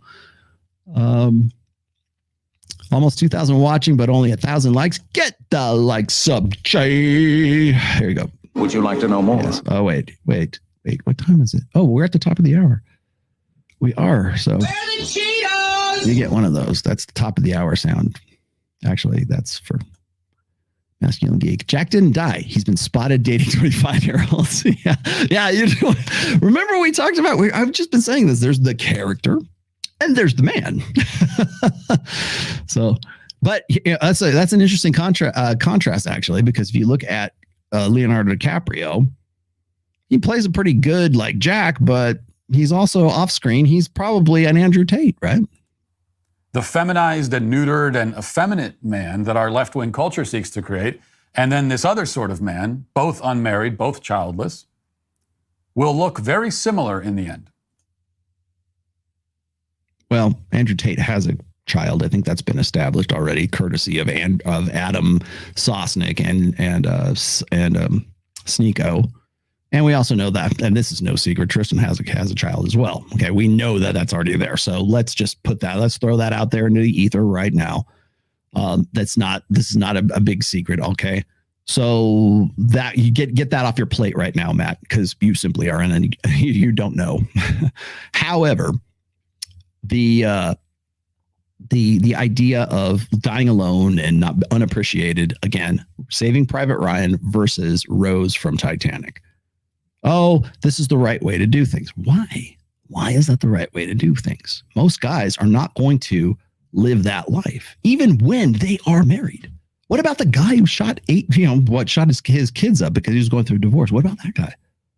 Was he surrounded? Well, I guess he was surrounded by God, that's gross. A black humor, but he was surrounded by family when he died. So what do you have to say about that? Like, it's fucking ridiculous. It's like old order 20th century way of thinking about things. It's a romanticized ideal. Most guys, and I hope you live a long life. I hope you have a good family. I hope I agree. Ideally, this would be great. But odds are you're probably going to die alone in an assisted living facility when you die. I hope you die. I would almost rather die in a flaming car crash. I would rather die in glorious combat than to die in an assisted living, facility. But odds are people are going to go, okay, Rollo, you were really Rollo Tomarzo? You sure? You can't even remember your fucking name and you're drooling on yourself. That's probably the fate that is awaiting you. Just saying. Having taken two very different paths just to arrive together at essentially the same place. Okay. What is that? What is the goal? What will make you happy? What will make you content? It's the family man, the devoted father and husband, whose different path actually leads to a different and much better conclusion. Why? What is better? What's better about it? Because you're good. Tell me I'm a good man. Tell me I did right. Tell me I earned this, mommy. Now, I've, of course, been preaching this message for as long as I've had an audience to preach to, and I have found that there are like 2 or 3 basic responses or rebuttals, I guess, that I always hear from young men who may, for the most part, line up with me ideologically, but who doubt the wisdom of the get married and have kids prescription. And I was greeted with these same responses after the show yesterday and many messages and comments. What I'd like to do today is answer the objections, or at least what seems to be the one principal objection. The claim that I so often hear is that, well, marriage and family life is a trap. It's a scam, especially for men. The whole thing is rigged against us. There is nothing for a man to do but give up on the entire enterprise and go his own way. Here you go. In fact, there's a whole movement online. Men go their own way. And that's basically the idea. Just say MGTOW. Just give up on this stuff and do something else. This argument was summarized in a comment from a listener named Joshua, which I'll read because I think it just is representative of this sort of mentality. He says, still sounds like Matt and most tradcons' definition of what masculinity means is exclusively through the lens of women and children's wants and needs. Yes. Unfortunately, that ideal will no longer work in the modern world with birth control, hookup culture, social media, and court systems that favor women and the denigration of traditional masculinity. I don't agree with all of Tate's views, but it sure beats Matt's prescriptions for young men. Okay. That's more or less the MGTOW diagnosis, let's just say. Again, I don't necessarily agree with the practice or the prescription or the cure or whatever. However, you got the diagnosis right because that is essentially red pill. That's the praxeology. And these are the conclusions that MGTOWs, black pill doomers, and maybe some more of the extreme tradcons really come to. Again, I've read a great many comments making the same kind of point. A private message from another listener has a similar theme. It says, Matt, I agree with many of your opinions, but your message to men is off base. Young men follow Andrew Tate because his lifestyle is the ideal, whether you admit it or not. Wealth, fame, status, beautiful women were biologically programmed to want those things. Marriage is a losing game. The only solution in modern society is to reject the life of service, as you call it. So what is the problem with this view? Well, to begin with, it's nothing less than a full unconditional surrender to the culture. Okay. What culture? Who? Who is them? Who are the wokesies? Who are we surrendering to? So he's actually, I'll let him continue here just a second, but I just want to preface this by saying, like, there's always an other. There's always something outside of ourselves, right? Whenever we don't want to confront the fact that the shit is actually us, it's like just how we are. It's how we're built, how we evolved, the machine works, right? It's our operative state. Rather than confronting that and using that as our point of jump off to try to find best practices, we always try to find something outside of ourselves. If you want to know why, I mean, one of the things I would really disagree with is this whole Matrix bullshit narrative. Like, oh, it's the Matrix. They're after him. Who? Who's they? Who's getting him? Who is the one that's doing this? Big tech? Okay. Who's behind big tech? Human beings, just like you, just like me. If the ideology might be differently, yeah, okay. Yeah, you might have a case there. But who?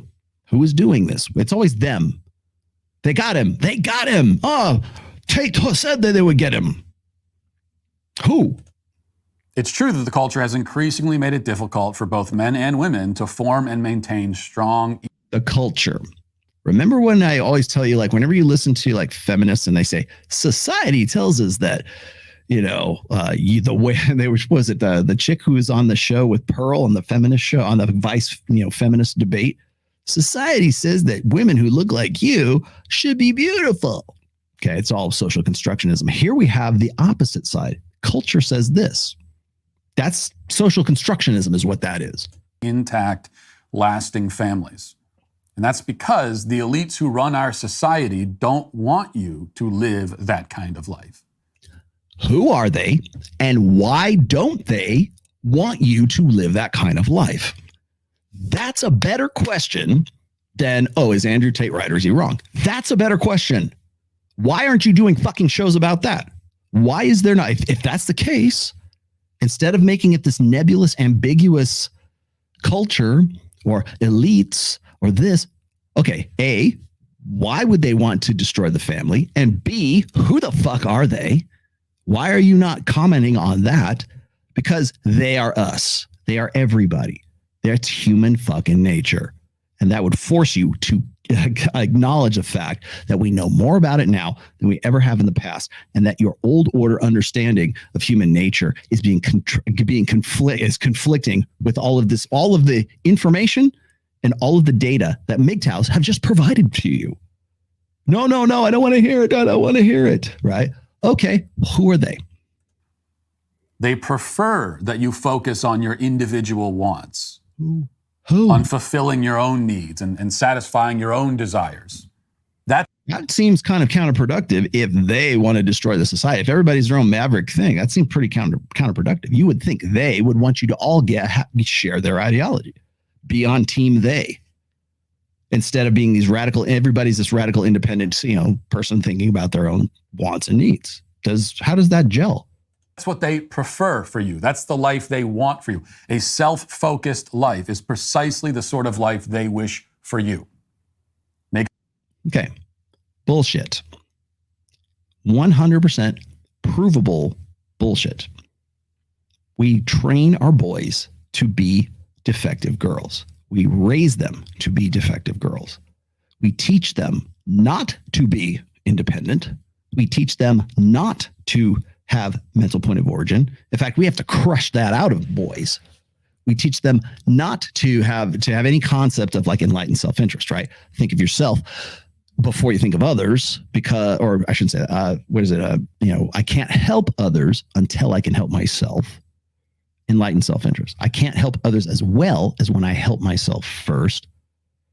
No, we train them to be good servants. Think of everyone else before yourself.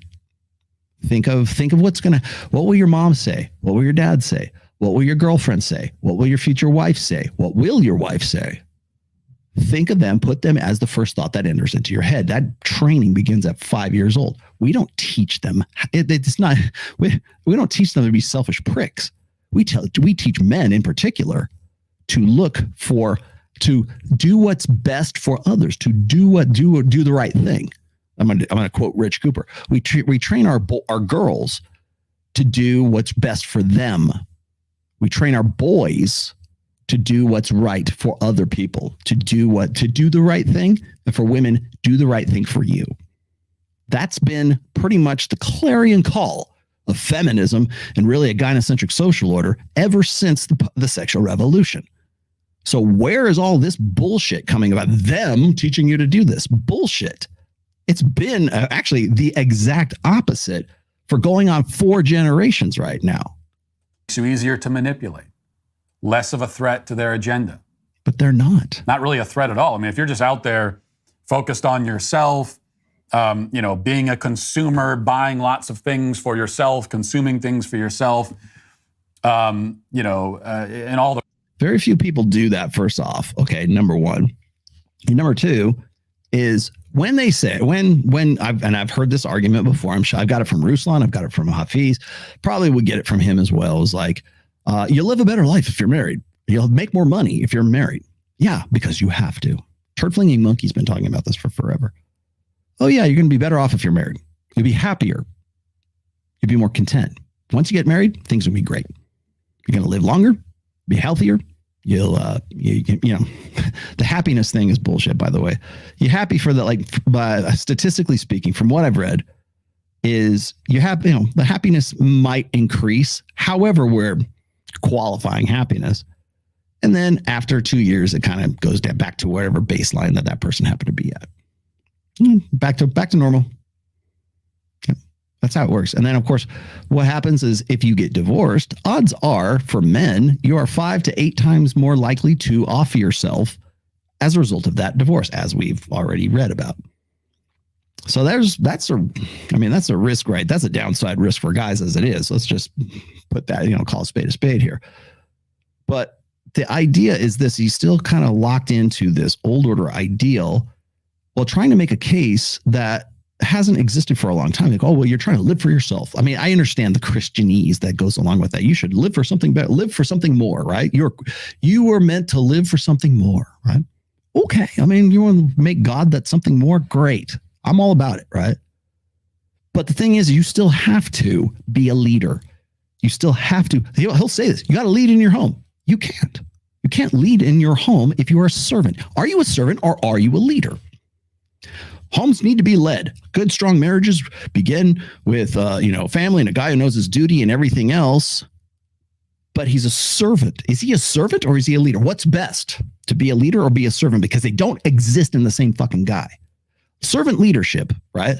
That's like saying strength is weakness. Vulnerability is strength. That's the same fucking transvaluation that Jack Donovan's been talking about for forever. You can be a servant and a leader. No, you can't. Because it implies authority. The rest of it, you're not a threat to their agenda at all. I mean, you're going along with it. Do you think that he's okay? So by going into debt, by getting married, by assuming the unconscionable contract that is marriage in modern times. Again, I'm not against marriage. I'm against the way we do it now. There's your reminder. But let's just say, for sake of argument, do it anyways. Get in there and do it because it's your Christian duty to go and do it. Great. Awesome. How is that a threat to the agenda? The schools are still teaching your kids that boys are girls and girls are boys. How is that a threat to the agenda? If you're not going to go, but you still, if you are a servant and you are called to lead and you're not out there raising holy hell, over stuff that you don't agree with, or you're compromising your rationalization when it comes to spirituality, when it comes to your whatever defines morality for you. If you're willing to do that, would you not be in a better position if you were unencumbered with family than you would be with family? Or should it make a difference at all? I would love to know what the opinion is on that. Things mentioned by Joshua in his comment. All of those things represent a conspiracy against the family. He's right about that. Who? Conspiracy by who? The way the family court systems are set up, birth control, all the rest of it. It's an attack on the family.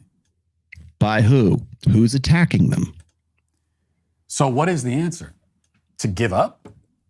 To give the conspirators exactly what they want? How about we start by identifying the conspirators?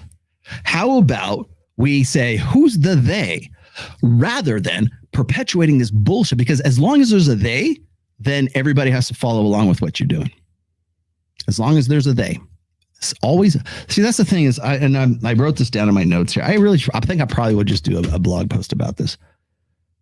But that's I think that's really part of human nature, which is tribalism. We need a tribe. We need an enemy tribe. You want to know why men are purposeless right now? Because there's no more frontiers.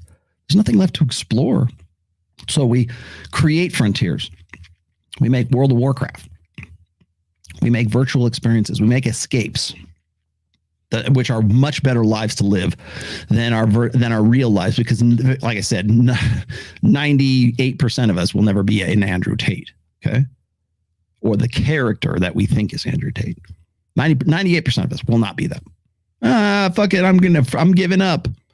I'm gonna go live in my escape.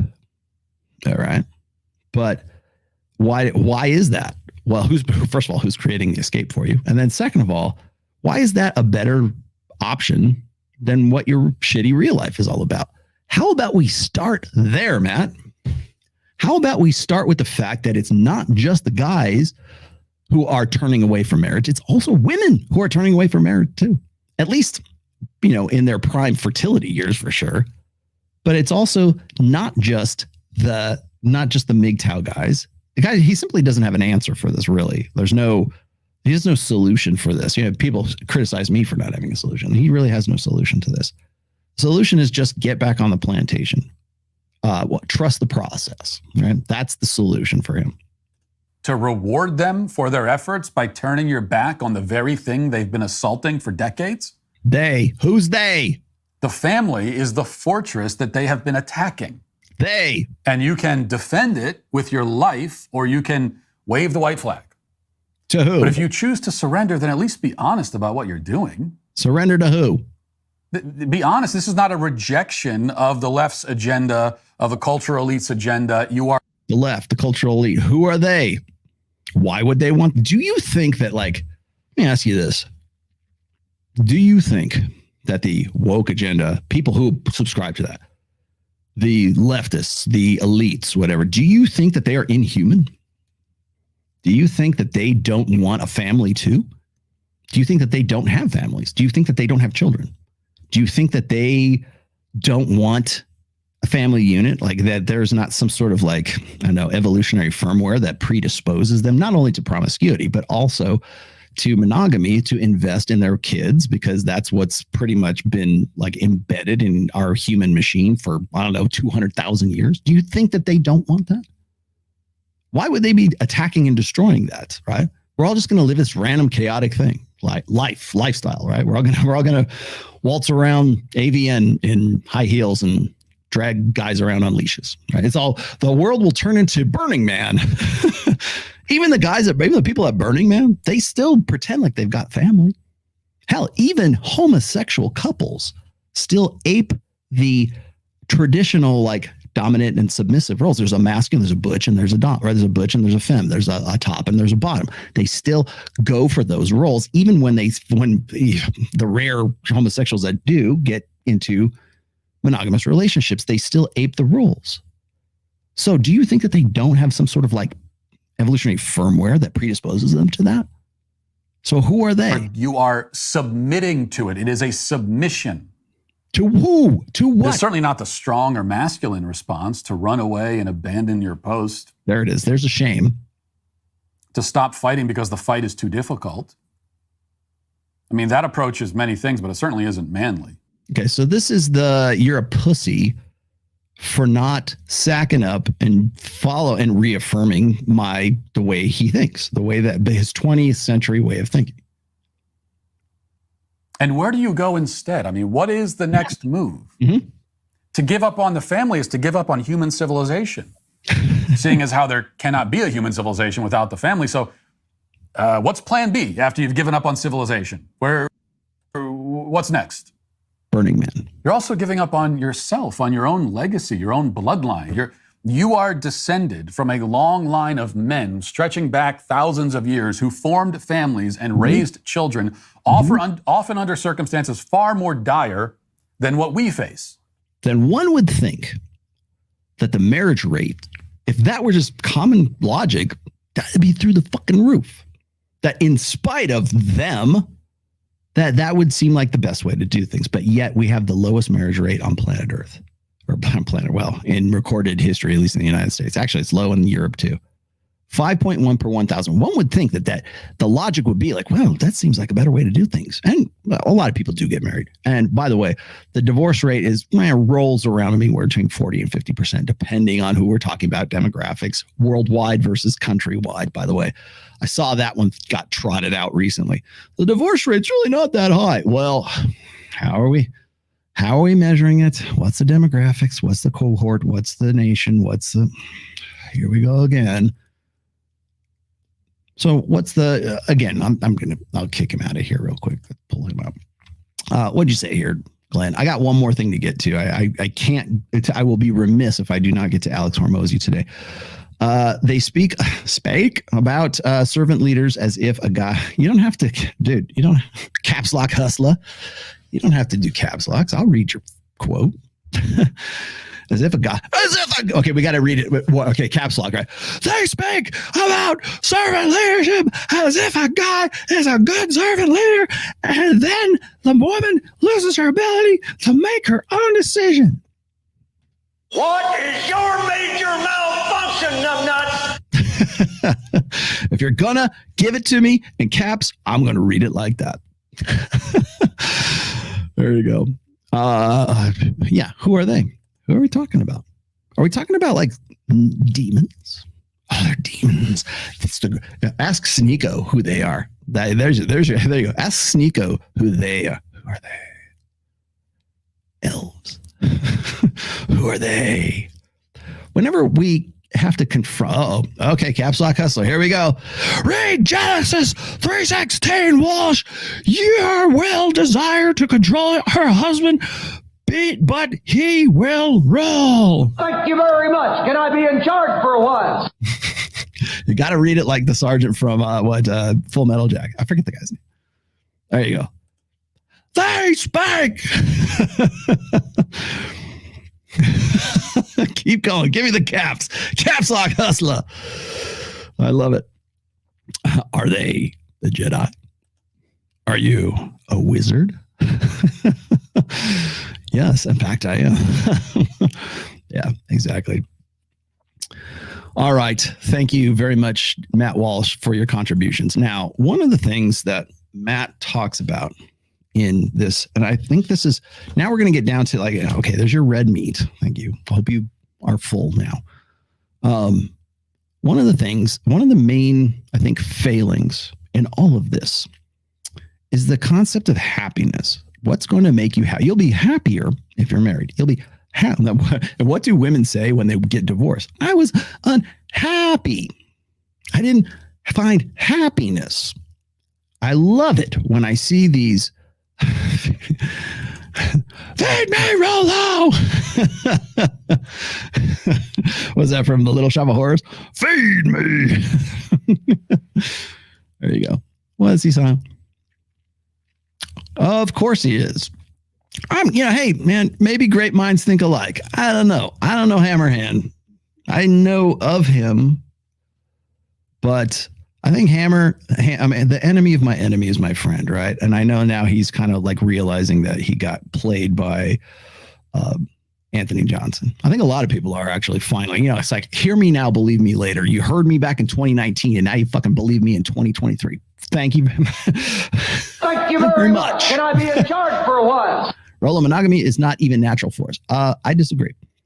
Sure, some can hack it like you, but why would we even aspire to something that goes against so much of our nature?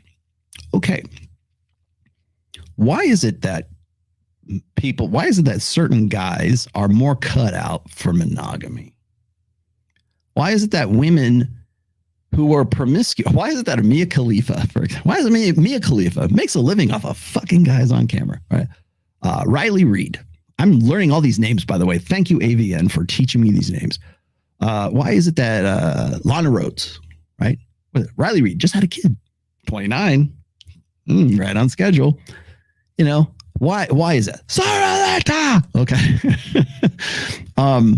Why do women want to settle down, right? They don't want to settle. By the way, we can never use the word settle anymore, right?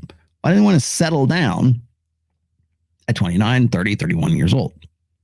Because they want to have that security. Women know on some level of consciousness that they need long-term security longer than they are able to secure that long-term security in their prime fertility years, 18 to 28. So that we can write women off right there. Women want to be monogamous, but they want to be monogamous on their terms. They want to be monogamous with Jason Momoa, who's going to never cheat on them, always make a good ton of money, and always look like Jason Momoa. that ideally, that's the only thing that'll do. And if they can't have that, then we'll go to 4 to 8 to 10 years of college, and we'll take out, God knows, $100,000, $200,000 in student loans, so we don't have to marry a beta schlub. Okay, they need that. They want to. They want a man. They don't need a man. Well, I disagree. I think they actually need a man as well. 3/4 of divorces by women. Matt, no comment. Yeah, well, we can run down the stats. Did you know, Matt? Thank you for that. You can run down the stats with a guy like you could. Okay, it doesn't have to be Matt. It could be Hafeez. And yes, I know that lead attorney owned Hafeez. Was it Hafeez? No, Ruslan. Now Ruslan's all about. Somebody said this. He's all about prenups now. I love that. And then you got Hafeez to give you, like, the guy's been married for 1 year, who has maybe like two. I think he's had sex with 2 people. I don't think he was a virgin before he got married, although he probably wanted to be a born again virgin or something like that. But here's the guy who's been married for 1 year and would like you to think he has better advice about marriage and is like, he's got a different, he's a better message than Rollo, who's been married for 26 and a half years with a 24-year-old daughter with God knows how many greyhounds. I take care of my mother-in-law, for fuck's sake. She lives with me because I love her and I take care of my Wtf familia. That's why. Now I'm going to pretend to be Italian. Wtf familia. And I, by the way, more so this guy than anyone else in my extended family. I'm just putting that out there. However, listen to Hafeez. He knows what he's talking about.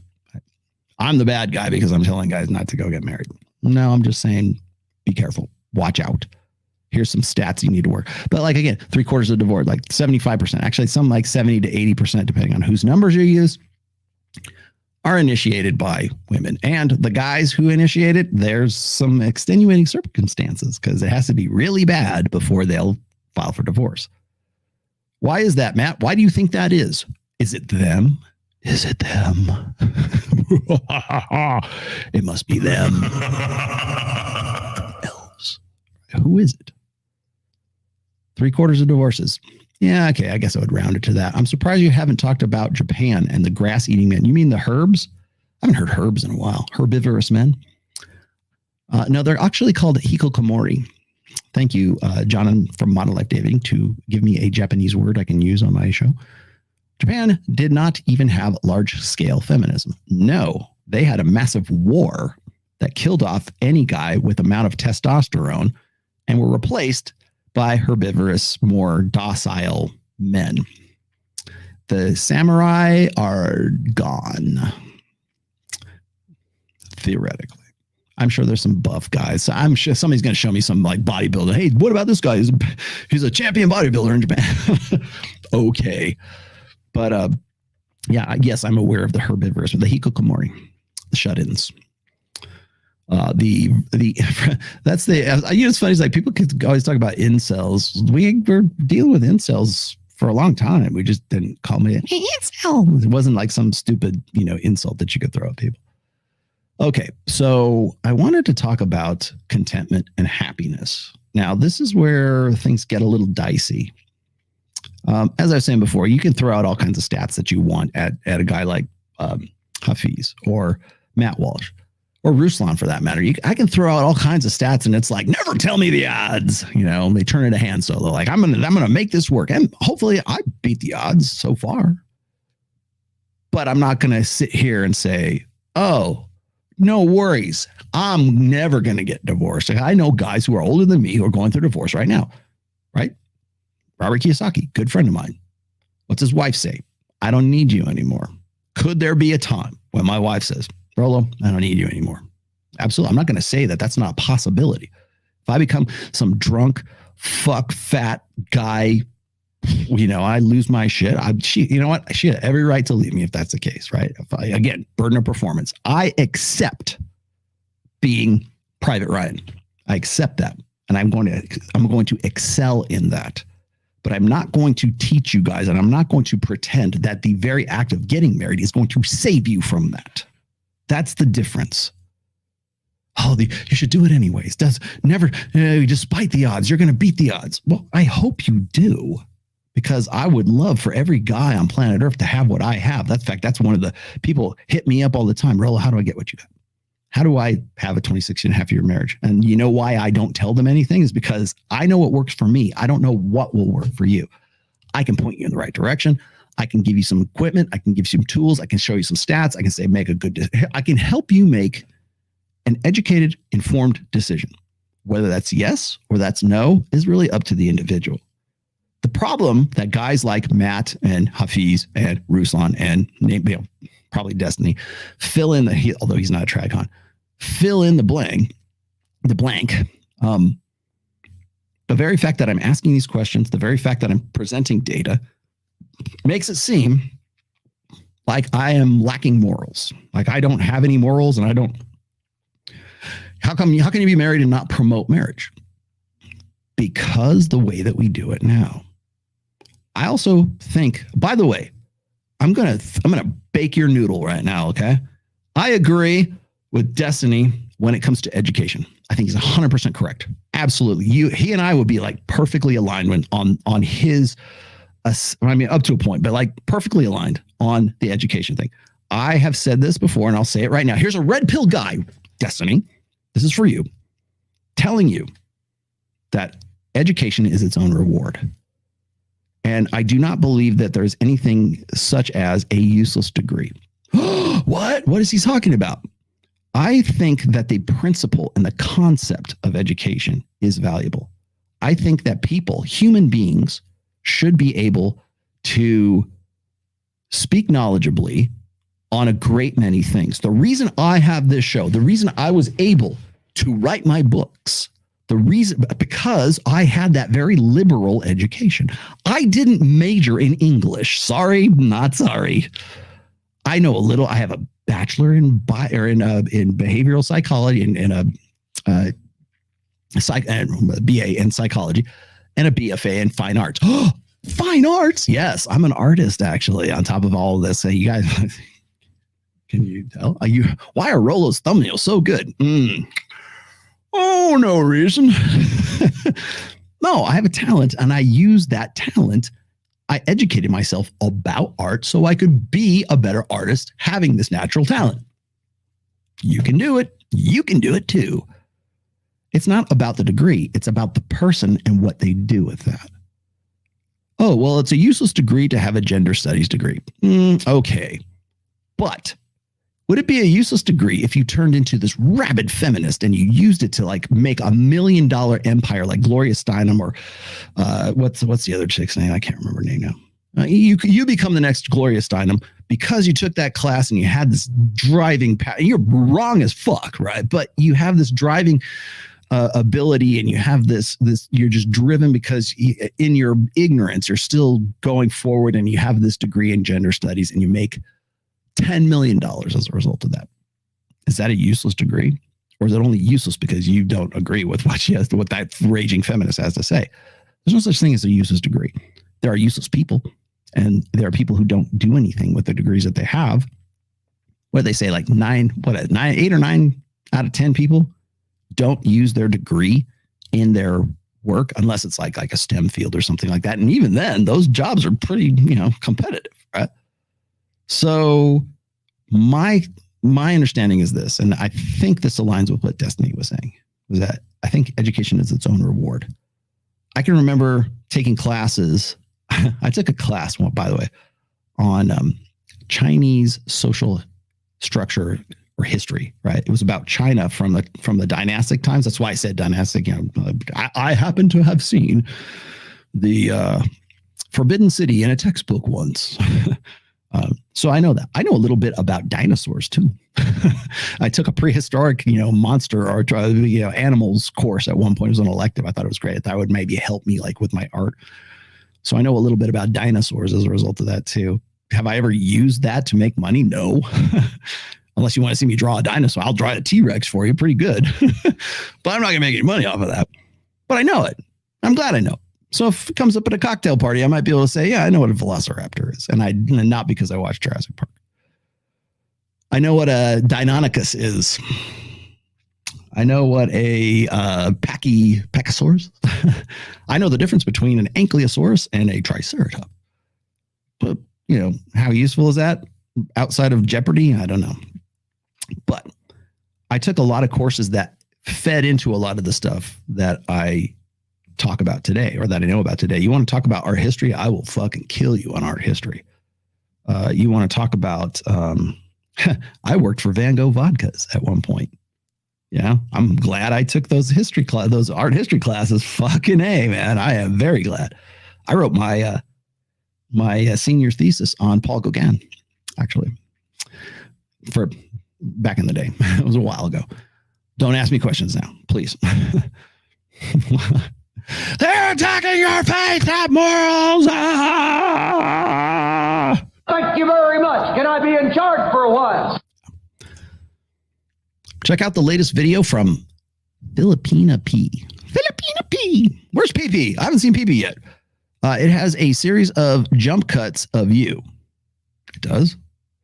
It's a 15-minute video, and clips of you appear at the 11 mark.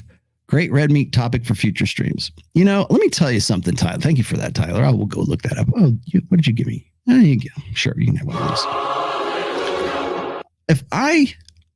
If all I did was respond and do reaction videos to people who want to fuck with me, and I don't, maybe this was complimentary. I don't even know who's Filipina P. But if all I did that, I would,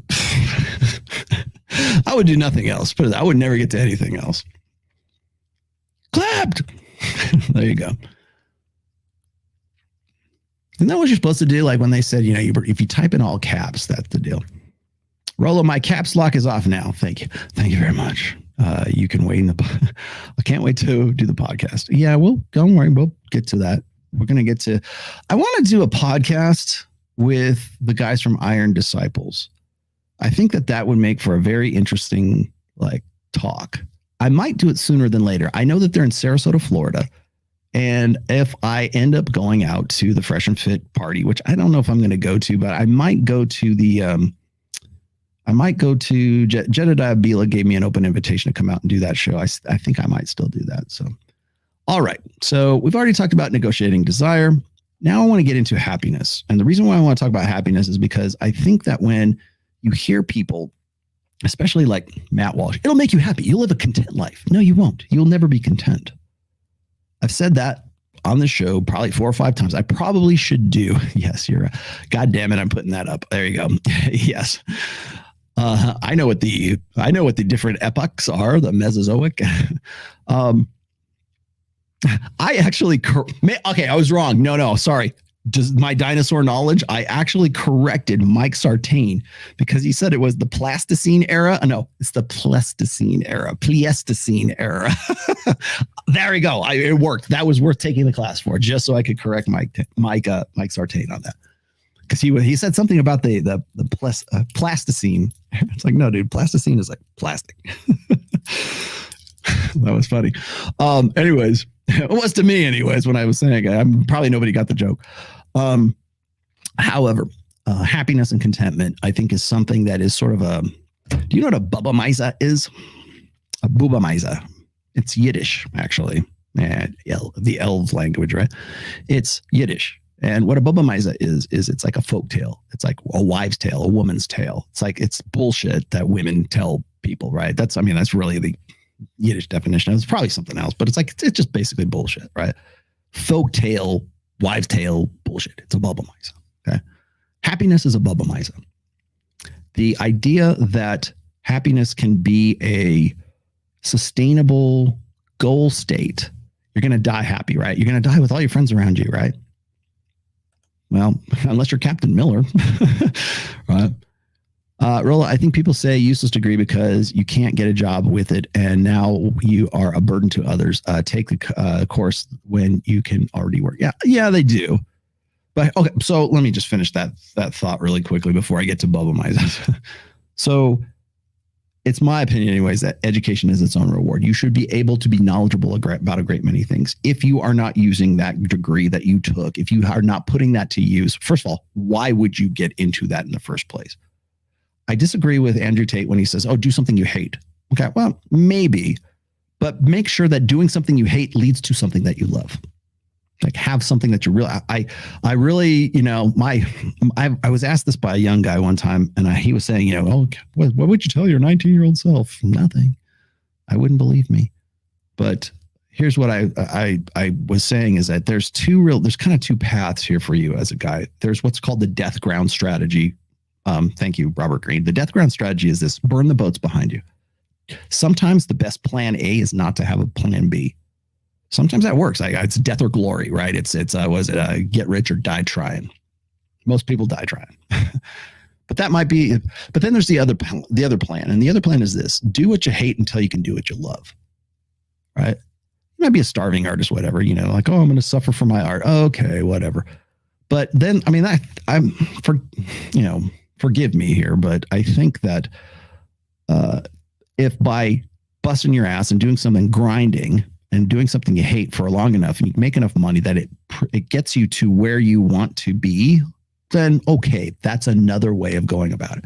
Burn the boats behind you, death ground strategy, death or glory, or do something that you don't really want to do until you can do something that you do want to do. But the problem is most people don't have the drive or the patience, or the perseverance to do that. They can't really sort of wrap their heads around that because what happens is they get so stuck on what they're doing that they hate, that makes a lot of money, that they never really think about developing what it is that they want to do, because they think that that's their goal state, the best thing for them. They'll be content if I can just bust my ass and take it on the chin until I can get to the point where I can go back and be like, an artist, right? I can paint pictures for a living because now I've got a nest egg. But the thing is like, what you want to do is never going to pay the bills or not going to give you the lifestyle that you want to live. And then the fact is you start to create this lifestyle for yourself. And now you don't want to do what you thought you wanted to do, because doing so would mean you would have to you would downgrade your lifestyle as a result of that. So unless you win the lottery, you make a whole shit ton of money, or you get something that's like self-perpetuating money over and over again. One thing that I run into Alex Hormozy has talked about this. One thing I run into with guys who have a shit ton of money is the only thing, they don't have too many hobbies. They don't have too many things that they really love. They don't have too many, they're not artistic. What they love to do is what got them a lot of money. I never understood this until right now I do, because I have a different understanding of money.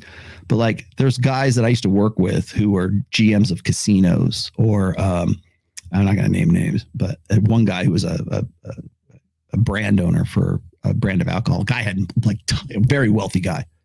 All he wanted to do was work. He didn't want, wait, Okay, you're good, man. Like, you can take a day off. You can go fishing. Let's go fishing. No. I gotta go. Next friend, you know? We're here like Christmas Day. You call them up. Hey, Merry Christmas. Hey, we're here at the office. The fuck? Like, that to me, I never really understood that mindset. I still kind of can't get into that mindset because I like to play music. I like to do my art. I have lots of things that I like to do. I'm a jack of many trades and master of a few. And so I never want to lose the ability to like get into things that aren't necessarily going to make me money. I don't make money by playing in Trial of Ascension. I would like to, but it's never going to be self-sustaining. I'm always going to make more money doing this than I will be like touring. So that's why we always look for like shows where we're like playing festivals, you know, or merch. You know, we're not trying to get rich off of this. Most of us, like myself and CJ and Steve, drummer, other guitar players, well, with the exception of maybe Livy. Livy's a teacher, but like we make more money doing what we do individually than we could collectively as a band. But that's the beauty of it, is that we make better art as a result of that. So maybe that's the strategy that I'm talking about there. But again, you can't be a dumbass in either one of those situations, because sometimes the things that you think won't make you money will make you money because you took some crazy ass course or you watched a video or whatever else. Now, again, I understand when people say, you know, education is a waste of money. It's a waste of time, especially now, because they're just like communist indoctrination camps, feminist indoctrination camps. Yes, you're right. But the concept, the principle of education, I'm 100% for. How we execute it, I'm not. Same thing with marriage. The concept of marriage, the concept of monogamy, concept of parental investment, having your own kids that are your fucking kids, living with a woman, waking up every morning like I do with my wife, love my wife, still have sex with my wife, love every minute of it.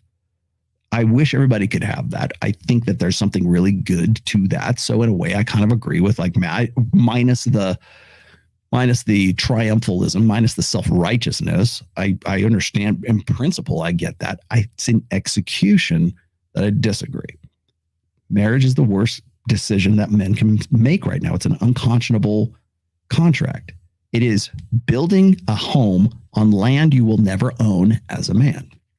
That's what modern marriage is for men. Building a house on land you will never own. And I think if you put it in those terms, you can probably make a better case for that position. Now, do I think marriage is a bad idea or a bad concept? No, I think it's fantastic. It's the way we execute it that sucks. Do I think college is a bad idea? No, but the way we execute it and do it now fucking sucks. It's been corrupted. Same thing. And there's other topics I could say exactly the same thing about too. Let's see. Traditionalists historically endorsed using the state and aristocracy to uphold morals. Tradcons talk about responsibility, but think using power is fascist. Tradcons suck at soft power to fix families. Yes, they do. Well, they don't. It's addressing the symptoms and not the disease. I think maybe that's a better way to put it. Filipina P. Man, everybody wants a piece, man. Come on, man. Was she giving me shit? I don't think she did. I like the Philippines. What the hell? I've been to the Philippines before. You know, one of my best friends, Ray is Filipino. How? Why do I show up on your radar? All right, here we go. Talking about happiness. I kind of want, speaking about another guy who I agree with here.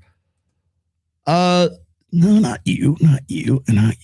Oh, Jesus. Oh, here we go. Okay, so this is, I don't know if you guys are familiar with Matt Hormozi. We're at $100 million net worth by the time. Okay, this is Hormozi. Matt, is it Matt Hormozi? Yeah. And I like this guy a lot, very much. Now, I became aware of him, of Hormozi. I became aware of him when I was watching, like, I think he did like this, I've been like kind of investigating AI, like artificial intelligence, and he had a really great breakdown of AI. But then I came across Alex Hormozi. I came across Alex as a result of looking for AI, but this I thought was fantastic because I watched the whole thing of this and I wanted to chop this out, but he did me the favor of doing it. Alex, if you're watching this, I would love to have a conversation with you. I don't think Alex is necessarily red pill, But what he's about to say here to these guys, I 100% endorse.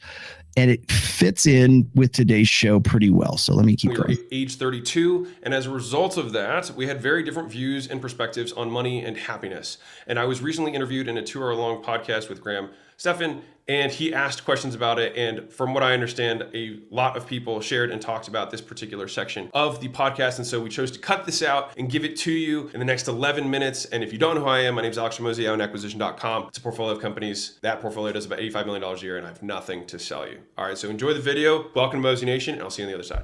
Like, a lot of people make statements like, they're like isms, like this is this way. Like, I have this thought and it is. And you're like, and I've just accepted that, like, I'm always going to have this. Like, I would just never speak that over yourself, just right off the bat, because like, you're just saying, I'm never going to get over this thing. Like the statement you said earlier about like, at the end of the day, I just want to be happy. Like, when you admit that you just want to be happy, then what happens is you create a deficit between your current reality and happiness, which means that it doesn't matter what happens because there will always be happiness that is outside of yourself. Does that make sense?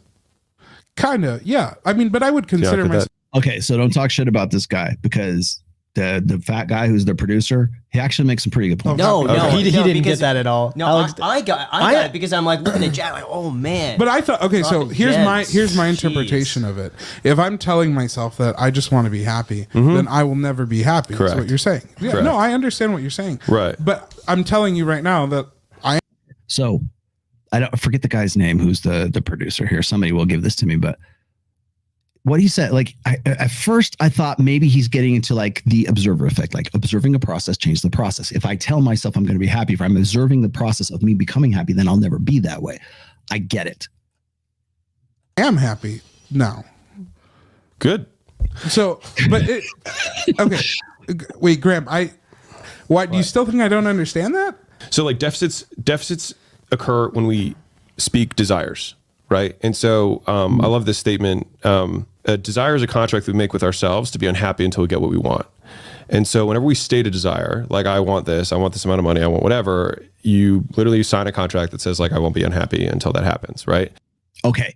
Very important. This fucking sums everything up with Matt, with Jordan Peterson, everything else. When I started this show and we're talking about, it's first thing in my book, the desire dynamic. You cannot negotiate desire. When people hear that, they think, oh, Rollos talking about marriage counseling, right? Oh, chore play, right? What Jordan Peterson was talking about. You've got to sit down and negotiate sexy time with your wife if you're not fucking enough, right? No. What did he just say? When you are negotiating that, whether it's with yourself, you're negotiating happiness. I won't be happy until I get to this particular thing. That is the essence of the reason why people are discontent. Like, they don't want to accept the fact that the human condition is discontent. And the way to get happy is not an end result. It is the process itself. And that's kind of what he's getting at here. And so like I had this thing earlier on where I was like, I want to have meaning. I want to have great meaning in my life. And I was talking to a guy who made a lot more money than me, because I asked him, I said, how do you create and destroy meaning in your work? That was the question I asked him on a podcast. And he was like, why do you think life needs to be meaningful? And it was the same exact thing as. Yes. See? Ask the right fucking questions. Why is it that you think, Matt Walsh, that getting married is going to give your life meaning? Why? Why do you think that will, like, once you get married and you get in that state like me, then you'll be happy.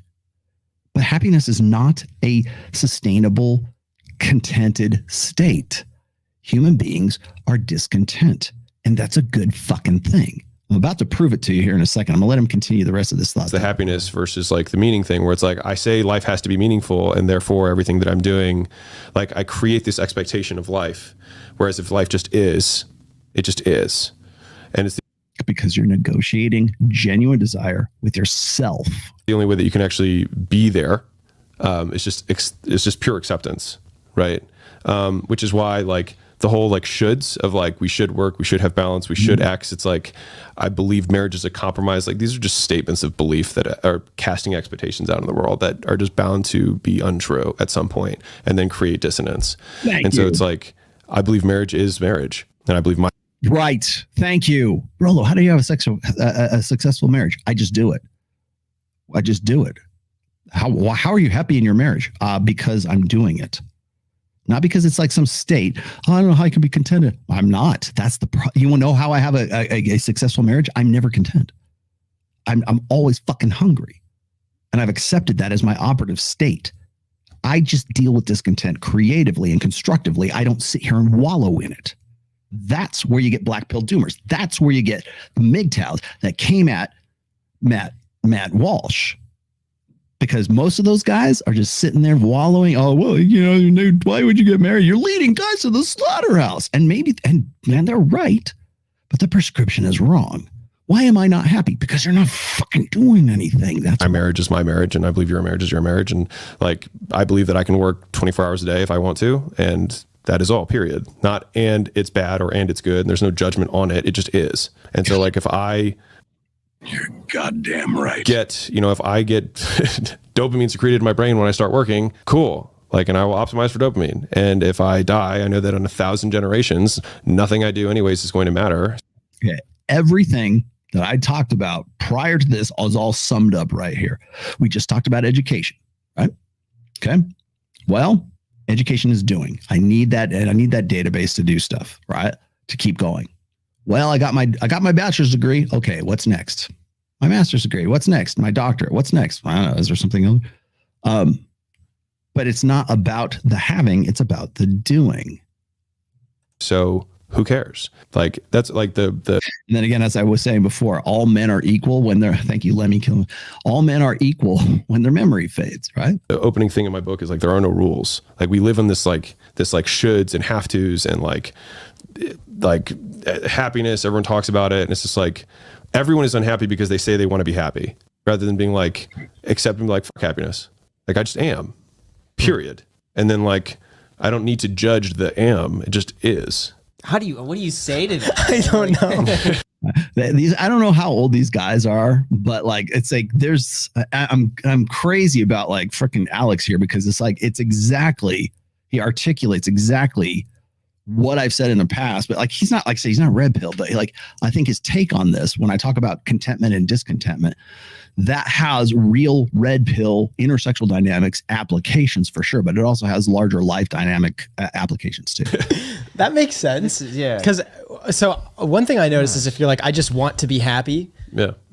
Does that mean, Alex, that you think that at some point that will change for you or something, or you live with fear that will change? I think you guys maybe are taking what I'm saying the wrong way. I mean, like Alex is saying, everybody has different beliefs, and there's no one rule fits all to everybody. And so if I say actually there is, but again, that's like, I don't know if he's going there. Maybe he's not, but it's like that my truth versus the truth. Nobody has, everybody lives their truth. My way is not your way. Yeah, but that's not empirical. That's not objective. I want to be happy.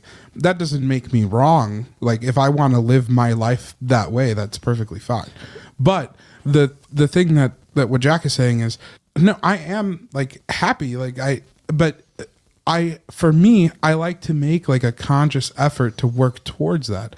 And Alex can live his life like life is life. My marriage is my marriage. And it works for him, and that generates happiness, whether he's like thinking about it. But it doesn't have to generate happiness. That's the point. Yes, that's right the there. point. Yes. But because it makes it, like, not because.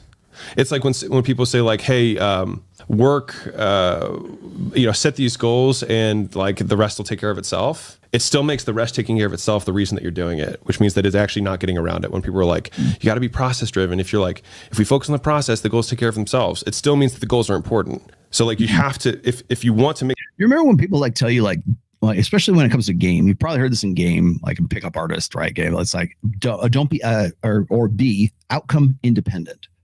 I think that's real. I think that has more applications than just like getting laid, right? You need to be outcome independent. You need to be involved in the process, be in the doing. That's why he says is, right?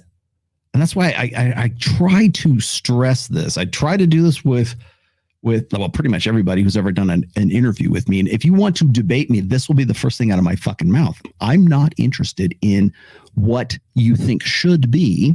I'm interested in what is. I want to put that out because what is equips me so I can form best practices. What I think is how I should use this. What is the data I need to use to affect to make me powerful. And what is power? Power is not crushing someone else. It is about the level and the degree of control you have over your own life. That's what real power is. Sometimes it involves crushing other people, yes. But really, fundamentally, power is about the degree and degree and the direction that you have over your own life. You want to know why black pill doomers and MGTOW guys and people who have the information, they're equipped with the knowledge of the divorce rate, of what's going on Tinder, right? They have this knowledge of intersexual dynamics, courtesy of me or whoever else, and they see this. And then their best practice is to go their own way. Their best practice for them is to be black pill doomers and commiserate with people in chat rooms, right? That's what they think is the best practice. I disagree with that. But the reason why they don't like Matt Walsh is because he's fundamentally trying to take away their power, their ability to control, or other people for that matter, to control the direction of their life by convincing them that what his pie in the sky Disney 20th century ideal of what will make them permanently happy, which is bullshit, because happiness is not an end state. It is a process, as we were talking about here. To be happy is not to get to the point of happiness. It's the process of getting there in the first place. How do I know that? Well, let me give you some empirical data here so that I can give you a good idea of what I'm talking about. I'm put him back in because this is such a great segment here. However, let's quote my good friend Rob Henderson, who is also a good friend of Hafeez too, right? He was quoting a book. I want to say this is I forget the name of the book that he was doing here, but anyways, quoting evolutionary psychology. All organisms are shaped to behave in ways that increase fitness, even if that decreases health and happiness. Our emotions benefit our genes far more than they do us. Okay? All organisms are shaped to behave in ways that even if they don't benefit us. Did you ever desperately want to have sex with someone even though you knew that they could lead to disaster? Most people have do they? With sometimes dire consequences. Then there are the rest of our desires and the inevitable suffering caused because they cannot be fulfilled. We want so badly to be important, rich, loved, admired, attractive, and powerful. For what? The good feelings from our succeeding are just about balanced by the bad feelings from failure. Our emotions benefit our genes far more than they do us. That's number one. Did I catch the rest of this here? Oh, that's actually from the full read of that. Okay, now here's number two. All right. Again, happiness as a proximate goal. Now, I've explained to you proximate versus ultimate goals. Human emotions evolve because they generally work to confer evolutionary benefits to us, helping us to ultimately increase the likelihood of survival or reproductive capacities. Happiness is not an end goal. It is a means to an end. So here we go here. From an evolutionary perspective, oh, wait, no, that's the wrong one. Here it is. This is the first one. Happiness is a proximate goal, not an ultimate goal. What's the difference? Okay, so if sex is, let's see, if I'm in a club and I see a girl and I really want to bang that chick, like when I met my wife, right? I saw her in the club. Yes, we met in a club. And I'm like, damn, I want to tap that ass. That's my proximate goal. My proximate goal was get her into bed. I really want to experience sex with her. The ultimate goal, the latent purpose of that desire to tap that ass is to reproduce. That's the ultimate goal. The proximate goal is getting to that point. So when we talk about happiness as only a proximate goal, it's the process, not the actual end state, the ultimate goal. From an evolutionary perspective, human emotions evolved as they have because they generally confer or work to confer evolutionary benefits to us, helping to ultimately increase the likelihood of survival or reproductive capacities. Okay. Now he quotes who this study is by. Just as anxiety evolved to help motivate behaviors, happiness has also evolved to help motivate adaptive behaviors. If you look at the things that make people happy, you can quickly see that they generally map onto outcomes that would have, on average, led to increased probabilities of survival or reproduction for our ancestors. Here's a short list: food, sex, engaging in fun times with friends, success in social contexts, and task completion.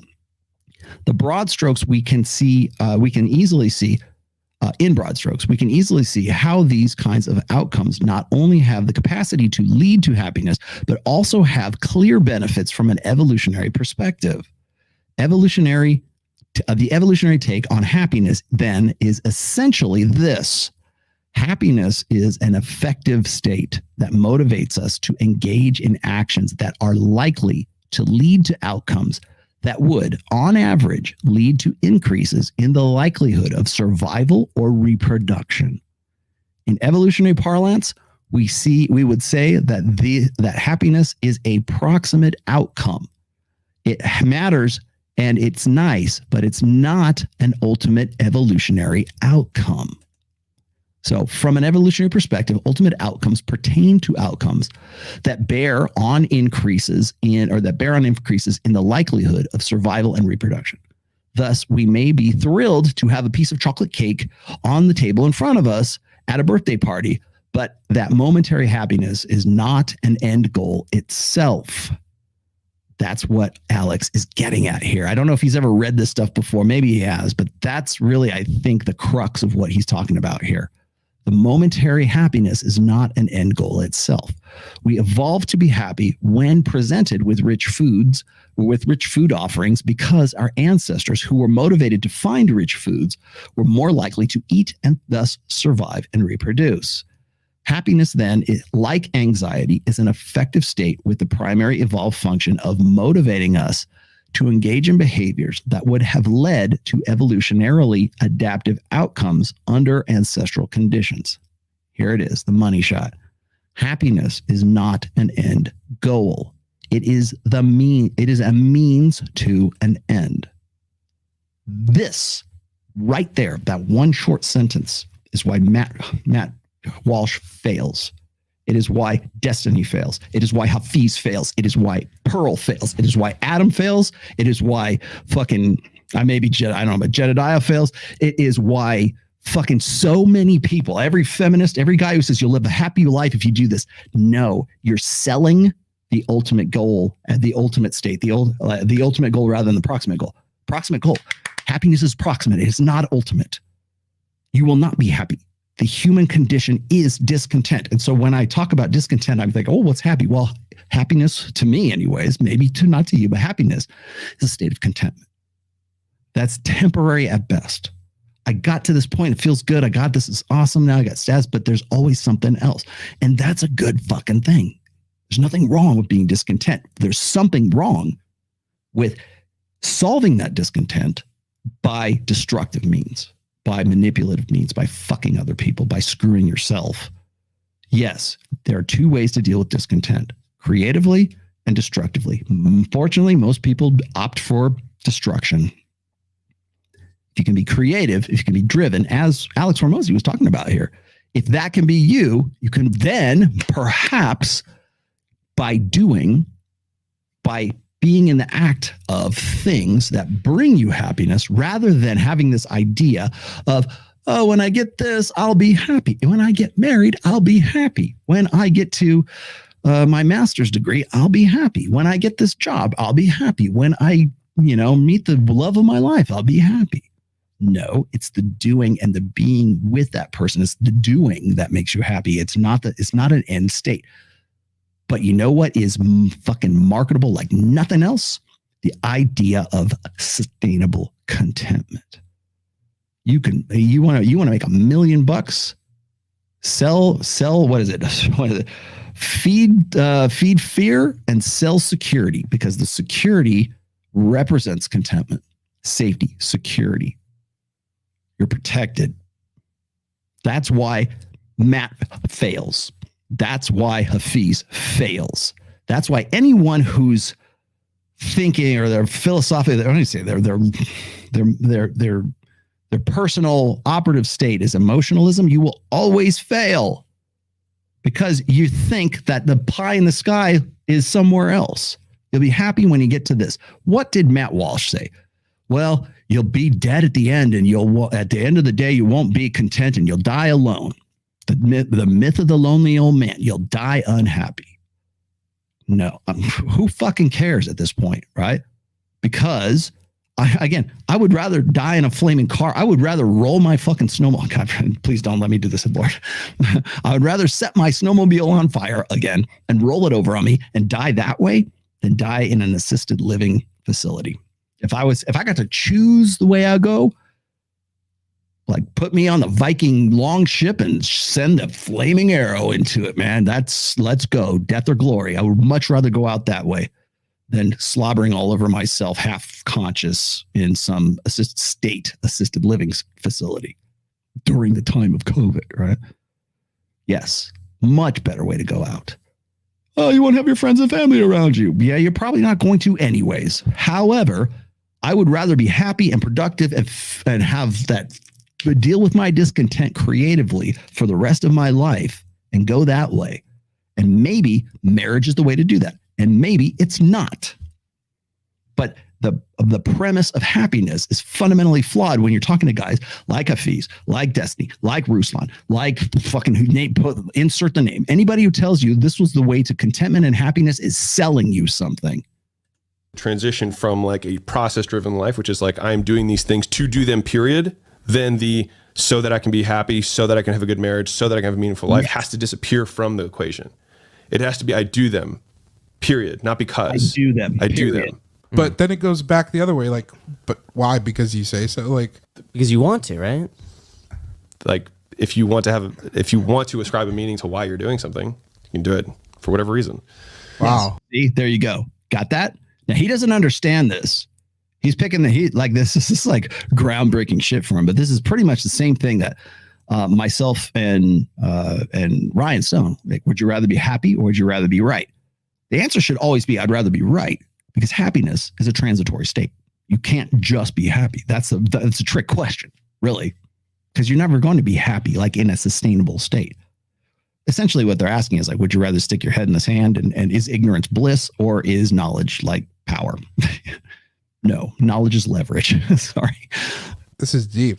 So I mean, this is what I spend a lot of my time thinking of because I have nothing else to do. And this is what my last year was like trying to figure out like why I didn't have like, I felt the exact same way while I had nothing as to where I have now. I feel the same. Like people are like, man, it was cool when the money hit my account. I felt nothing. Like truly, like not even like the 2-day high. Like it was irrelevant. How did you learn all of this? Was this through speaking with other people who've been there before you? Thinking, I mean, my closest friend is a philosopher, and I use that in terms of like the actual meaning of the word philosopher. So like phile, to love, and then sophos is wisdom or knowledge. So like he's a lover of knowledge, lover of wisdom. And like we talk every week. It's like the only standing meeting that I have is we talk for like 2 hours and we just talk about life. And he's one of these guys who like lives in a cave. And it's like, he got his PhD when he was 20, like just a very brilliant guy. And so he and I just talk about things. You know, you should share his contact information. Look for some guests on the podcast. Oh, I mean, he's brilliant. I mean, if you like, Dr. Gashi is brilliant. He's the smartest human that I know in terms of like brilliance and their ability to communicate it in a simple way. And so he helped me get over a lot of the things that I used to struggle with, and a lot of it was just like the language that we use matters a lot because like how we say things is how we think things. And so like what I was saying earlier, Alex, and this is not like a slight. I'm just saying like when I hear anyone talk like on my team or customers or whatever, it's like people talk so many things over themselves and they're like, I don't know why I'm not successful. And it's like, well, define success and why are you not? And then what are the, you know what I mean? Like, I just want to do this to be, like, there's so many chains that they put on themselves that it becomes very difficult to live. And so like, I spent a long time trying to not do that. And it was just because like I was unhappy and I didn't like being unhappy. And then I stopped judging myself for being unhappy. And then I stopped thinking about it altogether. And so I think that, like, I'll give you a really real example for this. So one of the things that I'm vehemently opposed, and I'm like, no one give Graham flack, you can give it to me. And like, this is coming from a family who like had alcoholics and drug addicts and things like that. Like, I really don't like the Alcoholics Anonymous concept of every morning waking up and saying, I am an alcoholic, hi, you know, whatever. And then they go into their meetings, because what it does is it puts it at the forefront of their mind, and they literally label themselves every morning as having this problem. When somebody who's not an alcoholic just doesn't think about it. They don't think, I'm an alcoholic, I have to fight not drinking every day. They just don't think about it. And so I think to the same degree that like living a meaningful life is not. Okay, hold on real quick. I'll let him continue here, but I like what he just said here, because as a guy who has not, I haven't had a drink in like 5 years. I can't even remember like when I stopped. It was right before I started. Okay, so it would have been 5 years, because I stopped drinking right before I started writing the 4th book.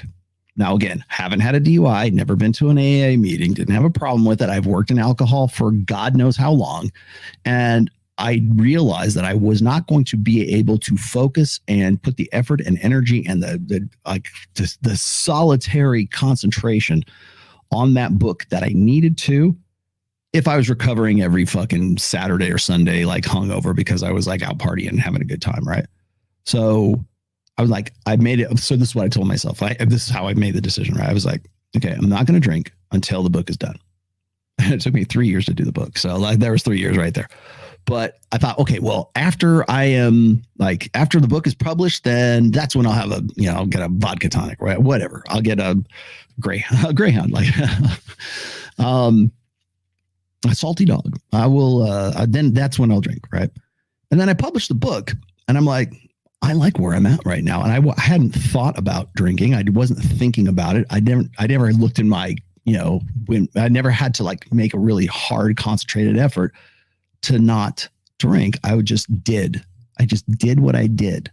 My focus was elsewhere. My focus was making me happy at that time, was being able to focus on the book, but actually the writing of the book makes me happy. When I am writing, I'm fucking great. Now, when you get into a flow state, like the zone, like I've heard pickup artists talk about this too. They get into a zone, they get into a flow state, right?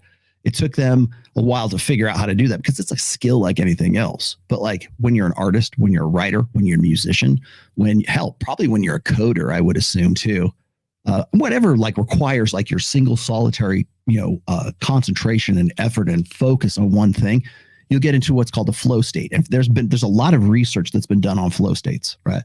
Like you're in the zone, right? Athletes are in the zone, right? You're at peak performance, and you don't even think about the performance, you just do. It's kind of like, I know it sounds really zen and fucking fortune cookie, but it's like, wax on, wax off. Karate without knowing karate, right? Your shit, your meat. Like I've been asked this before when I've done with Trial of Ascension or whatever. If I do some very, we do some very complex music. We're a progressive metal band, and we do some very complex like time changes. And like for me, it took a long time to recondition my way, and I had to become a fundamentally different musician as a result of joining the band. But I made a decision that I wanted to do this. An event, like probably within the first like 2 or 3 weeks, I was just grinding my teeth. I was like, fuck, what am I doing, man? This is not me. But then it started to click, and I get into flow state, and I started doing this, and I was practicing, and I dedicated myself to it, and I was involved in the process. And the process started feeling good. To create, to me anyways, is a way of, dealing with discontent, because I would fuck up. Like, oh man, I blew that line. I fucked up this part. Even if they didn't hear it, I would hear it. And I would go, oh, I screwed up. Right. But once you get to that point where you're doing and you're in the flow state, or you're in the zone, and you feel good about what the fuck you're doing, then that's where true learning comes. It's not just rote memorization. That's where you learn something for real. Like it gets, like you internalize it. When people ask me like, Rollo, how do I become the game? Right? How do I internalize game?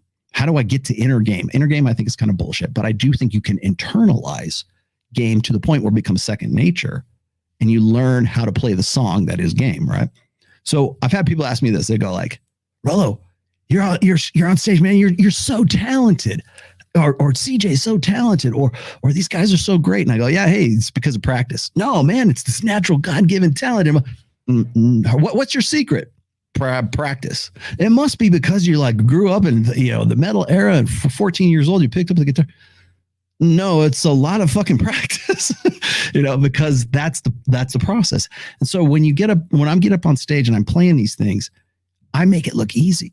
CJ makes it look fucking. He makes me look bad. Like he's like fuck. I don't know if you know who Tim Henson is from Polyphia, but I would put CJ up there with Tim Henson.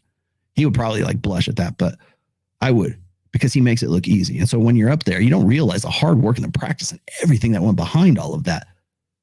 But when you get in that flow state and it sounds good and it's like, it feels like surfing, I guess is probably the best way. You're like, there's a wave behind you that's pushing you along. That makes me happy. It's in the doing. And when the show's over, that feeling's over. So you know why why musicians really get addicted to performing and doing all this other stuff or whatever. And it's not just that, like even athletes. You want to know why Tom Brady doesn't want to quit? Because it feels fucking good to be Tom Brady. It feels good to throw touchdowns, man. That's what he's happiest when he's out there in a fucking I formation. Yeah. Why did Brett Favre not retire until he did? Because that's what makes him happy. And it's hard to think of doing something different, right? What do you say, Glenn? Let me put you up here right quick. Rollo, when you wrote about the male mating strategy, unlimited access to unlimited sexuality, are you saying unlimited partners or just never having sex withheld from you? Both. Unlimited access to unlimited sexuality. So it's both. Not saying I'm living a meaningful life. You just are, and you're not casting it. You just are. But don't you think some of that is just that inherent belief that some people just have? They're raised from that. They have positive experiences that turns into a spiral. But the people who don't have that, who are used to every day being like, I'm worthless, I suck at this, I am bad at this. Don't you think that maybe that first step in getting in that direction is positive affirmations of I could do it. Isn't that that's better than zero? I feel like we're going to 0 to 1. I think it's exiting the equation altogether. So it's saying I am worthless instead of saying I want to be worthy or I am worthy, just saying worthiness doesn't matter. But then wouldn't you get just people not caring at all? Yes. Yeah. So I'm 100% a nihilist. Yeah. I believe that we die, nothing happens, and it is what it is, right? And there are different ways to take that. Some people are like, life is meaningless and there's no point in any of it, which I would agree with them. Mm-hmm. And then the other people are like, there's no point in any of it, and so I'll do what I want. Okay. He just described what I've been saying over and over and over again. Discontent. He calls it nihilism. I don't necessarily believe in I believe there is an afterlife. I believe in God. I have a faith. Okay. But he just described nihilism in terms of discontent, right? Well, it's meaningless, pointless, blah, blah, blah, blah, blah. Oh, it sucks. Oh, we're all going to die and your life's a bitch and then you die. But there's two ways you can look at that. One is the black pill doomer MGTOW way of going, let's just commiserate and cry until we're dead. Or you can be like Alex and say, you know what? It is what it is. And I'm going to master this. These are the rules. I'm going to fucking play it to the best of my ability. And I'm going to creatively deal with nihilism. I'm going to creatively deal with discontent. And that's what moves you, as I just read to you in the evolutionary studies here, moving you from the emotion of happiness, the emotion of anxiety too, the emotion of fight or flight. I mean, think about the base emotions that human beings have. Fear. And fear is very beneficial to humans because I fear getting killed by the saber-toothed tiger, right? Jealousy has a purpose, has a function. The proximate feeling of jealousy, we want to say, oh, that's wrong, you're insecure. But the ultimate goal of jealousy helps you make sure that the fucking kid is yours, as far as the guys are concerned, or that the guy that's cheating on the woman, that she doesn't lose her investment in the guy because she needs long-term security longer in her life than she can actually attract somebody to help her with that long-term security. So. And some people see that as very, very, very self-serving, which it might be, but to the same degree, you are released from the chains of the expectations of others. And conglomerate man, I don't know. I've read some articles, but I don't know any books about it.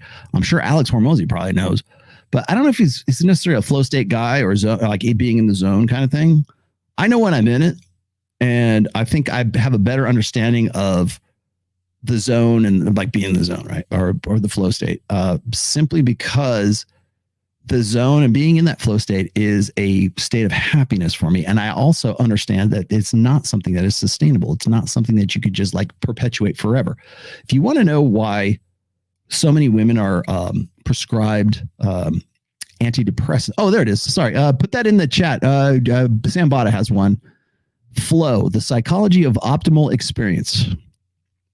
I don't know who is that? Let me look at that real quick. Actually, I might even actually get that right now. So this is something. Okay, so Sam Bada threw this out there. Who's the Mahali Kitsula? I can't even pronounce that name. Dude, if you can pronounce that name, I will give you $10. Mahali Shichinzenmikali. I can't even say it. It's a Russian name. It's called Flow, the psychology of optimal experience. It's from July 1st, 2008. So that's what Sam's saying is a good book. There you go. There's your book. Let's keep going. Most people, in my opinion, that I have witnessed who are unhappy is because they are weighted down by the chains of their parents, of their friends, of their siblings, of the whatever things, the people that they believe are casting judgment on them. And they care so much about that person's disapproval that they don't want to do the things that they want to do. And so I think it's easier to get someone to realize that none of it matters and then build from there than to try and flip the negatives. It's just to exit the equation altogether. Just say none of this matters. Therefore, I will start my YouTube channel and not care if my dad says that YouTube isn't real. Like, it's not about being worth it. Like, this is one. I can remember a time. You guys are gonna laugh too, because like I don't really talk about my dad too much. My father passed away from complications of Alzheimer's dementia in 2010. Yeah, and my father was a secular humanist. Let's just say. He was, I guess you could call him atheist, maybe agnostic later on. But like once he got to the point where it was like the Alzheimer kicked in, it's kind of hard to like say, but be that what it may. I can remember the times when I was really there are very few memories I have of my dad where I go, oh, he imparted some fatherly wisdom, right? I was pretty much left to raise myself. I had to figure shit out on my own, more or less. But I did understand. My dad kind of gave me like sort of my critical thinking perspective. My mom gave me sort of my ditzy, stupid, artistic, emotional, fun side, I guess, which I have one. Go look at all the AVN pictures. But there was a point I remember that I think it was probably around 16, 17. I really wanted to make my dad proud of me at one point. And then I realized, why am I said, you know what? It's not fucking worth it. Cause then I've started to figure out who my dad really was as a person. Right. And I'm like, I'm done. I'm not trying to make him proud anymore. I'm just going to go do what I'm going to do. Right. My life's goal wasn't to like outdo my dad, although very easily so. I've done so, but that was not my point. And I want to point this out here right at the end. Actually, I'll let them. They're like, I deserve success. I'm like, no, you don't. No one deserves anything. Mm-hmm. But you can do the stuff that gets success independent of your deservingness. You can be a terrible person and become successful. Mm-hmm. So that person doesn't deserve it, but they did the things that create success. If we define success as some material, whatever. And so I think like if you can exit the equation of like labeling yourself and then just doing because what else will you do while you are alive? It creates some levels of freedom that allow for clarity of thought and also for the ability to take risks that most people can't take. Yep. Yes. And it allows you to sort of see the forest for the trees and to have a good bullshit detector too. When I'm like listening to people's conversations, like for instance, Matt Walsh here just prior, when he says, oh yeah, you'll die alone and unhappy. Well, that's like that statement right there says that your belief is that happiness is a sustainable state. You will not get to the promised land of happiness if you don't get married. You will not get to the state of contentment if you don't live the way that I do. And I fundamentally reject that. Not because what he's saying is a bad idea, not because it's like, it has nothing to do with morality. It's a fundamental misunderstanding of happiness. You want to know why women are prescribed antidepressants at record rates right now is because of a belief in a sustainable state of happiness. We should never be unhappy. So here, take this pill and you'll never feel unhappy. You'll never be depressed. You'll never have to worry about feelings because we'll just take the feelings away. You'll never have to worry about that. Why is that? Because we fundamentally have this misguided belief that if we're pissed off, if we're sad, if we get depressed, even if it's a clinical state, we want to believe still that there is a sustainable state of happiness, and there simply isn't. And by happiness, I mean contentment. And that is why Matt Walsh fails. And always will fail until you can accept the fact that happiness will not be contentment. Happiness is not, and this is not immoral. This is just the way the fucking machine works. It's just the way our brains work. It's just how we evolved. It's just the fundamental nature of our evolutionary firmware. It is happiness, anxiety, depression, sadness. Name the human emotion, and I will show you the function of that emotion to get you from one state to another state. I'm poor and destitute and I suck, but I really think I could make some money by doing this. If in the process of you doing something that lifts you out of one state and puts you into another, if that process of doing that, you get in the zone and you feel good about it and you get positive reinforcement as a result. Here's the behaviorism, right? You get positive reinforcement as a result of that. And it is intrinsically rewarding. Intrinsic rewarding is happiness. It feels good. I would play music. Clearly, I'll play music because I like to do it. It feels good in the process of learning, the process of playing and doing all this stuff. Now, did I get laid as a musician in my rock star 20s? Absolutely. There was certainly a functional goal in that. It was a means to an end. If I learned how to show off and be a showman, be a clown enough, a dancing monkey, right? I happen to enjoy music. I happen to dig on this. I would like to make some money and tour the world on this, although that's, maybe that's not in the offing. But what is in the offing is the hot chicks in the freaking foam cannon party or the hot girls in Hollywood who want to watch me do it. So end goal, I want to get to that point. But the process of getting that goal was also very enjoyable. And I learned other skills along the way as a result of doing that. So the zone, the flow was getting from point A to point B. Point A being sexless, point B getting laid with swimsuit models at the club, at the Troubadour, Gazzari's, the Central, the Roxy. What else? What other clubs did I play back in the day? The Central was actually probably one of my favorites. I don't even people remember the Central anymore. Anyways, long story short, the process of getting there was enjoyable enough that you stick with it. If it's not, and you suck at something, it's probably because you suck at something and you're not going to get intrinsically rewarded as a result of that. You're not happy in sucking at something. So usually you'll move on to something else. Okay. It's an adaptive, emotions are an adaptive, an evolutionary adaptation to move you from one state to the next. In my case, that's what I did as a musician. There's I could give you other examples, but that one sounds cool, right? Everyone dies alone unless you are simultaneously dying next to somebody who's dying. So there goes that. Yeah. Unless you're on the battlefield. All right. So why am I bringing all this up? Because ultimately today's show is not really about Matt. It's not really about Andrew Tate. Not really about any of that. Here we go. Hey, Rollo, if laws of no-fault divorce and alimony change in the United States, do you think the nuclear family structure will ever come back? Or will we see this epidemic baby mama culture? I think it will not come back because we have had 4 generations who know nothing but the society that's been created in a post-sexual revolution world. So you can change divorce laws, you can change alimony, you can change child support all you want, but it's not going to necessarily affect the sexual marketplace until you can affect. You want to know what will be a greater disruptor is if we had a reliable form of male birth control. If you had like a pill for men, that might be a disruptor. But even then, people still want to fuck. And I think that the primary frustration that guys like Hafeez have, guys like Ruslan have, guys like Matt Walsh have with the red pill is it exposes the rawness of human nature for which they don't have an answer to. And they want to say that the answer, of course, he never provides you with an answer in any of, like Matt doesn't anyways.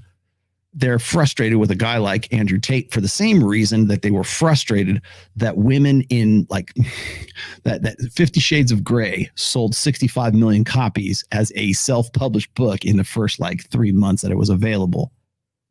That's why. That's why they're frustrated, because the data is right there glaring in their face. Well, if men were better men, then women wouldn't want to read 50 Shades of Grey. No, that's how they're built. What are you going to do about it? Here's another thing. Here's a red pill for you. Happiness, contentment is an unsustainable state. Thank you, Alex Hormozy, for putting it in such perfect terms. I hope I don't. You know what? Even if I get demonetized, it would be worth it to have that on there, because I think that is an absolutely brilliant take. Now, I might disagree with Alex on some other things. I think he's a great guy from what I can see thus far. Maybe he's red pill, maybe he's not. I don't think he's red. I don't specifically, right? He's a millionaire mindset guy, right? I don't know. But he seems to me like he's got a pretty good take on things and aligns with a lot of the stuff that I've been talking about for a long time. So hopefully, maybe I should reach out to Alex. So anyways, yeah. Yes, exactly. Got to keep the 80% of men in the dark and feed them dirt. If we're going to save the inherently gynocentric institution of marriage by making more men sign up for the beta provider cleanup guy. Yes. By the way, you're not half wrong about that.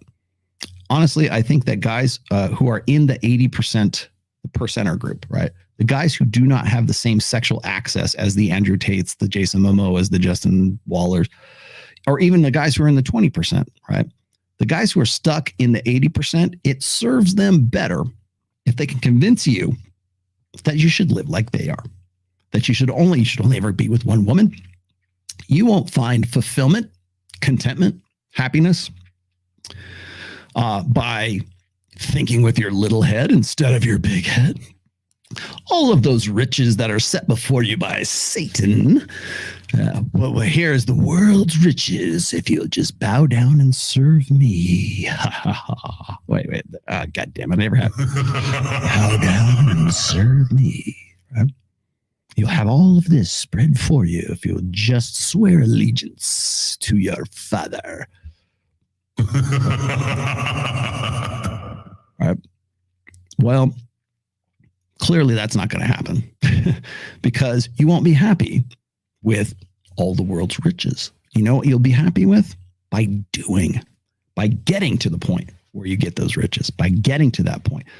That's why, like, when I was listening, okay, so I'm going to end here with Destiny talking about like how he had a very similar message, but to oddly enough, liberal, progressive, blue-haired Destiny had a very similar message the other night on Friday night that Matt Walsh did right now. I just showed you right now. It's that he was all up in arms because you got Andrew Tate, who's got, supercars, and he's got the Bugatti, and he's got all this stuff, and which have all been impounded, by the way, 13 of the cars now, and over 10 properties. Let that sink in. I'm still waiting. So people are wondering, like, when am I going to talk about like Andrew Tate and give you the update? I'm going to hold that until Wednesday, and there's a reason for that, because that's when on the 12th is when Vice drops their documentary, coincidentally, about Andrew Tate and their embedded guy. Now, why Andrew allowed this dude, a Vice reporter, to come into the Hustlers University and then all this stuff? You tell me, man. I just fucking work here, but I'm kind of going to hold off until that happens because I've got information no one else has. Because I'm very close to Andrew. I'm not going to sell him out. I'm going to give you both sides. Okay. For instance, the girl who's talking about like the 5 bottles of wine, right? Oh, you gave me 5 bottles of wine. Blah, blah. I talked to Andrew about that in 2018. In fact, he actually brought that up on one of our first interviews, I think it was the first or the second interview that I had with him, he actually brought that up, and people are digging up that video right now. You can go look it up. I'm sure it's like probably 2 or 3 people have it. He already talked about that. He's already like that. If you want what his rebuttal would be, just go look at that video that I did with him. It's on Odyssey, by the way. Let's see. If a man gets a virgin to marry and she has conservative mindset, do you think it's still worth it to get married? Where? In the United States or in Iraq, in Iran? This doesn't sound good. Yeah. Well, so here's the thing with what I was going to say with Ruslan. Oddly enough, Destiny. Oddly enough, I do somewhat agree with him when it comes to the education side of things. Now, strange bedfellows here, but you've got Matt Walsh and you've got Destiny who have a problem with Andrew Tate for the same reason. They're teaching guys that this is the apex, this is the goal, this is what you can be, this is what you ought to strive for. 13 supercars and sex trafficking, right? and having a million and lounging on yachts in the Sea of Oman, right? Like living this luxurious, opulent lifestyle. Now, Matt will say that's immoral because biblically speaking, religiously speaking, that seems like the path to destruction. And it seems like that's the moral turpitude that is contributing to the downfall of Western society because of degeneracy. Got it. Thank you. Destiny's going to say the same thing, but from the position of these things won't make you happy. It's more from like this Zen, kind of woo-woo magic, tea leaf shit, but, maybe minus the Christianity side of things, but they're pretty much they align on the same thing. You won't find happiness like this. I've seen poor people who are just as happy as can be happier than anything else. Both of them fail because they both think that happiness is a sustainable goal state. Even Adam Sosnick failed on this. Because he's like, well, the Bugatti is just like, that's representative of living the best life and blah, blah, and getting to the point of happiness, contentment, whatever it is. Happiness does not happen as an end result. It's not a destination. It's getting to that. It's moving you from one thing to another. Is it intrinsically rewarding? It's like fucking surfing. Did you get a good wave? Can you ride the wave? It's not about the end of the ride. It's not about the beginning of the ride. It's about the transition from the wave to the tube to going. You want to know, I love surfing, man. I used to surf when I was a teenager. I used to go to Huntington Beach, spend a lot of time there. I know the feeling. I haven't surfed in a while, actually. But I remember as a kid, as a teenager, I'd surf down in Huntington Beach, Seal Beach, Newport Beach. And they weren't like super huge waves. Well, usually not super huge waves. But it was a feeling that was really good. And I can understand why people would get addicted to surfing. I understand why guys can get addicted to lifting weights. I understand why guys get addicted to running or to, being a musician or being an artist, because the intrinsically rewarding part of the doing of that particular craft, that art, whatever it is, that's where the happiness is. Not at the end of it. It's great to have that nice, beautiful painting there. Now it's like, now what am I going to do? And then now what am I going to do is what motivates the next feeling of, getting into that flow state again and feeling that again. Get chasing that fucking dragon. You want to know why heroin addicts are the way they are? Because it's not in the shooting up, and it's certainly not in the end and coming down. It's the part in between. You want to talk about addiction sciences. There you go. It's in the doing. What is intrinsically rewarding? And I think that's important to understand, because people will try to tell you and convince you that you ought to think the way they do because they have the key. They have some magic formula to permanent happiness, to permanent nirvana, to heaven, to Valhalla. Do these things, follow my life, follow my lead, and don't go with Andrew Tate. Why do you think Andrew Tate wearing sunglasses inside? Because it makes him happy. Because doing so gets him off. He's in his flow state when he's got those on. By the way, yes, I see you guys. Where'd you guys go? Where? I just saw Iron Disciples in there just a minute ago. There's Iron Disciples. Where'd you guys go? I saw you in there a minute. Oh, there you go. Thinks he's invincible. Who? Andrew Tate? Not anymore, I don't. There's a lot going on with the Andrew Tate situation. I'm going to dig into it on the midweek show. I need to see some more developments. However, quick current update. You need to follow the money in this. Quite honestly, I think this is all about money laundering and is less about sex trafficking. Not saying that there's not probably some charges that are going to be thrown up about that. It's more about money laundering. In fact, Andrew Tate has talked about, where did I put that? Let's see if I can read this. No, not that one.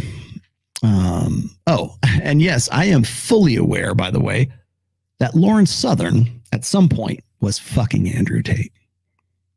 I saw the was it Tommy Robinson has a video right now, and he's making allusions to some Canadian chick, right?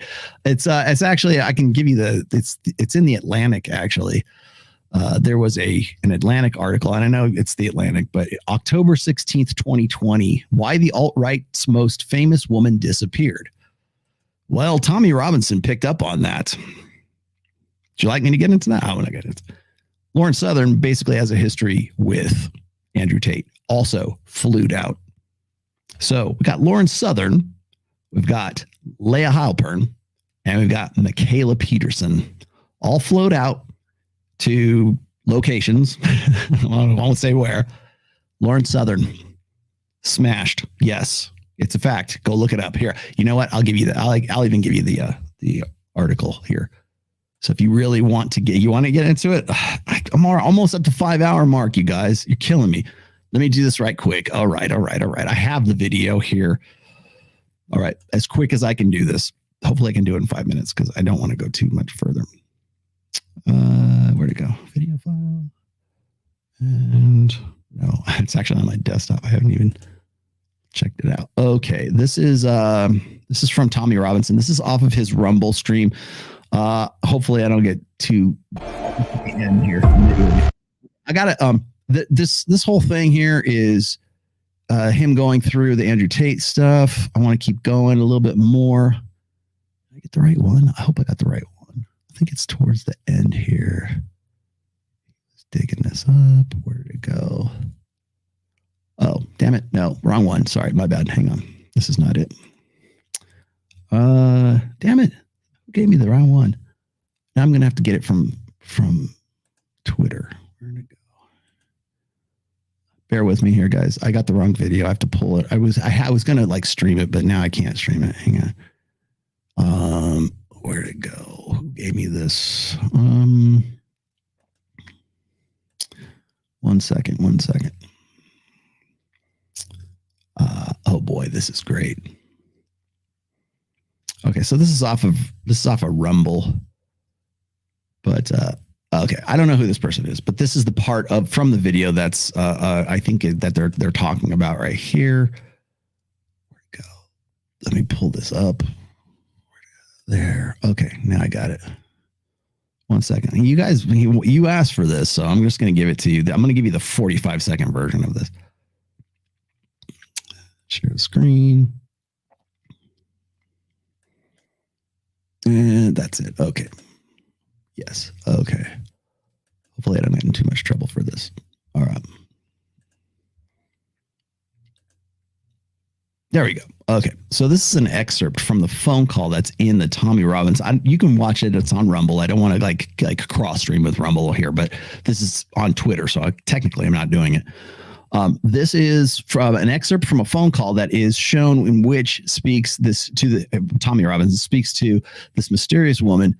The woman is easily identifiable as Lauren Southern. I'll show you why. Okay. As her popular Borderless documentary was mentioned, and her voice is kind of unique. You're right. Okay. Oh shit. Hang on. Sorry. One more thing I didn't do. Sorry, I have to share the audio with you, or I'm never going to get it right here. This is why I don't stream from pages, by the way. There we go. Okay, share the audio. Okay, got it. Now you can hear it. Hopefully it won't echo. I don't know if it will, but if it does, it does. So this is from the Tommy Robinson clip here. All you need to do is really listen to this. You don't need, the video is not really all that important.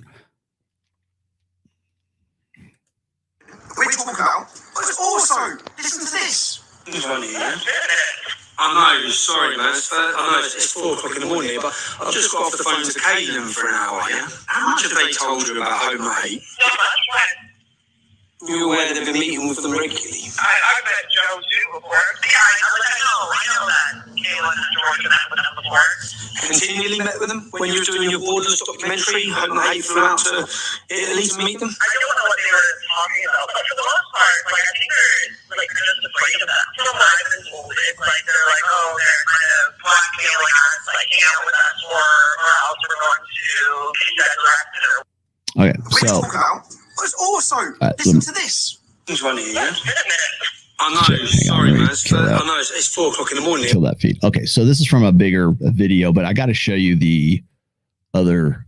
I'm just going to read you an excerpt from the Atlantic article here. Okay, so this is the excerpt from that Atlantic article that I just put in the chat, so you guys can look at that if you'd like. Let's see. Okay, so this is interesting. Okay, so this is an excerpt from that Atlantic article that they're talking about what Tommy Robinson is talking about right here. Okay, it's she said, if everything was so awful, I asked why had she embarked on this new film. She offered the same explanation I'd heard many times before. She didn't want Europe to be overtaken by Islam.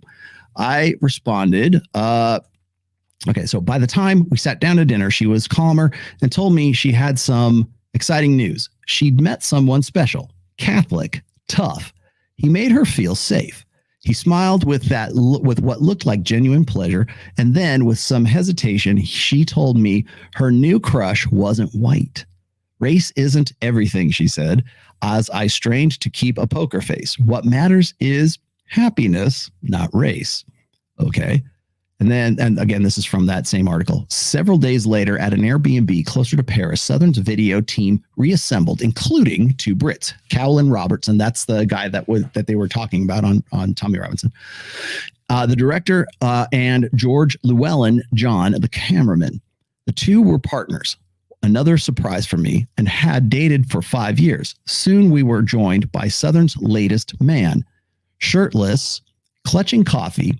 He conferred with her in whispers. Before turning to me, he wanted to remain anonymous. Okay. Also from that time, I'm going to show you. Where's this picture? This is from that same era. Shirtless, coffee. I know this is a minute, but there you go. Southern has a history with Andrew Tate. According to Tommy Robinson, I'm reporting the news. This ain't me saying this. This is Tommy Robinson saying this. So that's there's your genuine burning desire. You are correct, Chris. There you have it. That's the connection. There's your scandal. You want your scandal? There's your red meat for the day. You're welcome. In the words of Chris Brown, these girls ain't loyal. Yes, you are correct, my friend. We say to give a woman vote is like to let a monkey fly a plane. Very dangerous. There you go. Rollo, let's see. Let's make a deal. If you title your next book, the title I predicted, which is The Rational Male, How My Haters Made Me Famous. There will be no other Rational Male. They're all done. Let's see. You're the best. Do you know that? Yes. Quite honestly, I do know that. I try to be. I make an effort. I'm glad you think so. I'm glad you guys like me. I'll tell you what's funny is like I never. Yes. Okay. There you. I got you. You're good. I got you, fam. All right. I'll tell you what got me at the AVN Awards is I got recognized. Maybe I should blush about this. I got recognized not by maybe two girls, but like I got recognized by about a half a dozen, maybe a dozen guys who had been from outside the area. They were from Illinois. One guy from Illinois. One dude was from Idaho. Another guy from Oregon. Someone like they were in to see the AVNs. They weren't there because I was there. Obviously, I'm just wandering around because I'm thinking we're gonna go do a show, but we didn't do a show. But I tell you what's interesting, man. It's like I get into situations like that, and I don't realize that there's actual people who watch me, and I got sort of Rolloed, I guess. at the show, and I just wanted to give a big shout out to all the people who saw me at the AVN. Like, I was there purely on educational purposes, I swear to you, and for business reasons as well. But it was interesting. It was fun. It was a fun show. It was fun to see. I guess I can say I did it now. But porn stars, not the most reliable.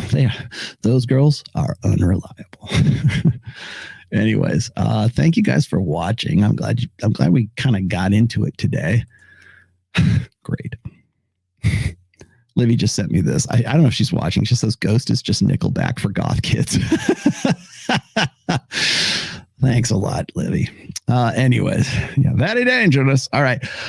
So I am going to do a midweek show on Wednesday. By the way, if I am not doing it, it'll mean because I'm in Vegas, but Wednesday is the 12th, I think is the 12th. And Sterling Cooper will most definitely be on with Mike Sartain. I think Sterling might be in Vegas now because he was flying in from Australia to, not for the AVN, but because he's retired, to Vegas. He's going to hang out in Vegas for a week. I'm going to try to get down there. I feel like I owe it to him. I might try to get down there. I think we might be doing Access Vegas this Thursday. If not, it'll be the following Thursday. But be that as it may, that's what's coming up. I will do my best to give you a midweek show as soon as the Vice documentary drops. That's when I can sort of spill the beans. So I have data. I have a scoop. I got a store. I've got dots connected. No one else is connecting right now.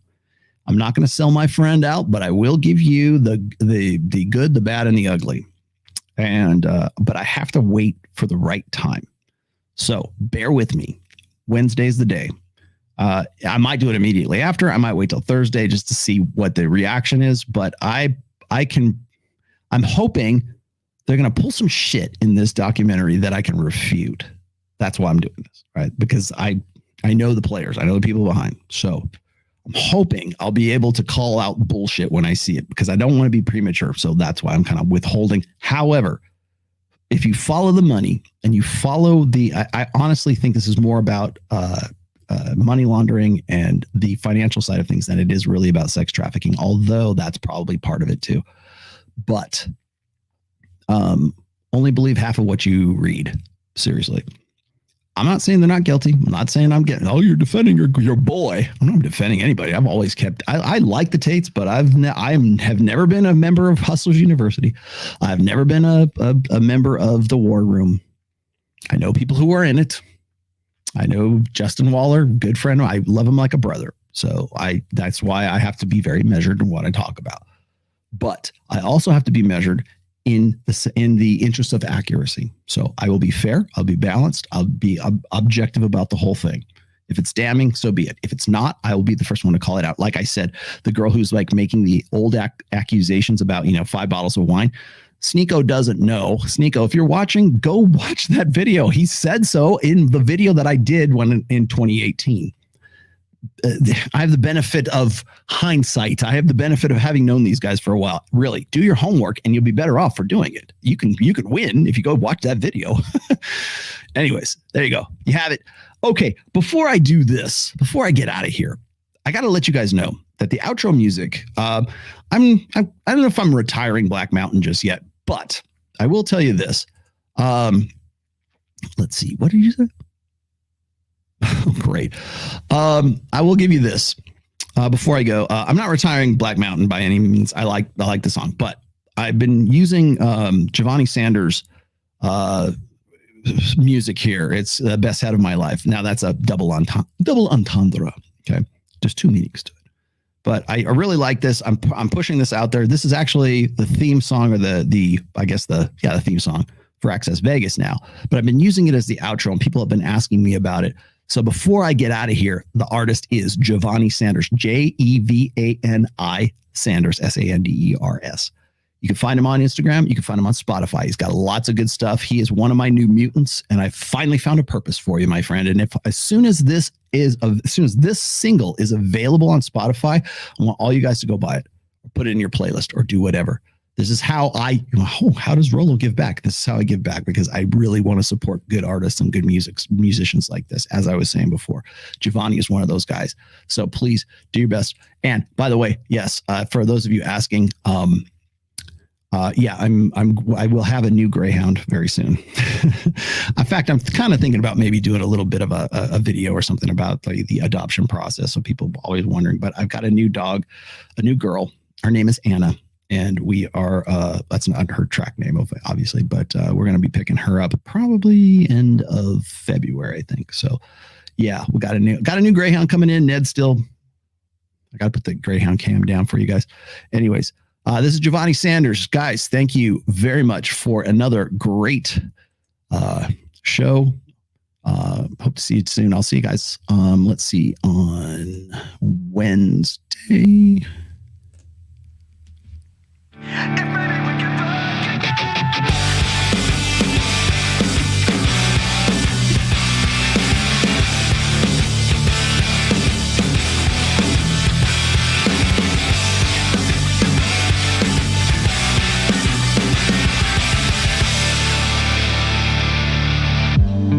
Would you do it again? I need to feel you on top of me. It was my first time, but I was just a kid when we met and went to bed. It was my first time. What do you expect from me? I'm breaking up the rules now in the game. I've got some new tools. Please do the same. Time came by and went over like a matchbox stereo. Time to get my thoughts now, let go. Bound to keep me up all night. But maybe we can fuck again, and maybe things are different. Goddamn, baby, one more again. Won't you put it on me one more again? I need to know if maybe we can fuck again, then maybe things are different. Goddamn, baby, one more again. You could have the best of my life. Your City Podcast has been, that was funny, has been a production of The Rational Male. Now we're fucking in the bathroom, tearing up everywhere while I got your Registered trademark 2023 now. All rights reserved. Don't steal my She was shit. swinging in the bedroom, whole time stopping and stopping with her head like she's Claudia Kelly. So baby, run me up and down like a pony, turning up my song, getting messy, working up and down on your body. Run me up and down like a pony, turning up my song on your body. Baby, we'll get down to it all night. But maybe we can fuck again, and maybe things are different. Damn, baby, one more again. Won't you put it on me one more again? I need to know if maybe we can fuck again, then maybe things are different. Damn, baby, one more again.